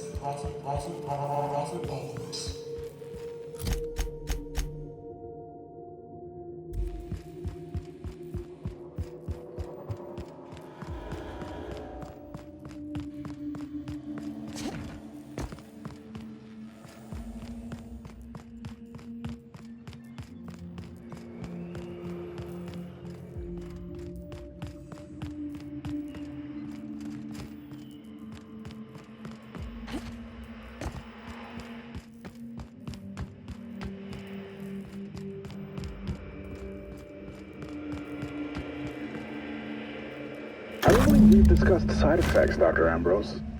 The drug's not ready for release yet. The side effects are immaterial.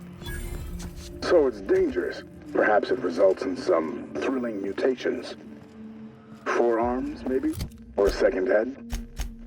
Try delusion, paranoia, gastric bleeds, violence, and fatal insomnia. Shall I enumerate every way our volunteers have died? Suicide by automech, suicide by hanging, starvation. Cut the recording, Georgie. You sure, boss? I just put on a new cylinder. Stroke, spontaneous combustion, internal exsanguination. Just turn it off.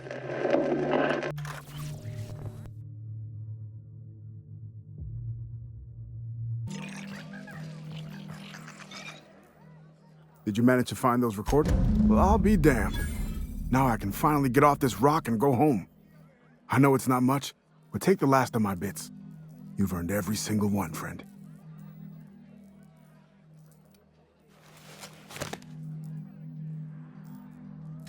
She couldn't have been. We were together all the time. Except, oh shit, my weekly calls with headquarters. What could she even want to ask Olivia Ambrose about? Doesn't make sense. Good fucking law. Headquarters would kill me if they knew. Right after they killed her. Hell, being stuck here might have been the only thing keeping me alive. No, I mean, I don't know. Sometimes it seemed like there could be, when we were servicing the phonographs, or sharing a beer, but who'd be interested in some forgotten old bastard like me?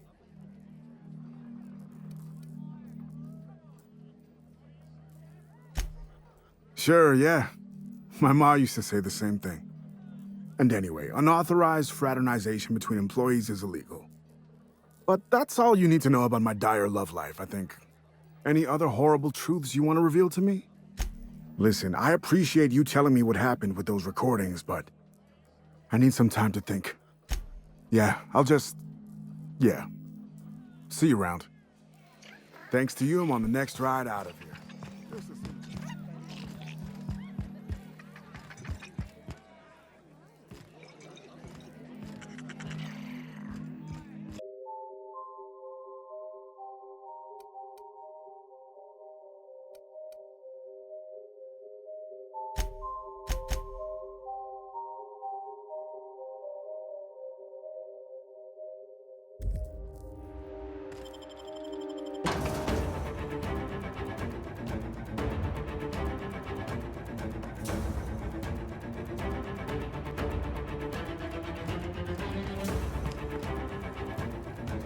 What was that? What was that?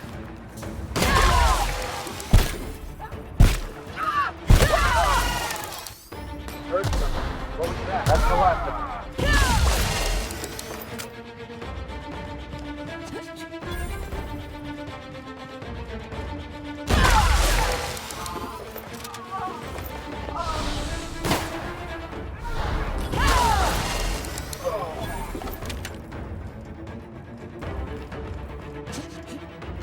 What was that?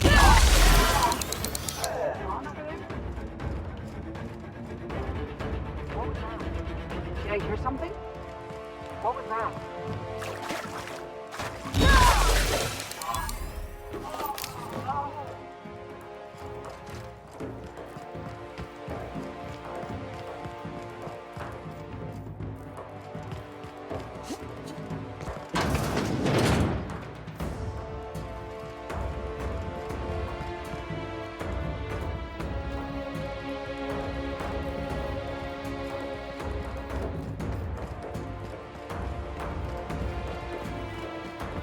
Sure we can't take a detour so I can fix that elevator?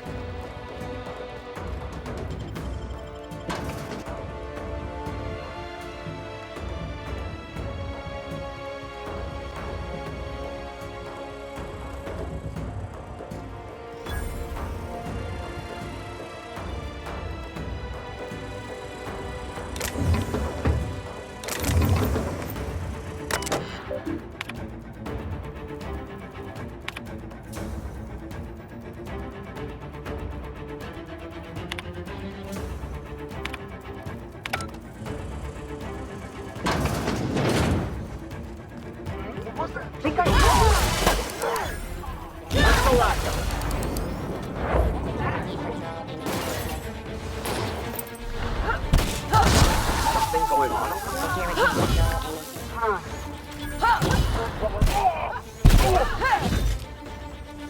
Did I hear something?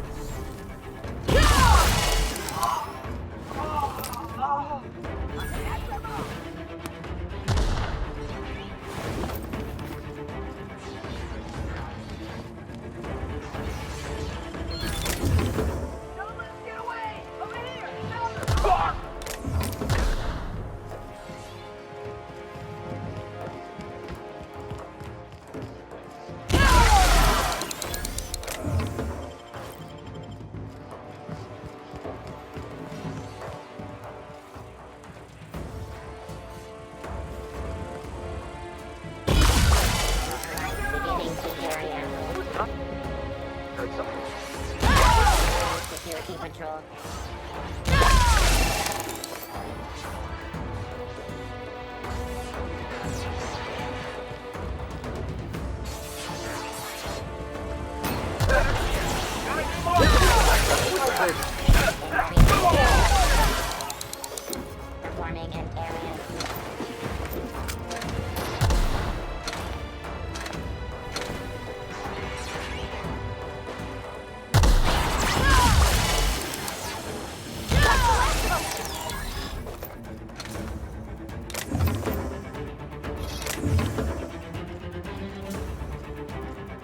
Where were we?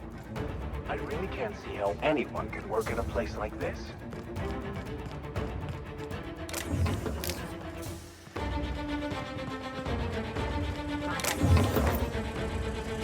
Security.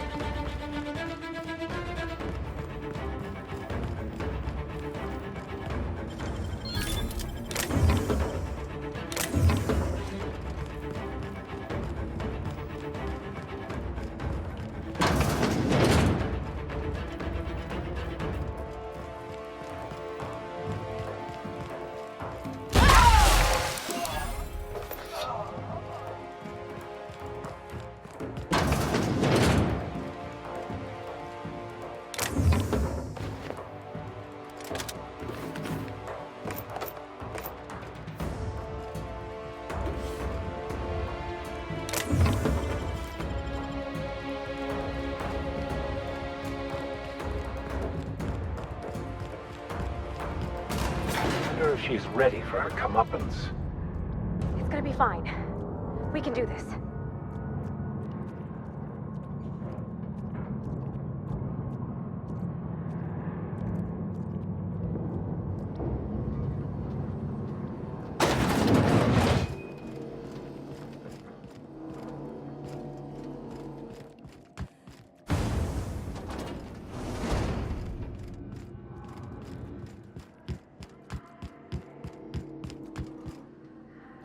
Lumbering beast.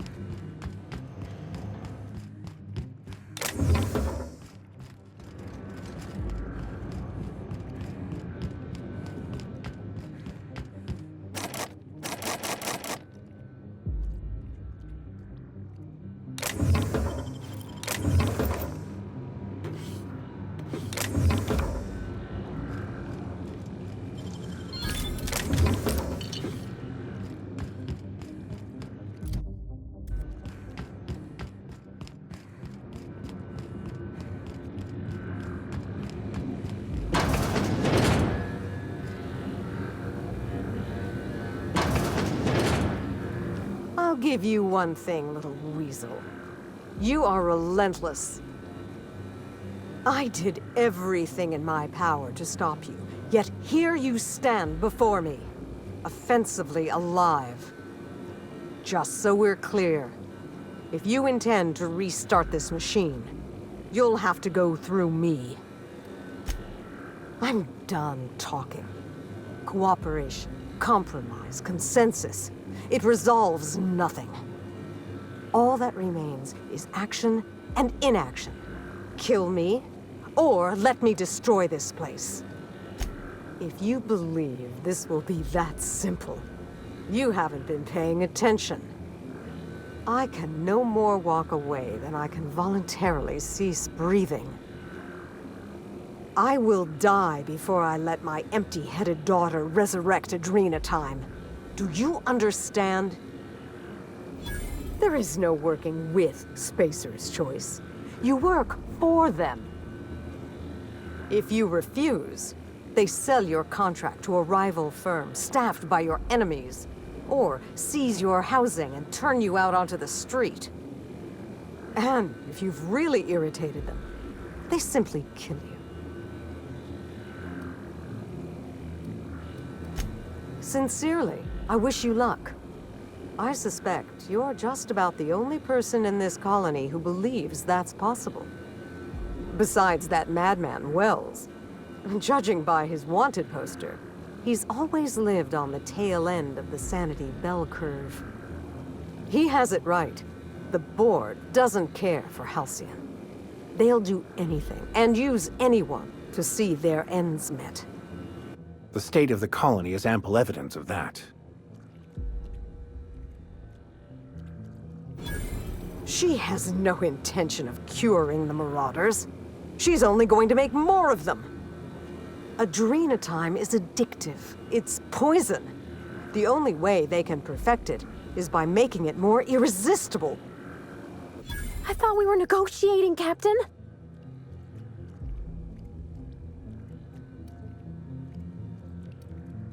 I'm just saying, when's it ever hurt to try talking first? The only way you're touching this reactor is over my dead body. And I am not afraid. Very well. I'd like to ask you something before we end this farce. You've plumbed all the sordid depths of Gorgon. You know how many lives my work destroyed, and still you want to revive it. Why?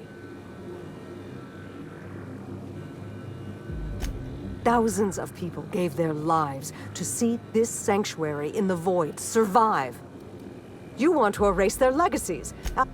So be it then. May the weight of the...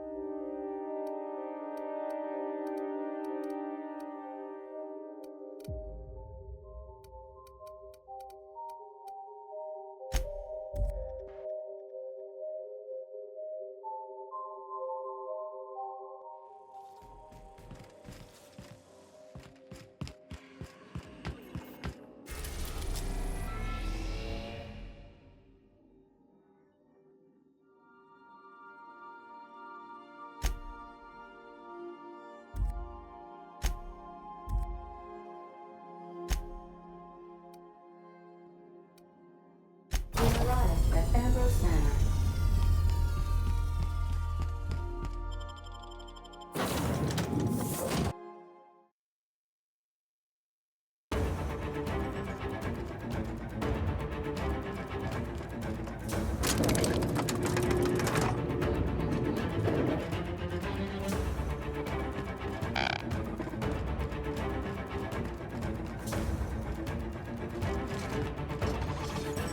Intruder detected.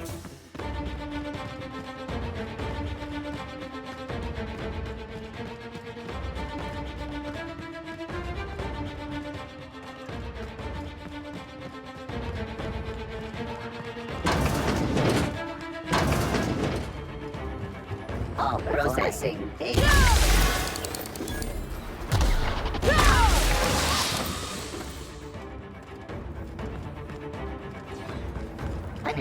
All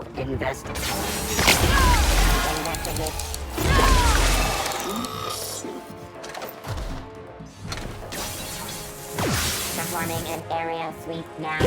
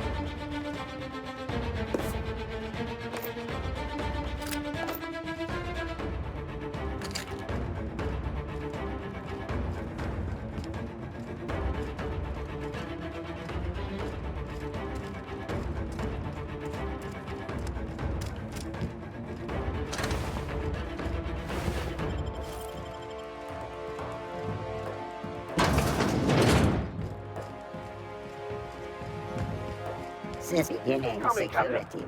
Those skills are unrivaled.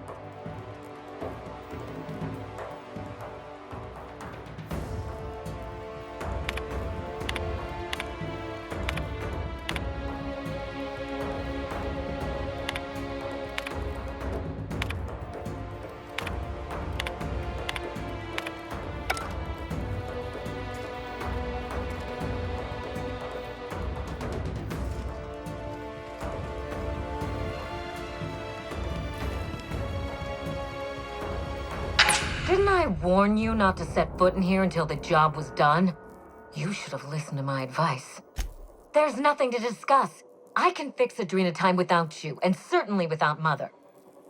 You wasted your time coming here, and worse, you wasted mine. But I won't let anything stand in the way of progress. Destroy it? You've been listening to Mother, haven't you? She slithered her way into your confidence. Well, I am thoroughly unimpressed. Absolutely. Take it from me. Drugs are worth their weight in... People want to buy clean drugs, and I want to sell them. Do you know why it was a disaster? Rushed production, cut corners, and a failure to communicate. Mother's mistakes, not mine. My drug will be the pride and joy of the Ambrose family. And if we pick up where Gorgon left off, then the human testing phase is well ahead of schedule. How could you live with having all that weight on your conscience? And that's not something that will sit lightly on your conscience. Do human trials make you squeamish? Is that why you're so invested in our family squabble? Captain, I'm disappointed. The trials will succeed. They will not fail.